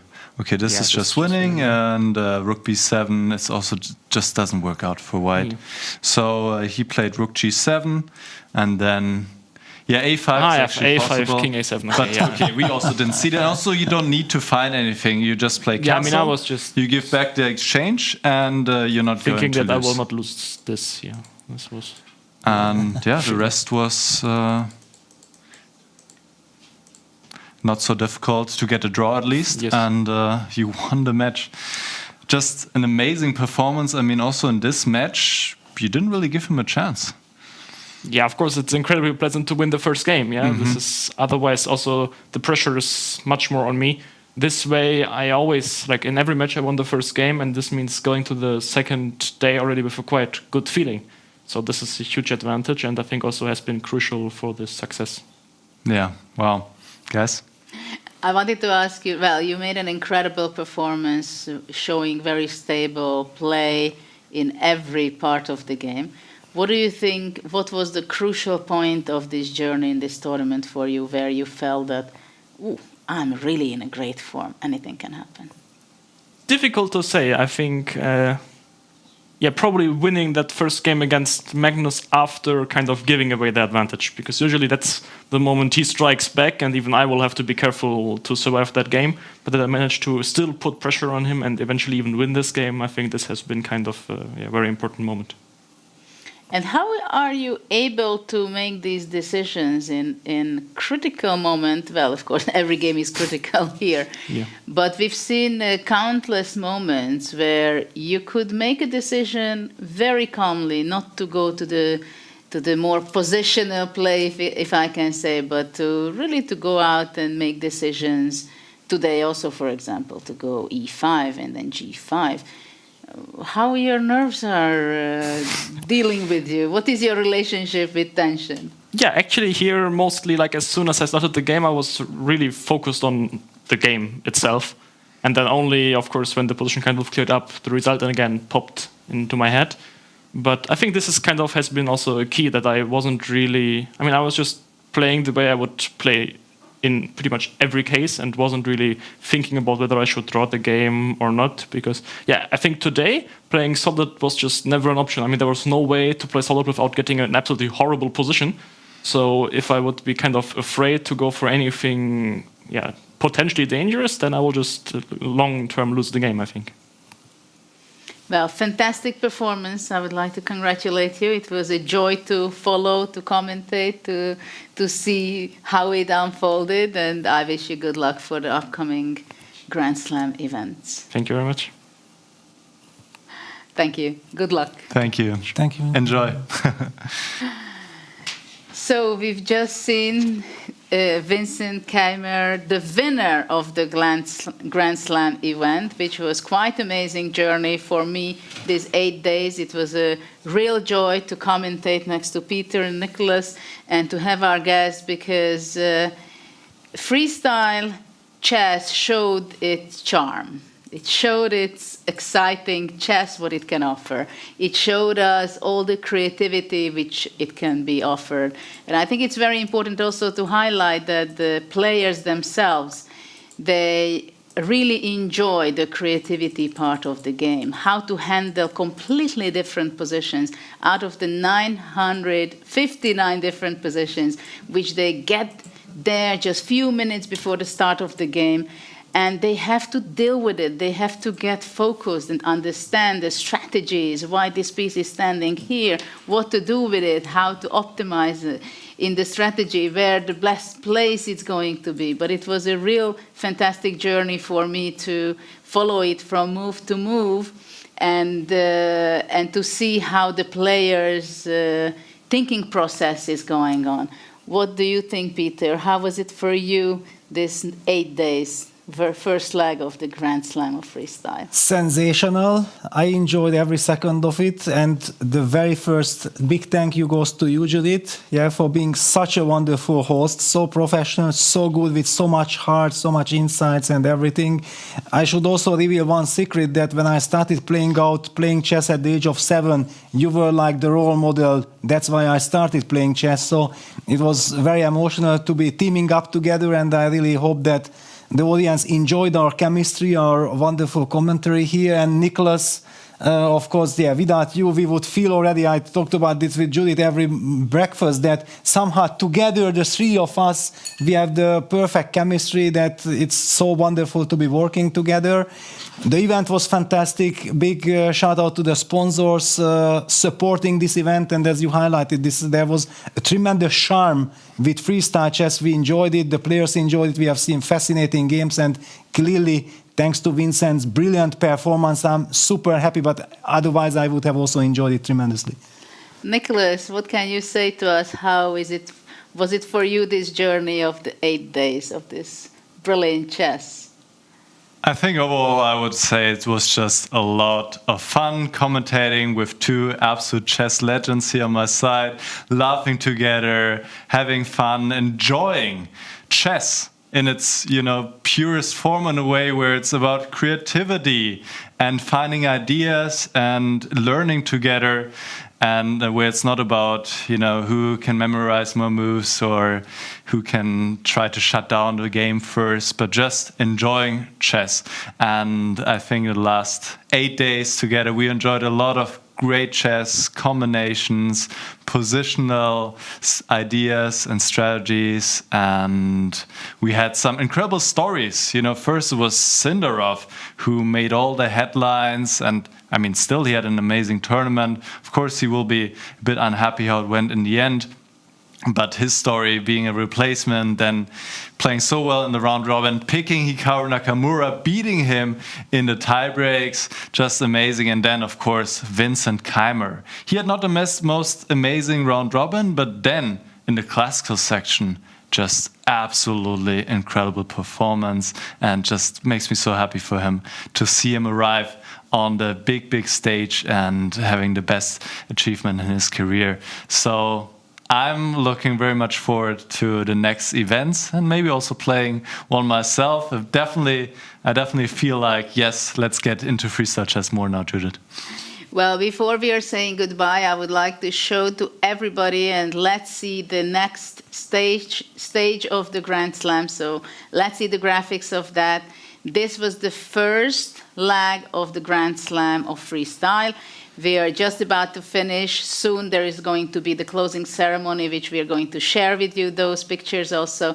But next event is April 8 to 15, is going to be Paris. The Grand K event is going to be right after that, where people can already qualify for the July 17 to 24 New York leg of the Grand Slam. And then it goes all the way to India, the next stage. And the final, the very final, is going to be in a fantastic location in South Africa, Cape Town. So I'm pretty sure a lot of players will be enjoying the whole circle, and some of them will want to qualify and at least be on some of the occasions there. So this was it for our journey with you, our audience. Thank you for watching us with Peter Nicholas. We were very happy to be here enjoying chess, enjoying and discovering freestyle chess. And we hope that we made you interested about it, and you're going to be watching us again and enjoy chess in any form. Thank you very much, and we are saying goodbye from WEISSENHAUS from the Grand Slam first leg of the event. Bye. Bye-bye. Okay, we did it.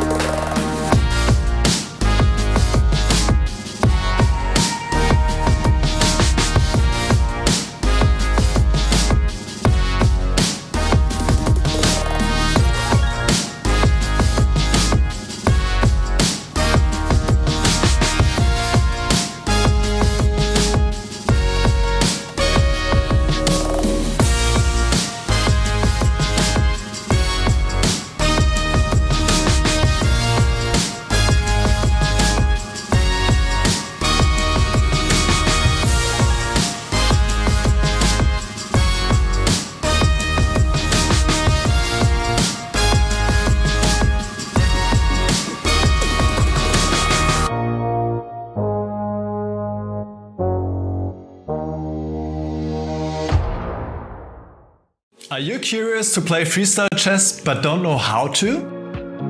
No opening theory, no memorized moves, just pure strategic creativity. But how do you navigate 960 possible starting positions with confidence? That's exactly what I'll teach you in my Freestyle Chess Masterclass. You'll learn how to develop your pieces effectively, recognize key positional patterns, and avoid early disasters. I'll break down some of the best freestyle chess games ever played, featuring Magnus Carlsen, Alireza Firouzja, and Fabiano Caruana. Freestyle chess is still in its early days. This is your chance to get ahead of the competition. Sign up now and let's take your freestyle game to the next level. Join my Freestyle Chess Masterclass today and save 20% only during the Grand Slam.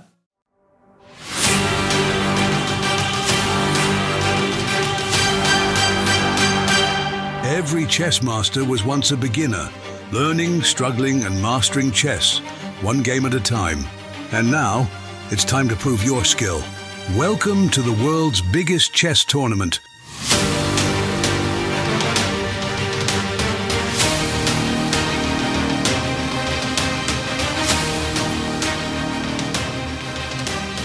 Compete in the Grenka Classical Chess Open for €70,000 prize pool. Or enter the Grenka Freestyle Chess Open with a massive €225,000 prize pool and the opportunity to qualify for the Freestyle Chess Grand Slam in New York. And the best part? You could face Magnus Carlsen, Vincent Keymer and other world-class players. This is your chance to play against the best. Are you ready to make your move?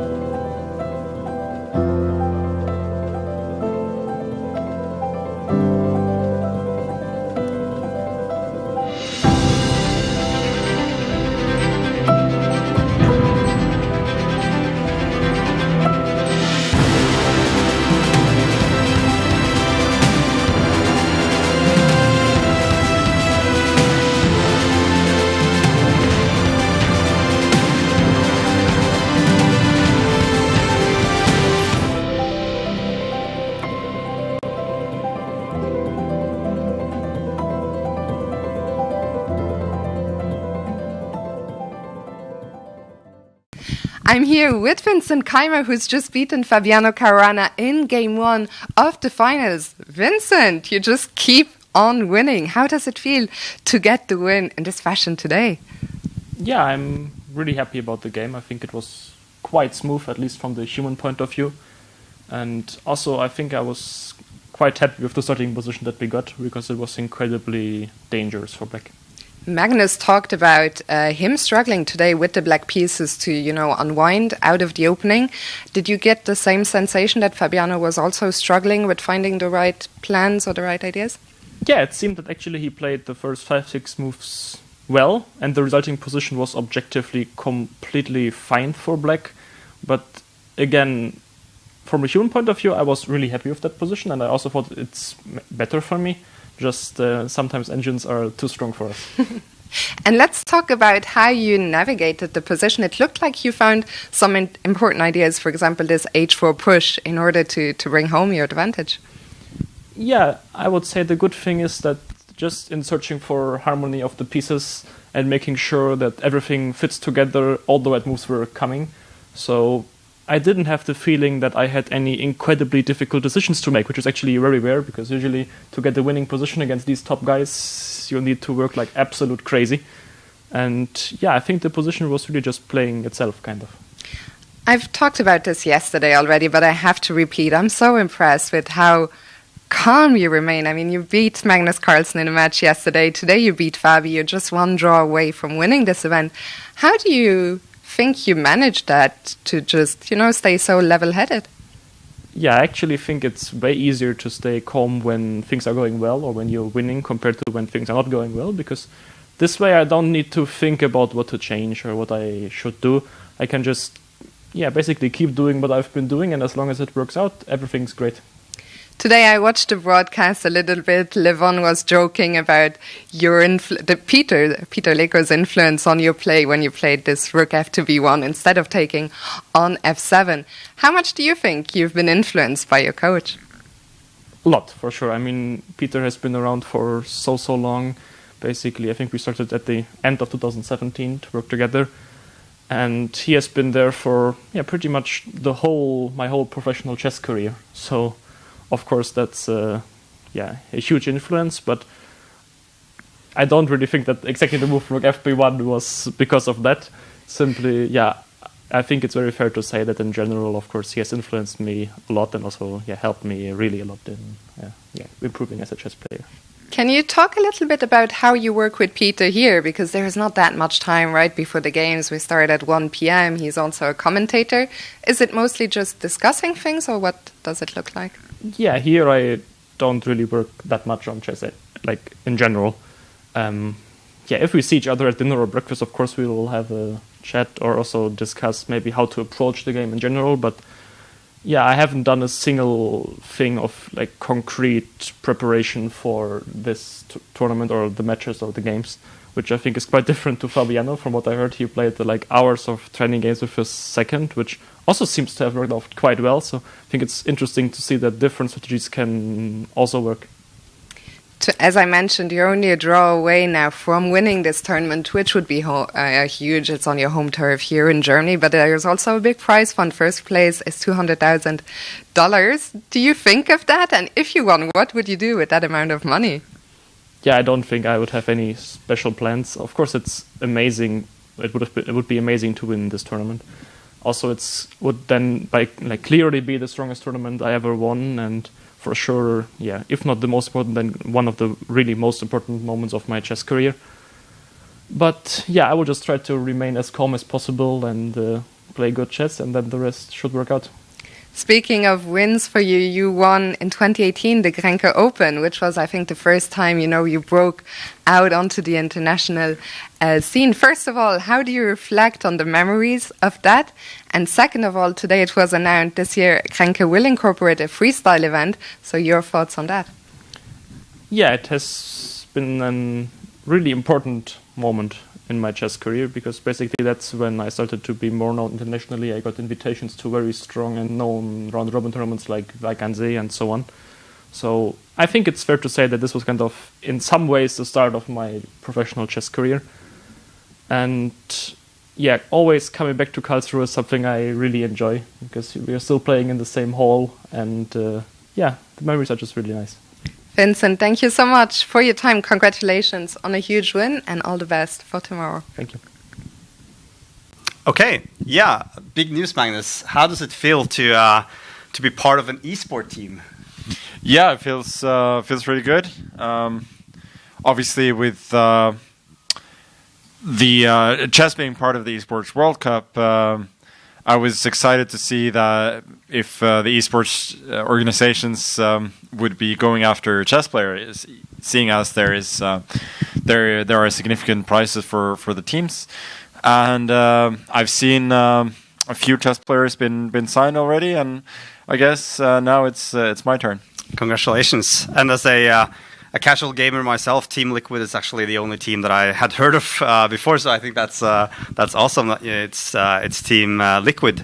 So what is your ambitions going into this? What do you want to achieve for Team Liquid?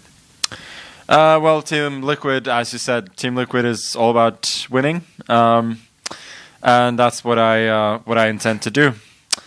I think it's fantastic that chess is now part of the Esports World Cup, and it's a big step for us and a big step for a lot of chess players. But my first and foremost goal is to win, of course. And last year, Team Liquid was second place, right? So I guess that's part of the motivation for them to sign you as well, to take that first place. Yeah, as I said, I really hope I can help them as much as I can. So this will be an arena with spectators. It will be the biggest stage for chess so far. How is it different from the chess that you play here at WEISSENHAUS with Freestyle? It's going to be more fast-paced. It's going to be online, I assume. Yeah, it's going to be a rapid chess, no increment. A little bit of a change of pace for sure, but it's really exciting. Like we've experimented a little bit with formats in CCT finals last year and also the Speed Chess Championship finals. So I think that's where we should be heading with faster chess, and yeah, this is a great step. And being an esport, then I assume the mouse skills is increasingly more important in this format. Well, I still think that it's sort of a secondary skill, of course, but yeah, I'll definitely hope. Practice the. Like I've made a number of mouse slips actually designing games in the CCT in previous seasons, so that's something I gotta clean up there. And now we have a team to help you with that. So you will be joined with by another chess player in Team Liquid, Fabiano Caruana. Yeah, obviously Fabiano is one of the very best players in the world, and it's great for our team. Only one score counts for the team, so I'm hoping that's going to be mine. But we'll certainly have two players competing. Right. Okay. So, Magnus, do you follow any other esports? I must admit that, like, I am an avid follower of Twitch and YouTube gaming stuff, but it's like mostly chess. So I'll be certainly looking forward to following things a bit more during the EWC. But for now, I have a lot to learn. Well, again, congratulations and good luck on Sunday playing the first qualifier for EWC. Yeah, thank you. I certainly, the CCT events are definitely events of their own, but now, of course, the most important thing is to qualify for the finals. For sure. Okay, thank you. Thank you. I'm here with Magnus Carlsen, who just won Game 1 against Sindarov. Magnus, congratulations, but the game got off to a shaky start. It wasn't clear how to develop the knights from the king side, and you offered up the pawn on f7, which you didn't take. Was that a relief? Yeah, it feels like, except for the game against Abdusattorov, like I'm struggling mightily with the black pieces, and I don't know if I'm getting unlucky with some of the positions. Maybe I'm just in my own head, but I couldn't really see what to do. I thought his third move was quite clever, sort of just grabbing some space and putting me in a little bit of I wouldn't say Zugzwang, but I was considering like mirroring his move, but I've noticed that. Even in freestyle, he's generally very, very happy to play Italian types of positions. So he would have gone for bishop c4 and so on. And it felt unpleasant to me being a tempo down. So I went for a very committal choice, locking in my bishop. But I don't think it was a good one. I didn't like it at all. And as you said, the pawn sacrifice, it was a pure bluff, more or less. Like he could have taken the pawn and gotten honestly like what he got in the game, just with maybe with one tempo less, but I don't think would have mattered. I think I'm still like I'm much worse. I think in the game, he lost his way a little bit. I think he found it hard to make committal decisions, and eventually, he let me back into the game, and that very bishop that was locked in became the strongest piece on the board. In the confession booth, you described it, I believe, as the ugly duckling, which became a beautiful swan. Was that the decisive piece? Yeah, I think so. It was a little bit like some of those Botvinnik variations of the semi-slab, where black has a pawn mass on the king side and a little bit of an exposed king, but if things work out really well, then really powerful bishops, especially the light squared ones. So I think I still missed a couple of things along the way, but yeah, once I got a bit of a foothold in the game, I felt very good. I felt like he wasn't completely feeling the position, and I don't think he was on top of his game. That match, of course, is a match for third place, which is also important because third place qualifies to Paris. Let's talk about yesterday's match against Vincent. You suddenly got some chances. Can you tell us a bit about, what happened yesterday and how you felt? Yeah, normally playing white against Vincent, I'd feel relatively good about creating chances, but it's always a bit more difficult when you have to win on demand. I think he has a very good feeling for the opening, and it's funny that I think already like a move in, I was quite unhappy because I didn't see how to break the symmetry, and there was one pawn sacrifice that I considered, which I thought in the end, well, it's too ridiculous. Like I cannot be that desperate already, and Peter actually mentioned that right after the game, like that pawn sacrifice was actually like good. It was giving like a little bit better for white and quite playable, which was a bit of a shock to me, which shows also how little we understand of these positions sometimes. But anyway, I tried to complicate the position, didn't really succeed. He was certainly better, and as I said, he was playing the opening better. But I managed to fight. I'm really happy about that. But yeah, towards the end, I think both Game 1 and Game 2, that's really what it came down to, that he was a lot better with the time ticking down. And that is obviously not a great sign, but it is what it is. And it was certainly deserved that he went through. And if you saw his game today as well, like he's playing really well. Yesterday, long after your own match finished, Fabiano and Javokir were fighting it out for the second place in the final. I've often heard describe yourself as a chess fan. Did you watch that show yesterday and enjoy it? Yeah, it was. I'm sure more fun to watch than to play. It was an incredible fight, and at the end it was just nerves, I think, that decided it. And yeah, obviously it's really harsh on Sindarov, but somebody had to go through. Today there are a couple of big announcements. First of all, the Grenke Festival will incorporate a freestyle event, which you have been confirmed to play in. Are you looking forward to that? Yeah, I'm looking forward to that a lot. Grenke has been one of my favorite events for years, and to play this format in an open tournament, it's going to be very difficult. But I'm looking forward to it. And Hans Niemann has been announced to be playing in the next leg of the Grand Slam Tour in Paris. Your thoughts on that? Well, he won the Grenke Open last year. That's why, I guess.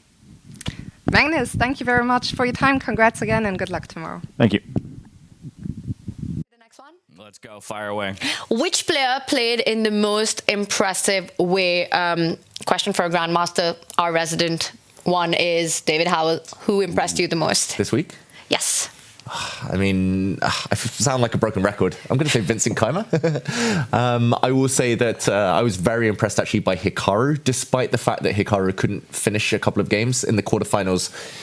He wasn't quite able to get things done against Sindarov, but we could have been talking about Hikaru making a big impression on this event if in those tie breaks he'd been able to convert his advantages. Of course, Magnus and Fabiano, very consistent players, but I'll signal those two. There are a couple of players I thought maybe didn't bring their best chess, but more about that later. Anything else? How about you, Tanya? I want to know yours.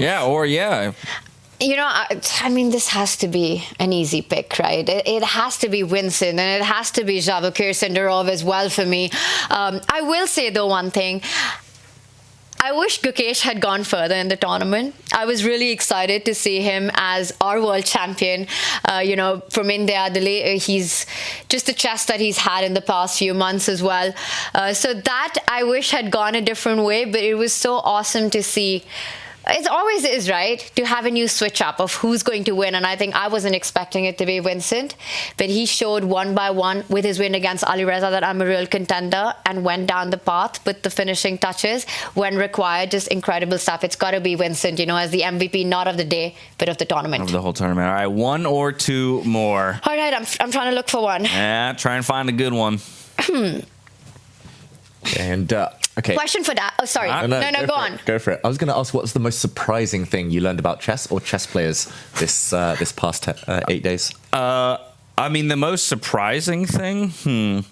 I think actually, again, I'm just going to quote Levon, because I think it's something that from the outside I would never glean by watching, a world's top 10 player or something like that. The idea of finding the critical moment and then, consequently finding the critical move, but more his commentary about how he feels that's really not a skill that anyone has mastered, that's something that you will spend your lifetime as a top GM still trying to wrestle through those moments. Do I understand this critical moment? Is it even the right one? Does my intuition lead me in the right direction, or am I following it off a cliff? And I think, to a degree, I don't know exactly at my level, how that becomes internalized, but I think it's such a surprise because you do so often see these guys as infallible, right? From the perspective that I have on the rating ladder. And so just the kind of the humble approach that it requires from somebody with that level of understanding to still admit, in the end, we know nothing almost, Yeah, that's true. These top guys, I still see them as infallible. Yes. Despite the fact that I've seen them make a few mistakes in their time. But that's a nice insight there. I've got one question, and I'm kind of debating if I should put that out or not because it's a bit controversial. Do it. I'll do it. Freestyle. Let's freestyle ourselves. All right. So this one is, do you think this is the end of the Magnus dominance? Oh, shaking up the chess swap. No. My gut says no. And I guess the question, I'm going to answer the question with a question more so. I think it depends on what you consider to be the end of dominance. Or rather, is the question more about, is Magnus, at what point does Magnus no longer is he no longer the GOAT, right? Those are two different conversations, I think, to a degree, right? His current dominance, the expectation that he will dominate every field of players that he's in, maybe. Now the answer is maybe. When it comes to the conversation of when would anyone, talk about the legend of Magnus being superseded by another young great climbing the ranks, I think we are so far away from that conversation. In sports, I think you need a lot of time to understand and have that point of reflection. I'm going to add to that and say I think Magnus, with everything that he's done in his career, has got nothing to prove to anyone anymore. The guy has been at the top as world number one for more than a decade. His world number one ranking hasn't been challenged. And David, you will add to this because once again, you know him best. But in every sport, you've got greats, you've got world champions, and then you have those who reach legendary status. You've got the GOATs of the game who not only push their own limits, their own boundaries, but pretty much push the limits and boundaries of the sport itself. And Magnus Carlsen has been one such athlete. I think he's been a generational athlete. And as a chess player myself, I feel we're so lucky to be at a time to have witnessed that greatness. So it doesn't matter if he's perhaps not the world champion anymore. He's still the world number one. He's still out there doing and playing the kind of chess that he enjoys now. And to just watch that and to have seen his story evolve and what he's done for chess as a game on the board, but even off the board, has been incredible. Yeah, almost 15 years of uninterrupted kind of top spot in the rankings is pretty impressive. I'm going to say that Magnus is still a big favourite to win the tour, the Grand Slam this season. I think statistically it's impossible to win every single event, kind of to start on a high and to not be challenged at all.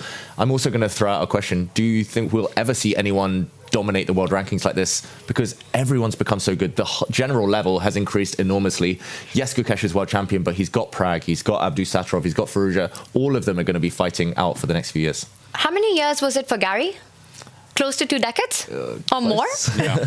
Also, around 20 years probably. And when we have this GOAT discussion in chess, it's usually between these two players. Yeah. So, in the future, will anyone do it? I don't know, David. I think, again, when it comes to legendary status, longevity is such a big factor in that. And it's not just about winning one world championship. I mean, Magnus, one of those few players who also had the triple crown, right? World Blitz champion, World Rapid champion, World Classical champion, showing that he's truly the best player in the world. I would love to see that happen. I don't know who it's going to be. We'll see, but right now it's hard to say. Magnus might still be most people's top pick to be the eventual winner of the entire tour, but tonight we celebrate the winner here of the WEISSENHAUS Grand Slam Freestyle Chess 2025. We are going to step away for a bit because we want to celebrate in the right fashion, so they're hard at work inside trying to make sure that we can celebrate Vincent Keymer in the way that he deserves. As we step away, it will be for about 30 to 35 minutes, returning at 5:50 local time for the ceremony, awarding Vincent Keymer his much-deserved victory at 6 p.m. We hope to see you there.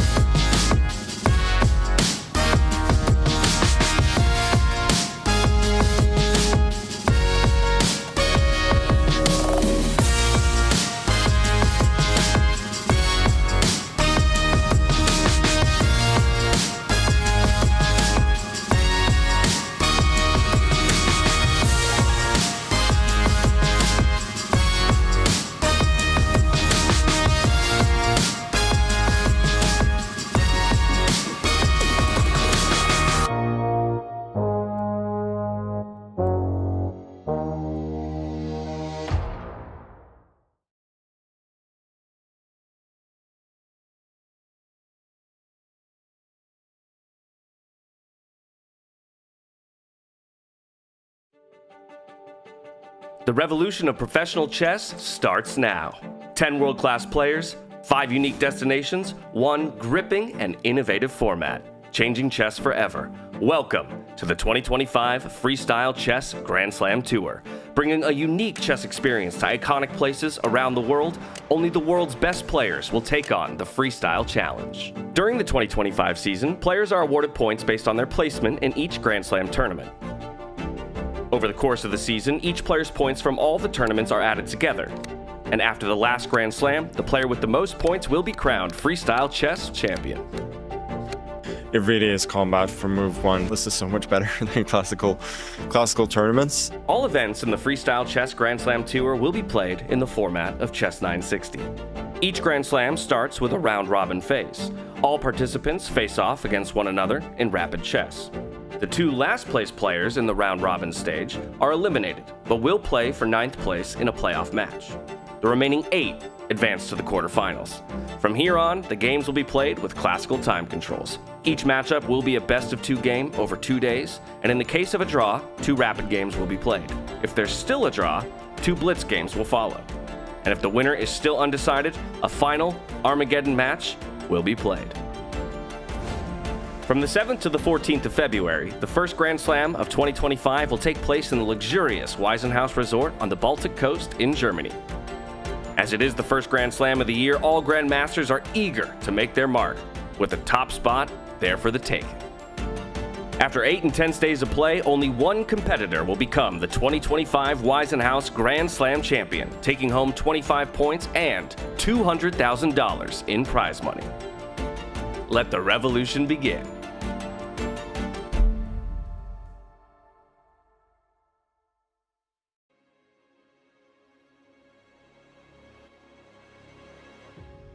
Honestly, this is a dream come true. The first tournament here was fantastic and something new, and to do this again and for it to be part of a worldwide tour this year, it's what I wanted. It's how I feel that classical chess should be played, and I'm very excited to get going.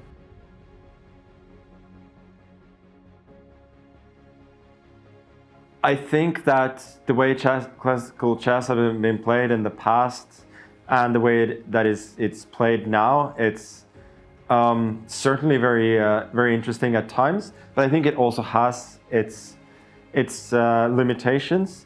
And I think the way we're playing it now is, you know, taking all the best from classical chess and also sort of removing the part that sometimes make the games less interesting. I feel like here we're essentially entering, in a lot of starting positions, we're essentially entering the middle game from the very first move, and I find that really exciting.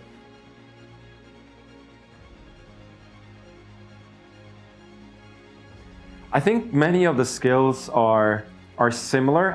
I think what we've found is that, you know, we don't have enough experience in freestyle yet, so that a lot of people, like, they take their styles from classical and sort of bring them into, like, they search for a lot of the same types of setups, like players who like more solid structures, they go for them.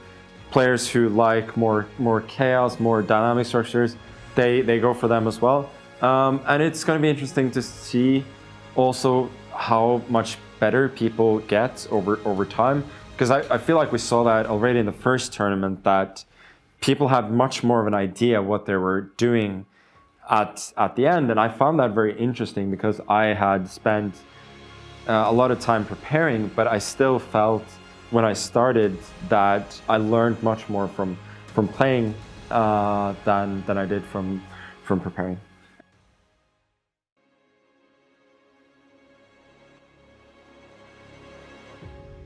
I think it's very exciting to actually be able to do this, and I'm very grateful for Jan and his team for putting this up, because I've sort of had this wish for a few years, and this vision for how I think chess should be played, but obviously we needed somebody to really believe in it, and that's what Jan has done. So yeah, it's great to be here, and hopefully we can create something that, as you said, people will look back on in the future.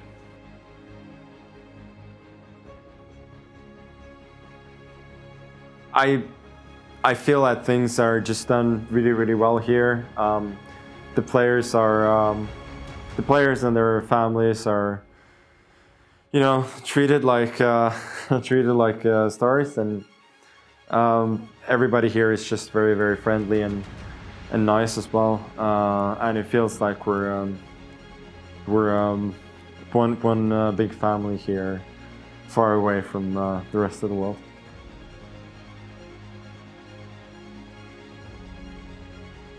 For my motivation for this tournament and this series is very simple. I find it very interesting to play longer forms of chess. It's very rewarding to sit down and really delve into a position and think deeply. So that is my main motivation, that I find that to be very interesting.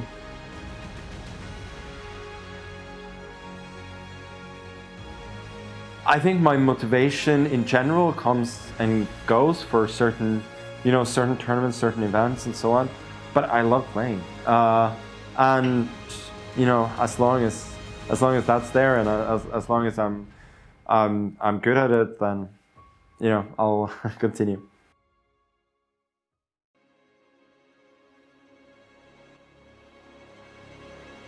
There was a very interesting moment last year when we had the same sort of class of generations. There were 4 younger players and there were 4 older players, and we had the preliminary tournament where the younger players dominated. And I believe there was a lot of chatter about the changing of the guards. And guess what? The older guys ended up with the first 3 places. I am very much. I'm very impressed with what the younger guys are doing. I think they're great role models for kids growing up, and they're going to have fantastic careers. But I'm rooting for myself and the older generation for sure.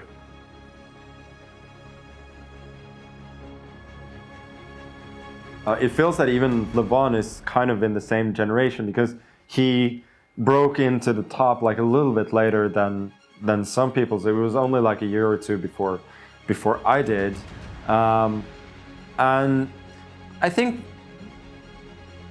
the thing in chess is that the very biggest talents, like, they usually stay there a bit longer, and it is like this with everything. Like NBA, like, most players are out of the league by the time they're in their mid-30s or even early 30s, but the biggest talents, like, they still remain. So a lot of players have certainly started to decline a bit, but still, like, the best players, like Hikaru Fabiano, even, you know, Nepo to some extent. Aronian had a great year last year, and Wesley, like, I'm sure I'm forgetting some people, but at least some of the guys are still competing, and and it's good to see that our generation is not quite done yet, even though the kids are really, really good. Are you curious to play freestyle chess but don't know how to? No opening theory, no memorized moves, just pure strategic creativity. But how do you navigate 960 possible starting positions with confidence? That's exactly what I'll teach you in my Freestyle Chess Masterclass. You'll learn how to develop your pieces effectively, recognize key positional patterns, and avoid early disasters. I'll break down some of the best freestyle chess games ever played, featuring Magnus Carlsen, Alireza Firouzja, and Fabiano Caruana. Freestyle chess is still in its early days. This is your chance to get ahead of the competition. Sign up now and let's take your freestyle game to the next level. Join my Freestyle Chess Masterclass today and save 20% only during the Grand Slam. Yeah, I'm very excited to be part of this tour. I've played last year and I was really happy to have been invited for this tournament. I love playing freestyle chess, and this is, you have a more chance to explore new things in chess, and you can play without preparation. Yeah, this year's field is incredibly strong, one of the strongest fields that I've ever played. It's going to be incredibly difficult, but yeah, I'm looking forward to new challenges, and yeah, it's going to be very interesting.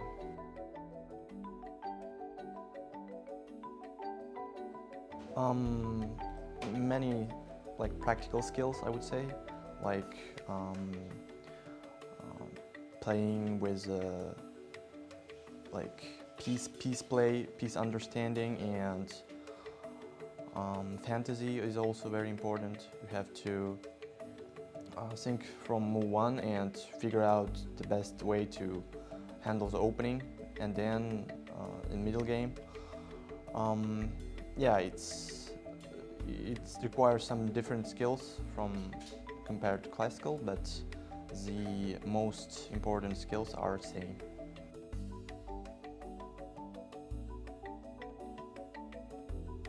Yeah, I've played in many places.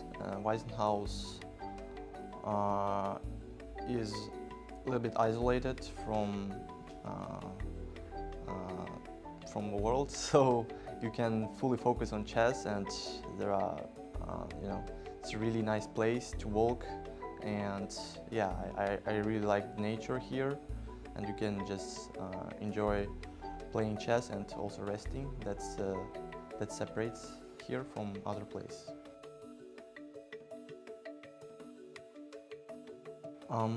I just want to improve my chess, playing every tournament, playing in every game. I try to be stronger, and I have a big motivation to become a world champion one day, and this pushes me to absolutely give my best and to be ambitious. Yeah, that's the difference. Yeah, it's been going on for quite some time, and yeah, we definitely see a switch of generations, and we definitely see many more players coming. Yeah, to be honest, it's going to be very difficult for older generation players to compete with the new generation, because we are very ambitious, very aggressive. We fight till the end, and we have more information, kind of more technology compared to them, what they had in their youth. So we are just, we are going to be stronger than older generation in a few years, but yeah, I'm part of this young generation, and I think that in a few years we'll squeeze the older generation guys from the top ranking, and yeah, that will be my thoughts.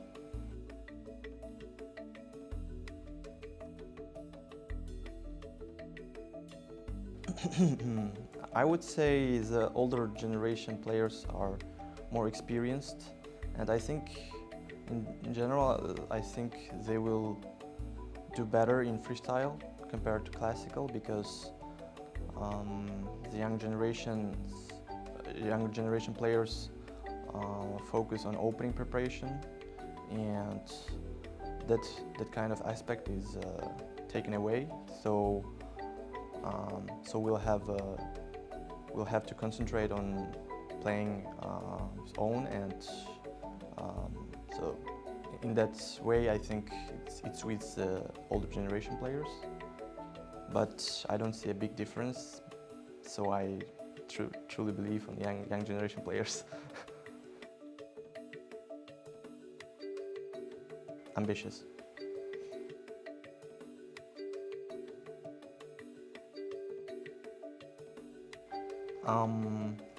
Yeah, I read many books when I grew up. I really liked the Garry Kasparov books. The way he passed, and the way he handled the pressure when he was young and throughout his career, it was really inspiring. And yeah, I kind of that's my purely chess inspiration, and I try to be like him, and I try to role model him for my chess. Fun.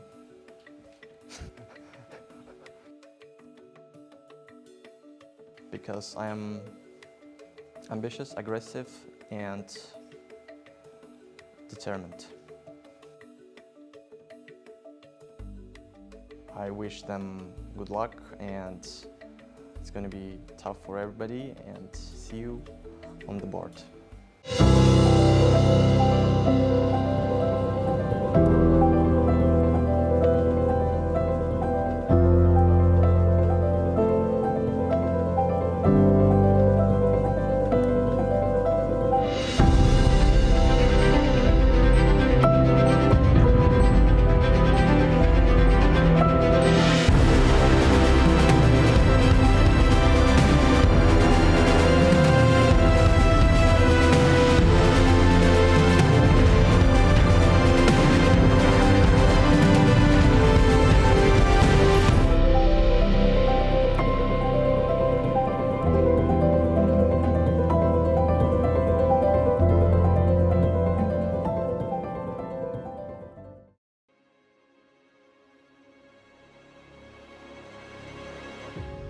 Yeah, I'm extremely happy to be back here in WEISSENHAUS with such a strong field, and of course it's going to be very tough, but I'm really looking forward to facing all these strong players and playing good games.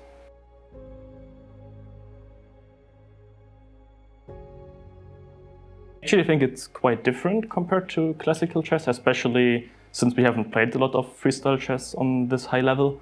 So I think in general it's very important to find coordination between the pieces, because we don't have the usual motives that we can rely on compared to classical chess, where we have much more experience.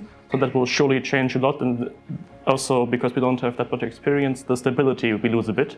So therefore time management is even more important.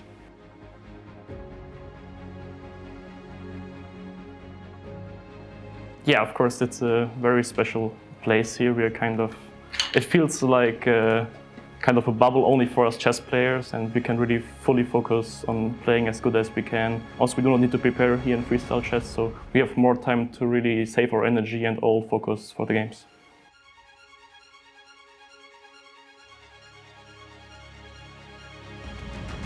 Yeah, I always try to win the game. Of course, playing a good game is also very important to me, so it can even happen that I win a game and I'm still not happy about the way that I played. But at the end of the day, of course, the result is what matters most to me.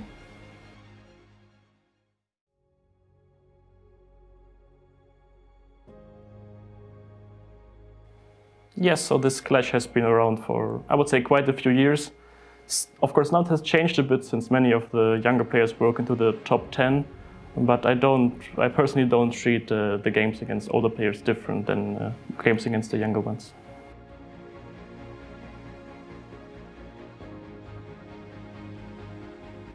I think it depends. Of course, I think that especially since there have been some freestyle or chess 960 events in St. Louis, some of them might have much more experience in this format. But of course also here it's very much about focus and specific calculation and so on. So I think everyone has their own advantages.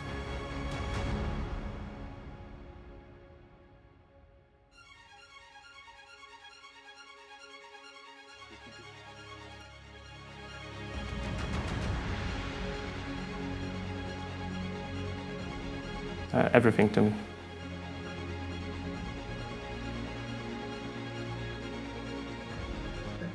Hopefully because I'm playing the best chess here.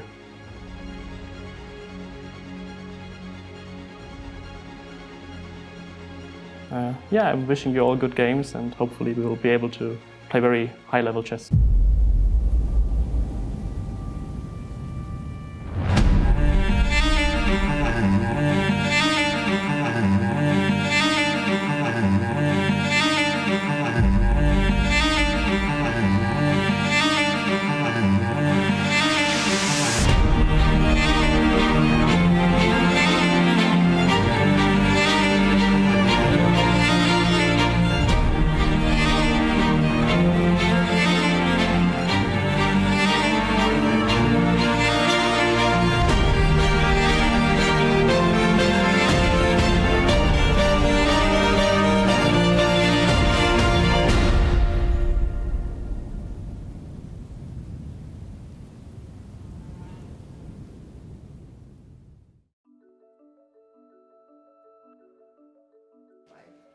Yeah, I think it's pretty cool to be part of this tour. I mean, it's a pretty new thing, and I think it's very fresh. So I think that a lot of people are looking forward to it.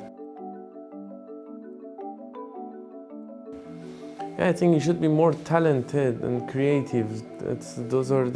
Talent is not skill, but creativity is very important because you have to be very fresh from the very beginning. So I think that's the biggest difference. Yeah, I think here we can really just focus on chess. It's the best place to play chess, I think, because you have the nature, a very good hotel, so you have everything inside, so you don't need to think about what you go get, and I think it's amazing. I think to make the best move and trust my guts and to really be in good shape.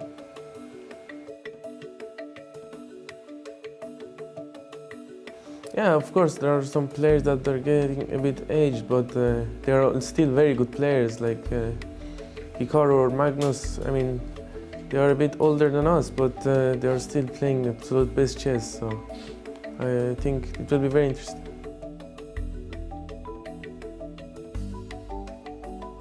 I don't know anything, because there was not much 960 freestyle happening, so we need to see. I don't know.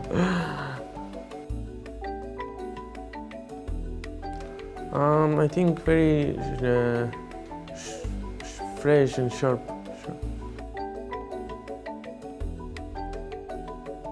Not really. I think like to be yourself is very important. It's normal stuff.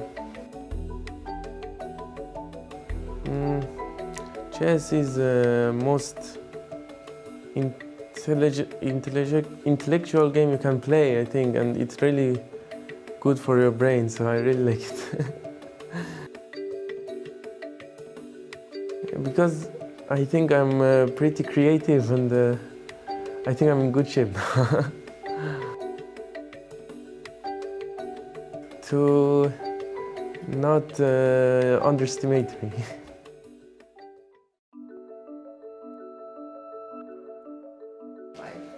Yeah, I think it's pretty cool to be part of this tour. I mean, it's a pretty new thing, so, and I think it's very fresh. So I think that a lot of people are looking forward to it. Yeah, I think you should be more talented and creative. Those are the talent is not skill, but creativity is very important because you have to be very fresh from the very beginning. So I think that's the biggest difference. Yeah, I think here we can really just focus on chess. Like it's the best place to play chess, I think, because you have the nature, a very good hotel, so you have everything inside, so you don't need to think about what you go get, and I think it's amazing. I think to make the best move and to, I think, trust my guts and to really be in good shape.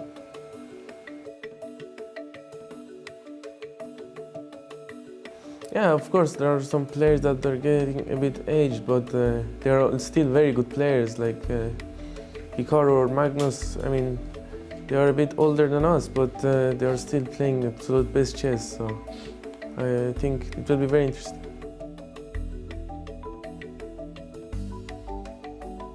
I don't know anything, because there was not much 960 freestyle happening, so we need to see. I don't know.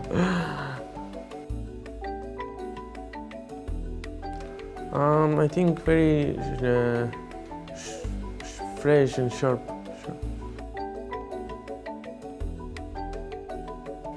Not really. I think like to be yourself is very important. It's normal stuff. Chess is the most intellectual game you can play, I think, and it's really good for your brain, so I really like it. Because I think I'm pretty creative, and I think I'm in good shape. To not underestimate me.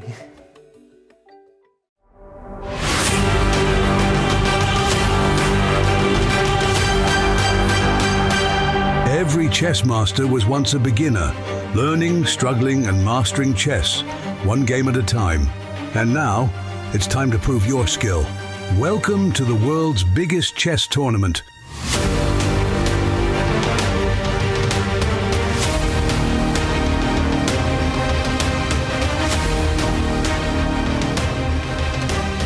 Compete in the Grenka Classical Chess Open for €70,000 prize pool, or enter the Grenka Freestyle Chess Open with a massive €225,000 prize pool and the opportunity to qualify for the Freestyle Chess Grand Slam in New York. And the best part? You could face Magnus Carlsen, Vincent Keymer and other world-class players. This is your chance to play against the best. Are you ready to make your move?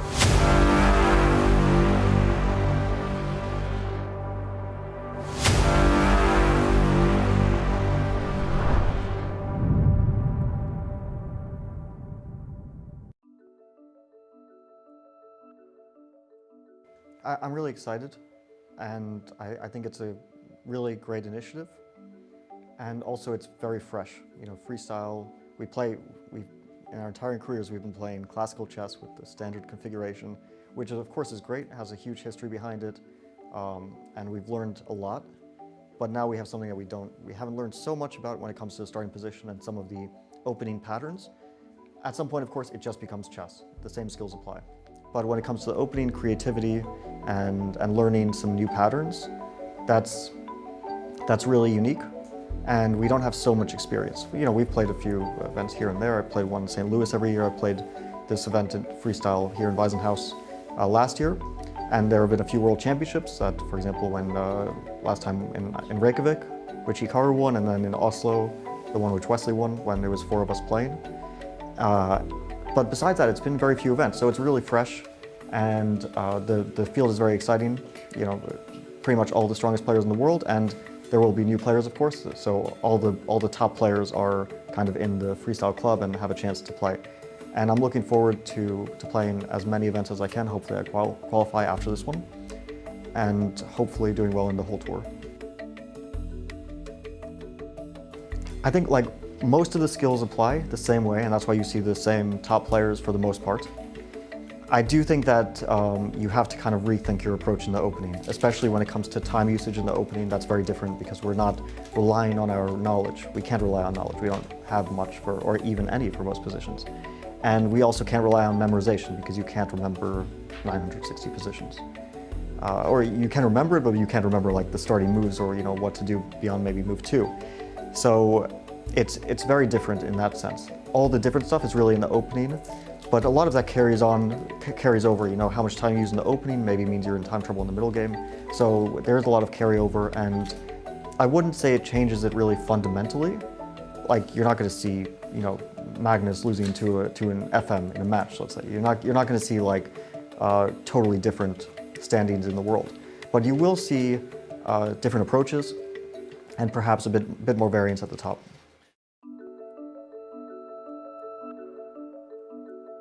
I would still say that if we're calling us the older generation, I still like take a bit of exception. Like, okay, well, I'm not old yet, but if I guess the more experienced generation for sure. I mean, Magnus, Hikaru, and I, and not to mention some of the players who are even more experienced, like Levon. We've been playing chess at the highest level for the last 15 years, let's say. For some even longer than that. Magnus played probably his first World Championship cycle in 2007 when he played Levon in the candidates matches. And if we go back to some other players, even longer. And we have these young guys who, they don't have much experience, right? They've been playing chess at the top level a year, 2 years.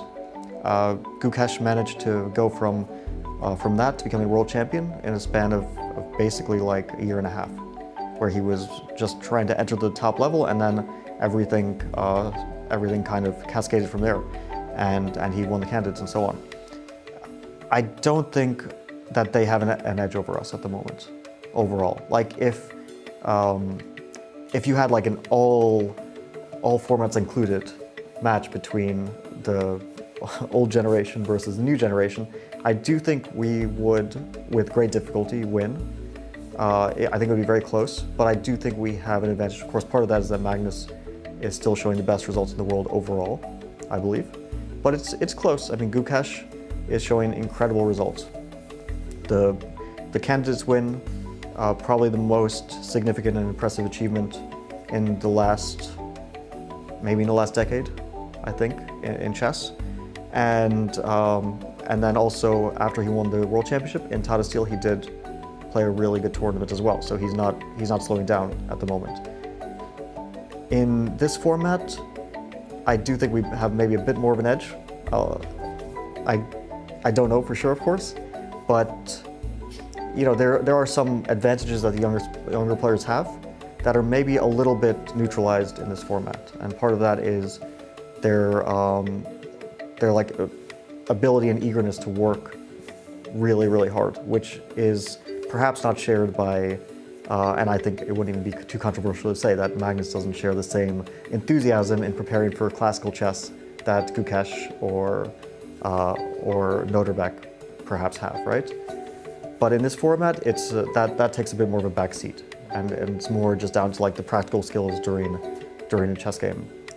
And in that, maybe not for long, but maybe for now we still. I really like this place. For me, it's kind of, again, it's a very individual thing, but for me, it's really the ideal place to play chess is a secluded and peaceful place without much noise from the outside world. I've played a lot of events in big cities, and that's, you know, when we say like we want to take chess to the next level, it's very often been like, okay, let's take chess to New York or Madrid. And we played the World Championship in Rapid and Blitz in New York. I've played the Candidates in 2022 in Madrid. And it's great to see chess in a big city. But from a point of view of a chess player and like what I wanted in my surroundings, of course, I prefer to have less distractions and more just being at peace. So here we're in nature. There's nobody from the outside world is here. It's just chess players, chess media, commentators, representatives. It's all contained, yeah, it's all chess, which I think is nice. And last year I really had a great time here. So I was able to relax and I think put forward pretty good chess and concentrate at an ideal level, which sometimes has been a struggle. You know, if my concentration drops, then my level can drop significantly. So for me, that's quite important, and I hope that my feeling will be the same this year.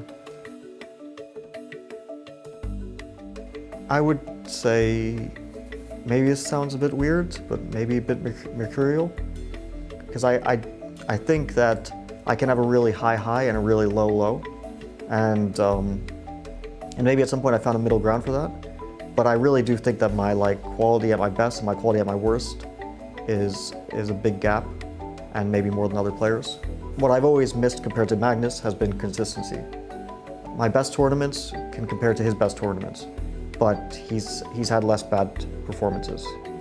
And I think it's something that I maybe remedied a little bit at some point, but it still is, I think, one of my downsides, that if I'm not in good shape, it can go pretty wrong.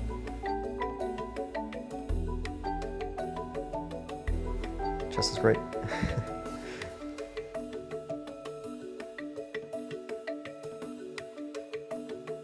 Because I've been playing so poorly recently, it has to go good at some point, yeah. Don't think just because my last tournament that I'm an idiot. maybe I won't be. So, I actually won the Fischer Random World Championship in 2022, I believe it was. So I've always had a big interest in playing Fischer Random. I think being part of this freestyle tour, which features a lot of the top players in the world, is a great chance to showcase my skills.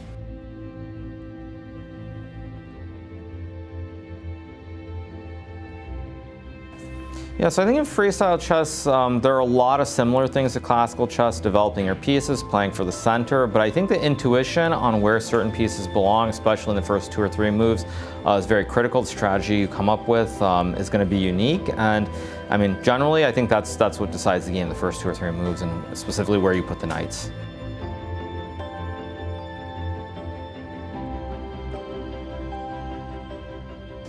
Yeah, so I think this location is quite different. It's obviously on a resort. It actually reminds me quite a bit of when I played against Magnus. We played a match in Norway in 2018 for the World Championship in Fischer Random, and it wasn't on a resort, but it was a little bit secluded, and so the environment here is very similar to that. I would also say, though, compared to many tournaments that I play in, you know, just the scenery and the general high-class amenities here, it's quite nice, and nicer than most events that I ever play in.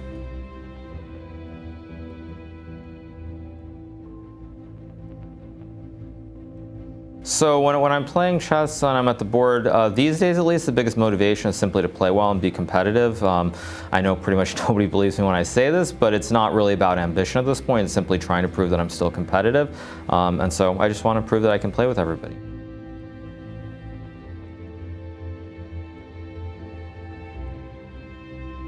Yeah, so I mean, I think certainly you have a mix of the old generation players like myself, Magnus and Fabiano, and then you have a lot of the kids here. You've got Gukesh, you have Sindarov, Firouzja, I guess he's not super young, but definitely younger than we are.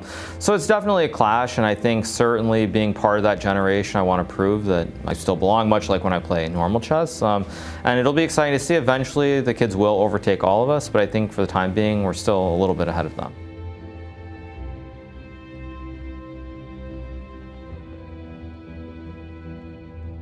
I think in this game mode, it definitely favors the players who have the most experience. I think specifically Magnus and myself have the most experience. Fabiano's not quite at that same level in terms of experience, but he's also quite strong at this variant. So I think all three of us have significantly more experience, and I think it's going to show at least early on. Now, there are many games to be played, and I think as players like Gukesh adapt to it, there's a chance they will catch up with us. But at least at the start, I think we do have an advantage.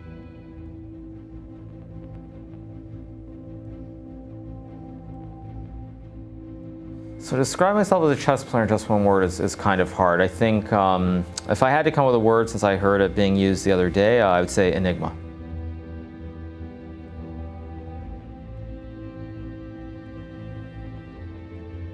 I'm trying to think over the years versus recently, because there's an obvious one in recent times.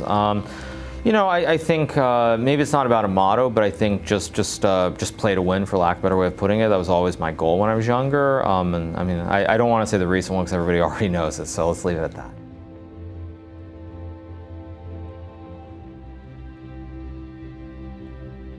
Because I'm used to playing in these formats and pretty familiar with a lot of these players, and I think I have pretty good time management. I think if I can get to critical moments, the intuition has to take over, and I'll be better in the time scrambles.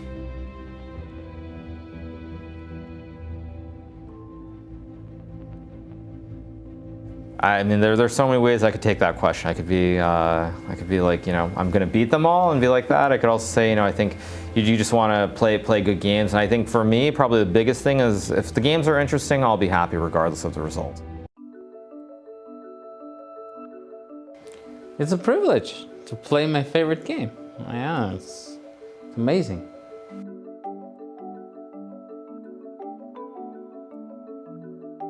You have to let go of lots of misconceptions you have.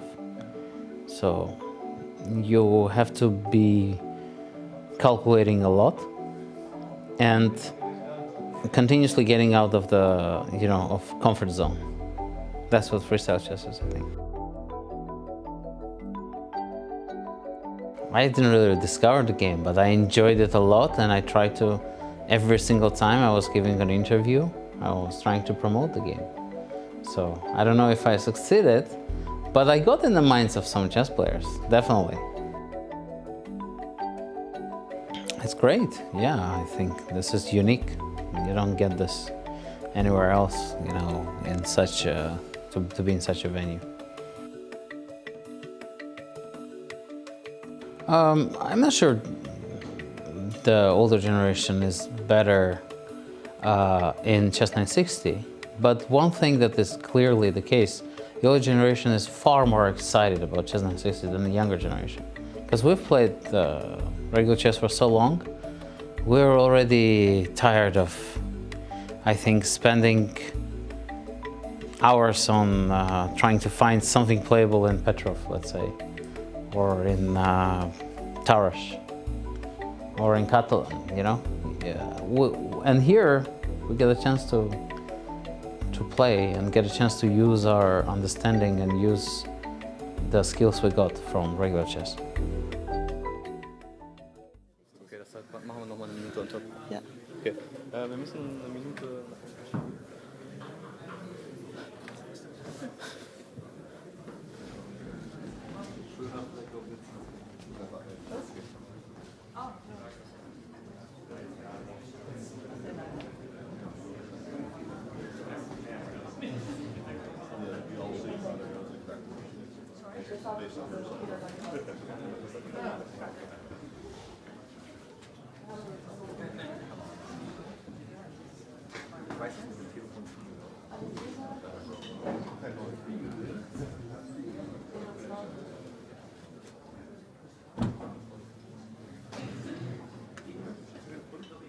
Aber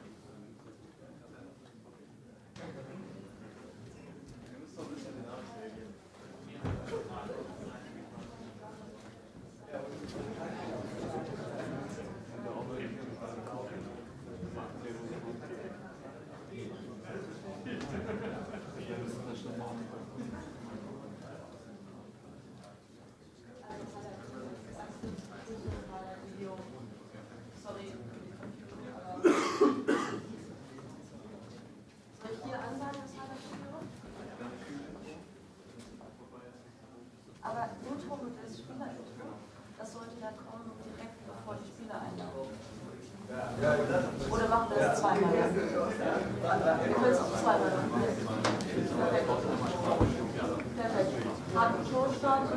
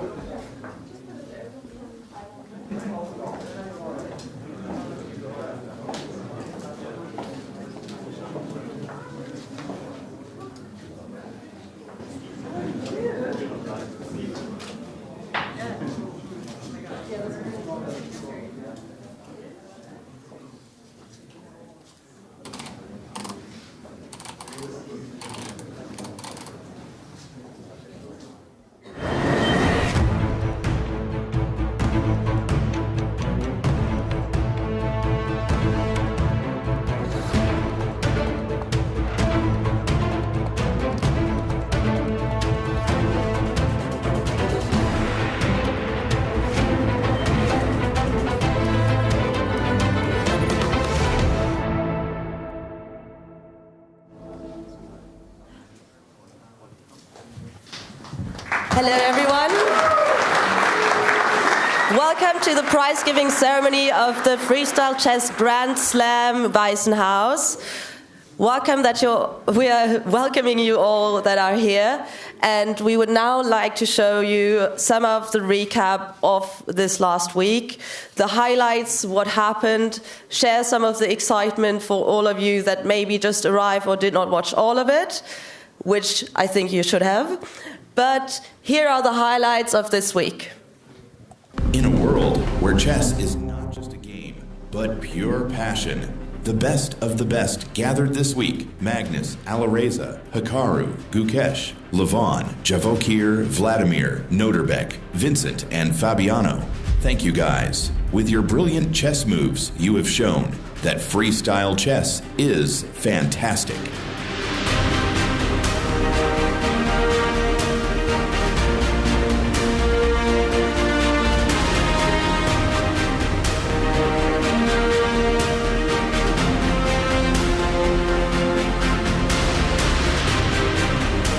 We experienced thrilling evenings, surprising strategies, and countless exciting moments to discuss. The Freestyle Chess Grand Slam Tour in WEISSENHAUS brought 80 intense matches, 8 days of live streams, and unforgettable moments. Also, a huge thank you to all commentators, content creators, and participants. You've helped share this event with the world, leaving a lasting impact on the chess community. It's a totally historic moment, and it's like couldn't have been better. I mean, it is so good now that you didn't even want to think about this outcome because you would jinx it, you know. It's a dream come true. I think it's clearly the strongest tournament I ever won, and also beating Alireza, Magnus and Fabi in consecutive matches is fantastic. The game itself was incredibly complicated, but I'm quite happy with the way I played. Stay tuned for the rest of the Freestyle Chess Grand Slam Tour. See you in Paris.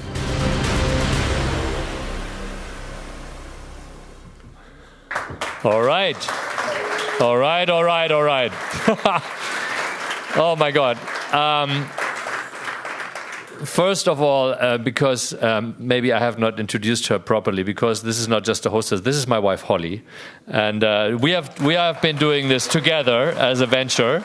So she is as much in charge as I am, and she was like unfortunately a little bit sick the last days, so she was out of order, but she's back in order a little bit now. So thank you, and we're doing this prize giving together. So we had her wonderful voice before, and maybe if I forget something, she will. I will let you. Okay, perfect. So, we would like to start because some players are still missing, I think. So until everybody is there, we're going to have the marching in again of the players and then also the prize giving. But before, maybe it's even better because after that, the attention is not so much there. So we would like to thank again, first of all, what we did in the beginning. First of all, to Holly's father, and builder of this wonderful decoration, and the whole team, 100 people he's working for him. Torsten, thank you very much.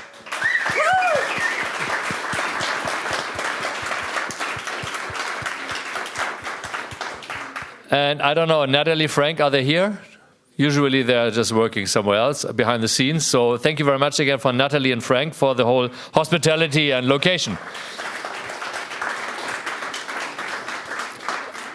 And now we want to thank individually all of the wonderful people who brought you at home the wonderful freestyle chess event here. So we start with the moderator team, and I think I got them all on my mind. So I start with the professional stream. We had a professional stream of the most incredible talent that we ever had in chess.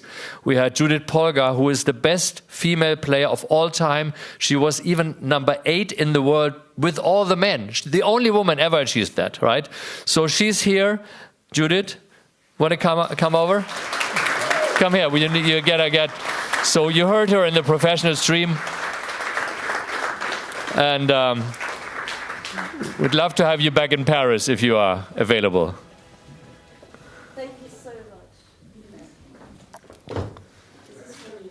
Thank you very much, Judith. You can stay because your partner in crime, so to speak, also from Hungary, Peter Liko. Thank you very much for coming. And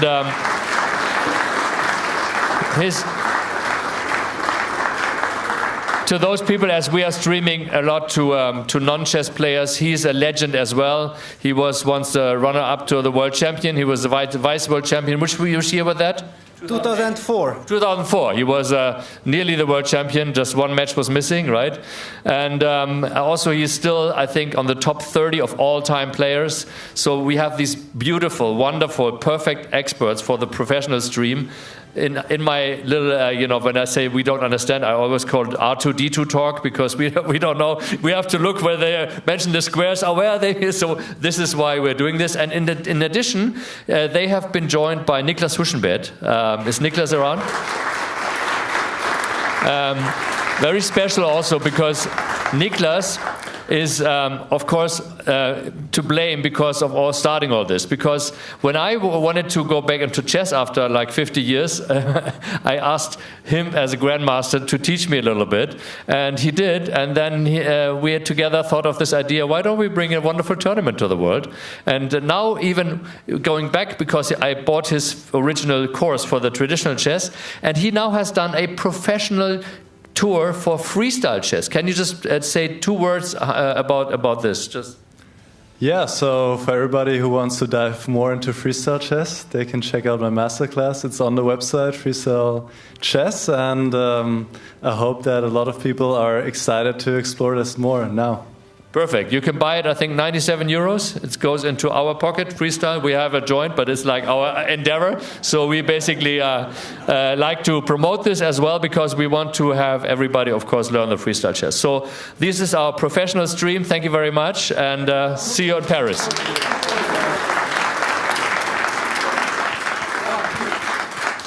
So now, as you know, we say we had this other stream that we say, okay, we call it the community stream, the non-R2D2 talk, and by that we had some experiments. We said we had some maybe too many moderators and so on, but I think in the end we found the perfect format for that, and we also want to carry on with that in Paris. So with that, it starts with our wonderful hostess in terms of our face to the nations, to the world, is Tanya Sakhdev.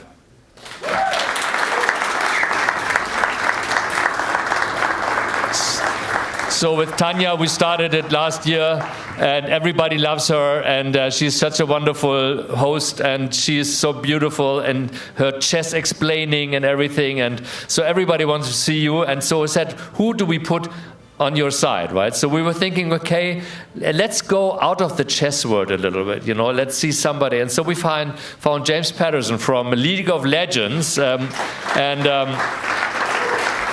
think... James Dash is his name in the League of Legends world, right? So if you know him. And so we made this experiment, and I think it worked, right? So, do you want to continue? You want to come to Paris? I would love to. Perfect. So you are invited. It's an official invite. Yeah, perfect. Okay. Wonderful. So, and then we said, now we have this wonderful, I think we're going to explore more, go more wild, have more ideas, more craziness. We had this craziness of even putting Danny Wrench here in a bathrobe and pulling and so on, right? So we do all kinds of more fun stuff, but also because we still want to explain chess, and so we have a grandmaster, the best chess player of Great Britain, David Howell.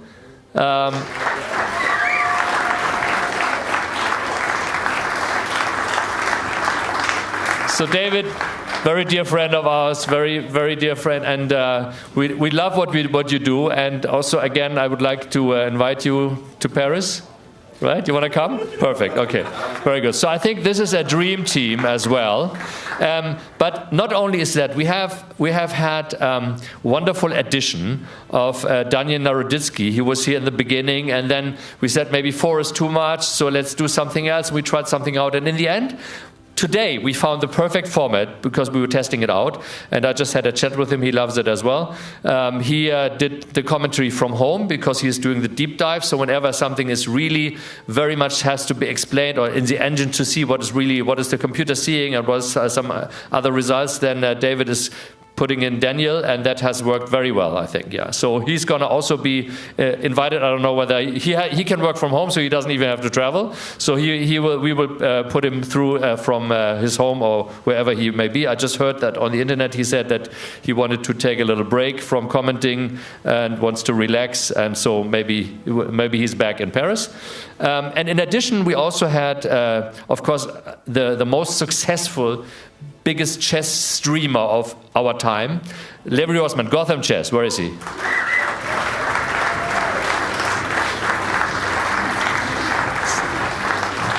So Levi, we also invited here. But he said, well, guys, I can do it from home. It's all easy. I said, no, you have to come here. You have to experience. And so do you regret coming here? No, not at all. I unfortunately won't be able to make Paris, but I will gladly welcome you to New York, and if it's even half as exciting as the last major chess event in New York, I think it will be a success. Perfect. I think what we're going to do is we're going to also, like Daniel, we try to once in a while just have you in the commentary, maybe you stream. So you will stay in New York, that's fine, and then maybe we see you live in our Grand Slam in New York then, right? Yeah. Perfect. So that's a home turf, of course. So that is our community stream, as we call it, and thank you very much to all of you.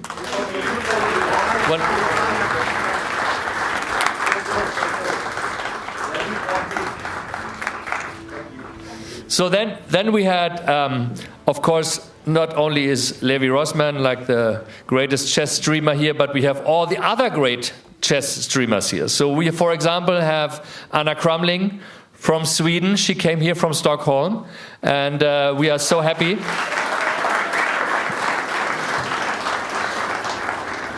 So Anna, we just talked about it. I know the answer. Are you coming to Paris? I would love to. Yeah, she's coming. Perfect. Okay. I might not be able to make Paris, but I want to come to New York. Okay, perfect. All right. So same answer like Levi. Okay, whatever. But anyway, so we can still count on you streaming and doing some stuff. She did some great stuff. I can always recommend she's played basically chess with everybody. Like, who did you draw with? Javukir, okay, basically. So she even got to a draw. And then, of course, we have Andrea and Alexandra Botes, the Botes sisters. And we would like to welcome Alexandra on stage, since Andrea has already left as far as I know. So we would love to have you. They're getting ready. Okay, then I will bring the flowers to their room later. Okay, but a big thank you to them. They were amazing streamers, just like you, and such sweet, wonderful people that we love to have welcomed into our world of freestyle chess. Perfect, but stay here because we have two more people we want to honor in this stream. So first of all, we have Saga Shah. Where is Saga? Ah, there she is. Yoo-hoo! Perfect. All right. Wonderful. Perfect.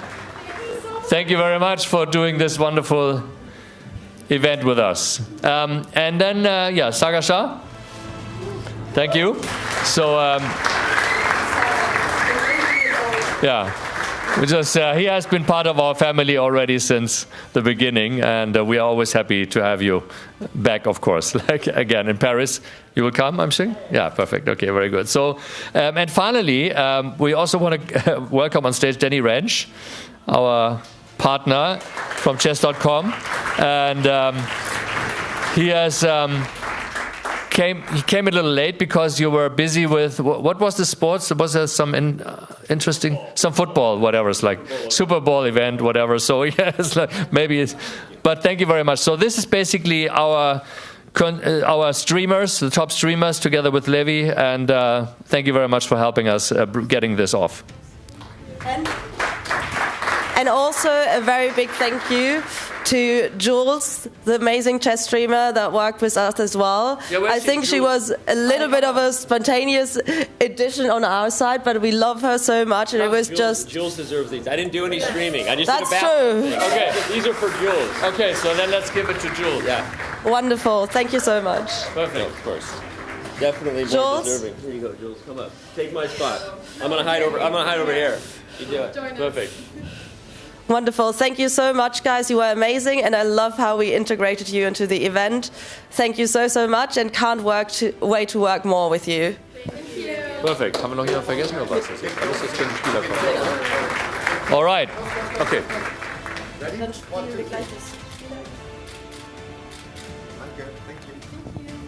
So now we're gonna reintroduce the players. We're going to play the intro video once again, and we have the gladiators marching in, hopefully with the video. So let's go.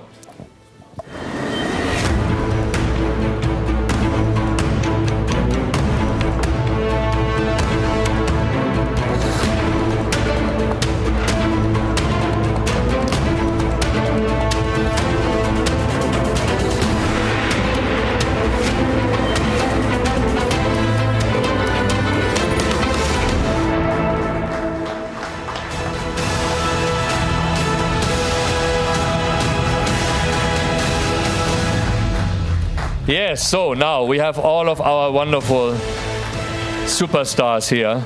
I don't know, the combined ELO must be like in the stars, and I can't even count that far. So it's amazing, wonderful. Thank you very much, seeing all of you here, and it's such an honor for me to, and I'm so incredibly proud of what Holly and I and Torsten and everybody together, what we built here, so that we have the privilege and the honor to have all of these incredible chess legends, each and every one of you. And as I said from the beginning, it was very hard for me because with each of you I have a personal relationship. I like and love all of you, and so for me it was like incredible to see that we have to. In the beginning we had a round robin, a very interesting round robin, and 2 of you players had to leave the tournament at that after that, and so we still want to honor you, of course, and you still got some points. So it's like the 10th place. I wouldn't say the last place, because the 10th place we start with Vladimir, basically. So Vladimir. First of all, I have to explain to everybody. So Vladimir has won the online competition of how many players were competing in the online competition? Do you know? I do not remember the exact numbers, but I believe it was more than 3,000 in the Swiss event, and then we had 16 players elimination bracket. So yeah, quite a bit.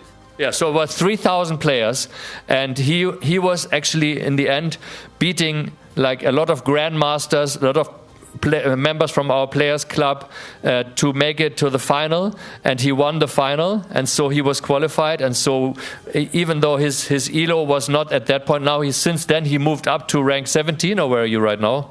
Even I think maybe 17 in live, but at the current moment maybe outside of top 20, like by his first February rating list. Yeah. Okay, but anyway, so he moved up, and so what he gets is he gets the 7,500 prize money for the 10th place, and he gets 1 point, 1 Grand Slam point that's counting for the Grand Slam final in the end. So the players who have the most of these points, the 12 best players, will qualify for South Africa for the final event. So thank you very much. And hopefully see you next time, right? Yes, so yeah, you have to.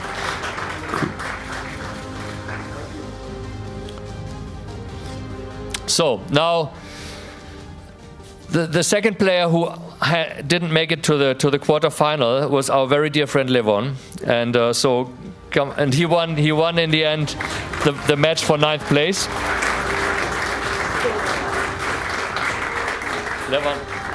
Levon, of course, is a legend of himself. I think he's like one of the greatest player of all time. I think in the top 5 or whatever. It's like insane. He has like an insane achievement. If anybody doesn't know about him, you can Google him.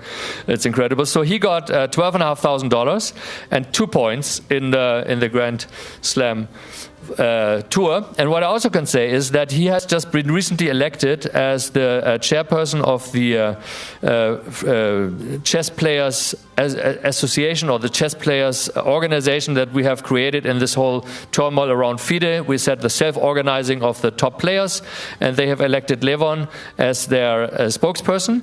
And so they are on their own. It's nothing to do with freestyle chess. It's on their own.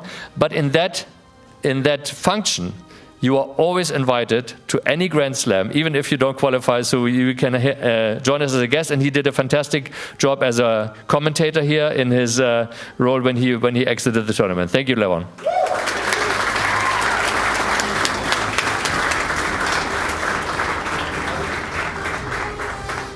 So now it even breaks my heart to say, that who is 8th place in this, but I think there's nothing like, anyway, like Nelson Mandela said, our South African former president and legend. He said, either I win or I learn. I never lose.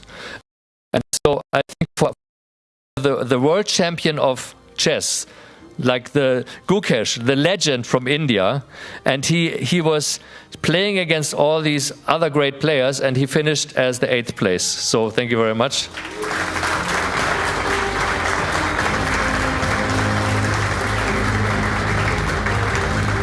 So Gukesh will receive for 8th place $20,000, and he will get 4 points for the Grand Slam final.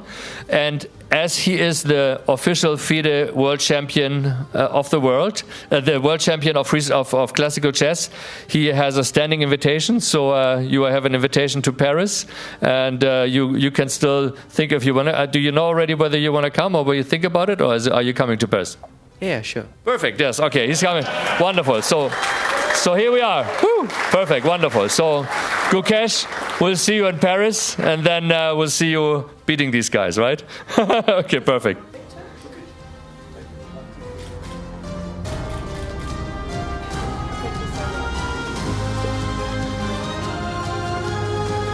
Now, for 7th place, it's the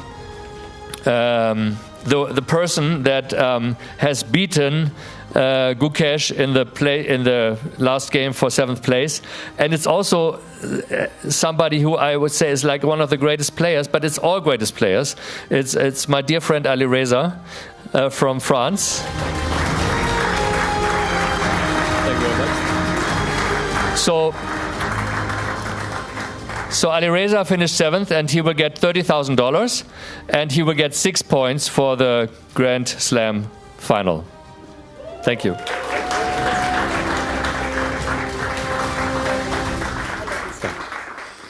All right, so now we have the 6th place, which is basically after the game for 5th place. He lost that game, but it's a wonderful person also that we have known for now for more than a year, because he has been here last year. Abdusattorov. Thank you very much. So Nodiabek finished in 6th place, and for that he will get $40,000 and 8 points for the Grand Slam final.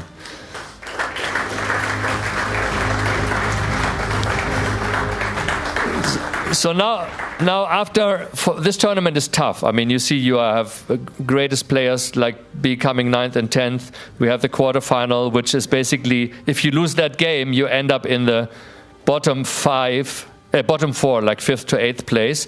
And the winner of that kind of round is Hikaru Nakamura.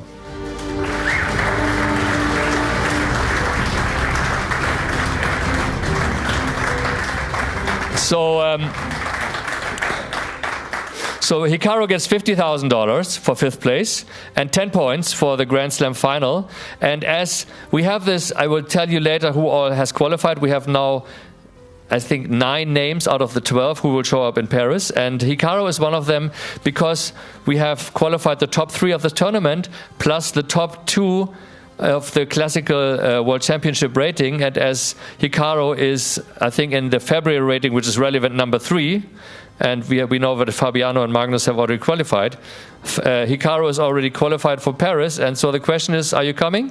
Yeah, why not? Wow, perfect. Okay, wonderful. All right. So we'll see Hikaru in Paris. So now we have 4th place, and that is basically somebody who has won his quarterfinals. So he moved up to the top 4, and it's a person who has astonished us all. It's Yavokir. I can bring him on stage so that you know. It's like Yavokir. Congratulations. And so Yavokir, in the tournament where Vladimir won the qualification tournament through all of 3,000, he got 2nd. They had the final.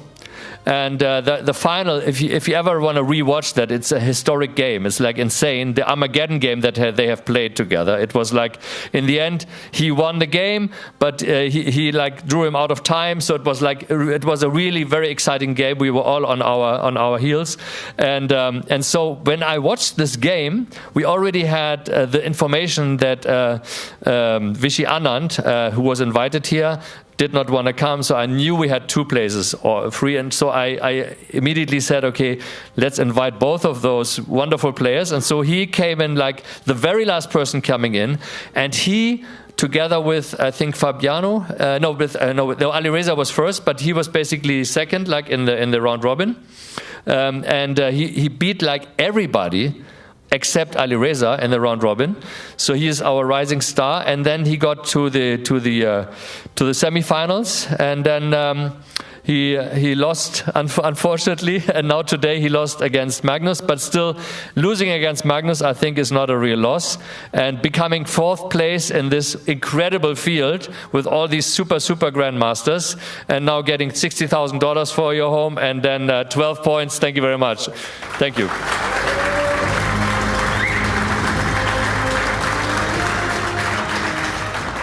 So coming to the winner of that last game, and you know who it is. It's our wonderful Magnus, and I don't have to introduce him, I think. So Magnus, come on stage, please. Thank you very much. So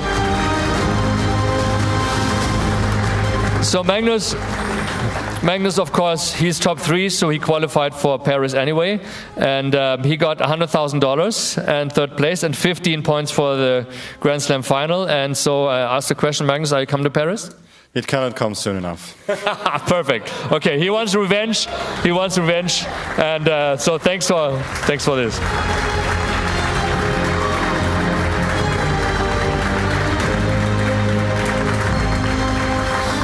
Now, the learner, as I would say, the loser, because loser is the learner of the final. I think Fabiano, you learned a lesson that previously Magnus had learned and Alireza had learned, that there's one guy who was not beatable in this tournament. So come up to stage, at least getting. Thank you very much. So second place. It's like Fabiano last year, he was also 2nd place. He lost the final against Magnus here. And this time he gets a little bit more money than last time for the 2nd place, $140,000, and 18 points for the Grand Slam final. Thank you very much, Fabiano. And final questions. You are qualified. Are you coming to Paris? Wouldn't miss for the world. Perfect. Okay, very good. All right. So now it's a chilling moment. I get chills. I just like incredible that our hometown boy, Vincent, come up on stage. I don't have to say anymore.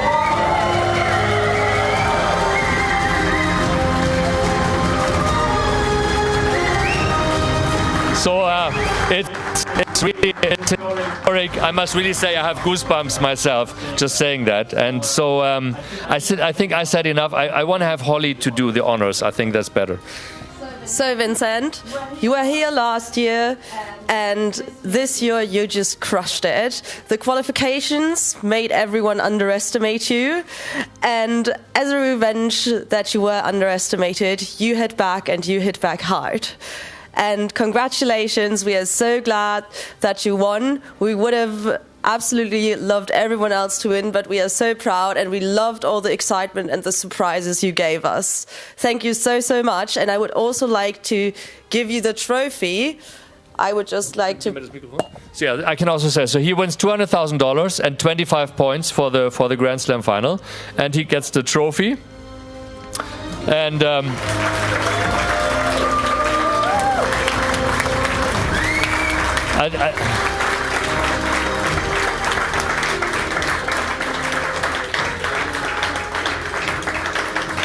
I think we all might guess the answer, but are you coming to Paris? For sure. Okay, perfect. So very good.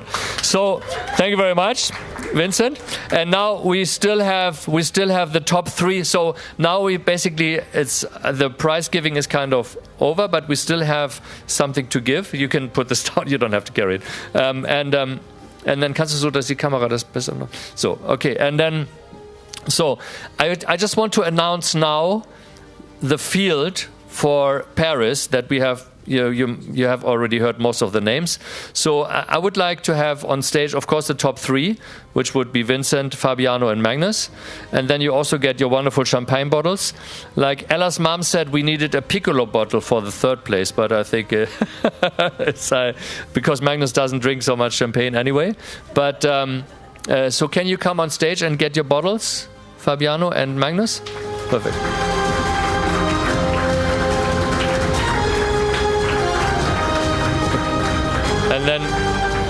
And then stand next to, because we're going to get some more people on stage. So I want to have all the people who are also coming to Paris. So Gukesh, of course, you're coming to Paris. You're coming up to the stage. And we have Hikaru, coming up to the stage. So now these are the players that from this tournament have qualified for Paris.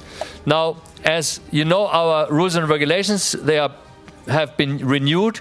They will be just after this prize giving. They will be on the website. I have put them here just to show you. Those are the rules and regulations that we have put out, and so it's clear how you qualify. So we have the top 3 of the previous Grand Slam, which is the top 3 here. The current FIDE World Champion in classical chess. The top 2 classical ELO rating in the month of the previous Grand Slam, which is basically now Hikaru Nakamura and Arjun Erigaisi. So Arjun will come to Paris as well as the next player, and he already agreed to come, told me. Then we have the winner of a major classical over-the-board tournament preceding the Grand Slam, which was Weigand. So the winner of Weigand will also come to Paris, and he also agreed, is Prague. He will also come. So we have a very strong Indian field. All of the top 3 Indian young players are playing in Paris. Then we have the winner of a co-organized freestyle over-the-board open preceding the Grand Slam, and as you have heard yesterday, it's going to be Hans Niemann. He also agreed. He will also come to Paris. And then we'll do the winner of an online match between 2 players that have been previously selected. And we have selected the 2 French players. So basically, Alireza, you can come on stage because you will also join us in Paris. Because it's like Vincent for Germany, of course, we want to have Alireza for France playing in France. Yes, and then so in the end, then we have 2 wildcards to be given, but we have some ideas, but we don't reveal the names right now. So this is basically the field that you're going to see in Paris, plus an additional 1, 2, 3, 4, 5, 6, an additional 6 players. So we're going to have 12 players in Paris. Thank you very much. Thank you for the show. Thank you for everybody. And now we're going to have a great poker night. We're going to have a party. We're going to have the great DJ from last time again. I know my Aunt Moni and Martin, they danced until 5 o'clock in the morning. So have fun, enjoy your time. And thank you very much and see you in Paris.